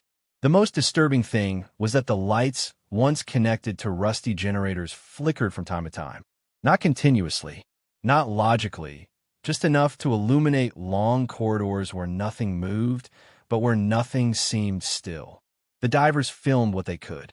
The images, leaked on the internet in the early 2000s, were grainy and uneven, but some frames showed something hard to forget. A shadow moving through a bulkhead that should not have any light source behind it. A reflection in a brass porthole that did not match the diver holding the camera, and a door that closed slightly without current or contact. But it is the sound that most disturb people. The audio files extracted from the diving equipment collected overlapping frequencies not recorded on standard equipment. A marine acoustics expert claimed that the files contained a human voice buried under the sonar beeps, which repeated a single phrase over and over. A filtered hit. He is still there. It has never been confirmed who he is. Some believe that the Baltic Eagle not only transported weapons, but something else, someone else, perhaps a figure of interest or forbidden artifact. Others lean towards the supernatural. That the storm that swallowed the ship was not a storm at all, but a curtain that closed on a different realm, a crossing point opened by secrecy. That what happened on the ship did not kill its crew, but changed them or locked them in a state between two worlds, neither dead nor alive, just listening. The most chilling testimony came in 2015 from a modern salvage team hired to inspect the area once more, this time for deep water drilling. Their chief engineer, a British woman named Marion Lockcatch, reported that during sonar sweeps, an object the size of the Baltic Eagle repeatedly appeared on their screens. only to disappear minutes later. The team thought it was a technical failure until it happened in 3 different coordinates. And every time the readings showed pressure changes consistent with a ship rising slightly from the seabed, no one saw its surface. Nothing broke the waves, and, nevertheless, the instruments recorded a movement that rose, turned, and returned. Marianne left the job weeks later, citing personal reasons. But in an interview on a podcast months later, she said something that has remained in memory ever since. "It wasn't the ship that scared me," she said. "It was the feeling of being watched, not from the wreckage, but from below, as if the sea itself were listening and waiting." Today, the Baltic Eagle remains where it fell. It does not appear on most official nautical charts. It is not marked by buoys. It has not been explored by any government-led expedition. But every few years, another sonar failure, another whisper, another diver resurfacing in tears, unable to explain what he has seen or heard. What makes it terrifying is not only its loss, but its preservation. It has not broken. It has not been consumed by rust and time. It lies there in perfect shape, like a memory too vivid to fade, perhaps waiting for something to end. An unfulfilled ritual, an unpronounced name. And in the silence that surrounds it, where the waves break black and the wind brings no aroma, it is said that if you drift long enough and listen carefully, perhaps you can also hear it. A soft chorus repeating that phrase. He is still there. He is still there. He is still there. He is still there. He stays there. He stays there. Part 38. The lights disappeared from the SS Valencia. The wind howled like a living thing along the steep cliffs of Vancouver Island, whipping the dark Pacific like a beast trying to escape the abyss.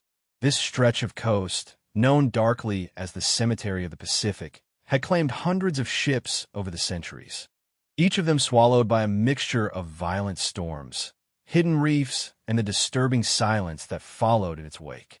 But among them, one shipwreck stood out. A name lingered long after the screams faded. The SS Valencia, a ship whose end was frightening and whose consequences were unfathomable. It was a passenger steamship built in 1882, assigned to routes between San Francisco and the Pacific Northwest. By 1906, it had become a regular on the coastal route, transporting passengers and cargo through turbulent but familiar waters. On January 20th of that year, it set sail from San Francisco on what was to be a routine trip north to Seattle. On board were more than 100 people, families, businessmen, unaware that they had just embarked on one of the most cursed voyages in maritime history. 2 days into the trip, storm clouds gathered, dense and low. The torrential rain blurred the horizon. The fog became dense and suffocating off the coast. Navigation errors occurred. The ship deviated from its course. By the time the crew realized how far north they had strayed, it was too late. At approximately midnight on January 22nd, the SS Valencia struck a hidden reef off the coast of Vancouver Island. The impact tore a hole in the hull. Water flooded the lower decks at a terrifying speed. Panic spread. The ship began to sink, listing to one side, wedged against the reef and battered by huge waves. Lifeboats were launched into the black water, many of which immediately capsized amid the chaos. Some passengers were swept overboard. Others clung to debris or to each other, hoping to survive. The crew tried to maintain order, but the screams and darkness overwhelmed everything. Survivors described the scene as hellish. People begged for life jackets. Children cried for their mothers, who were no longer there. Lifeboats were crushed against the rocks by waves higher than buildings. Some passengers and crew managed to climb into the rigging, high above the deck, where they clung for hours cold, wet, and exposed to the relentless wind. Rescue ships, delayed by the storm, arrived days later. By then, the Valencia was a wreck split in two by the relentless surf. More than 130 people had died. Only 37 survived. But the horror did not end there. In the days and weeks following the shipwreck, strange reports began to surface. Local fishermen claimed to have seen lifeboats drifting near the site, unmanned but undamaged. Then came the sightings of figures on the cliffs. People dressed in early 20th century clothing standing near the edge, looking out at the water as if watching something sink. But when approached, they vanished. Others spoke of screams echoing off the cliffs on foggy nights. Screams of women, of children, voices that did not belong to any living being. And then there was the lifeboat. Years after the sinking of the Valencia in 198, a ship sailing the same waters sighted something adrift. It was a battered, worn, but intact lifeboat. On the side, still legible, was painted SS Valencia, boat number 5. Inside were 5 skeletal remains, curled up in a sleeping or praying position, with no signs of trauma or rot from the water, as if they had just died. But the strangest thing was that the boat had no barnacles, no algae, no decomposition that one would expect after 12 years adrift in the open sea. It was as if time had not touched anything except that boat. The reports intensified.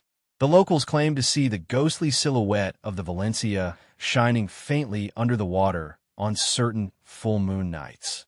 The sailors whispered about spectral lights swaying between the waves, moving in formations disturbingly like lifeboats. Along the coast, the campers swore they had heard a metallic sound, like a ship's bell, coming from the cliffs, although there was no ship to ring it. And always, there were faint, desperate voices calling from beyond the shore's reach. The Coast Guard investigated, of course, but found nothing. There were no lights, no remains, no answers.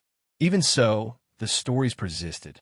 The lighthouse keeper, who was stationed not far from the place in the 1930s, kept a diary. In one of his entries, he described having seen a life-size ship during a fog at sunset, with a black steam silently coming out of its chimney. He made signals, but received no response. When the fog cleared, he clearly saw the name, Valencia. When he looked again, it disappeared. The next day, he found footprints leading to the cliff's edge. They were bees' feet. No one ever claimed them. To this day, the Valencia's remains remain hidden. Its exact resting place has been lost to time and tides. But the memories remain. The First Nations coastal towns, whose ancestors saw the ship burn and heard screams from the cliffs, have their own stories. They speak of spirits trapped between worlds, of a ship that tried returning home, but was denied, of echoes that refused to die. No one sails those waters lightly anymore. The sailors deviate. The locals stay away from the beach at night. And those who have passed through there say that if you turn off the engine and let yourself drift, you may hear it. The faint creaking of wood, the sound of a bell in the fog, and voices, many voices emerging from below. The SS Valencia is not just any shipwreck. It is a wound in the sea, a reminder that not all disappearances are clean, and not all ghosts fade. Some remain exactly where they were lost, waiting for someone to finally take them home.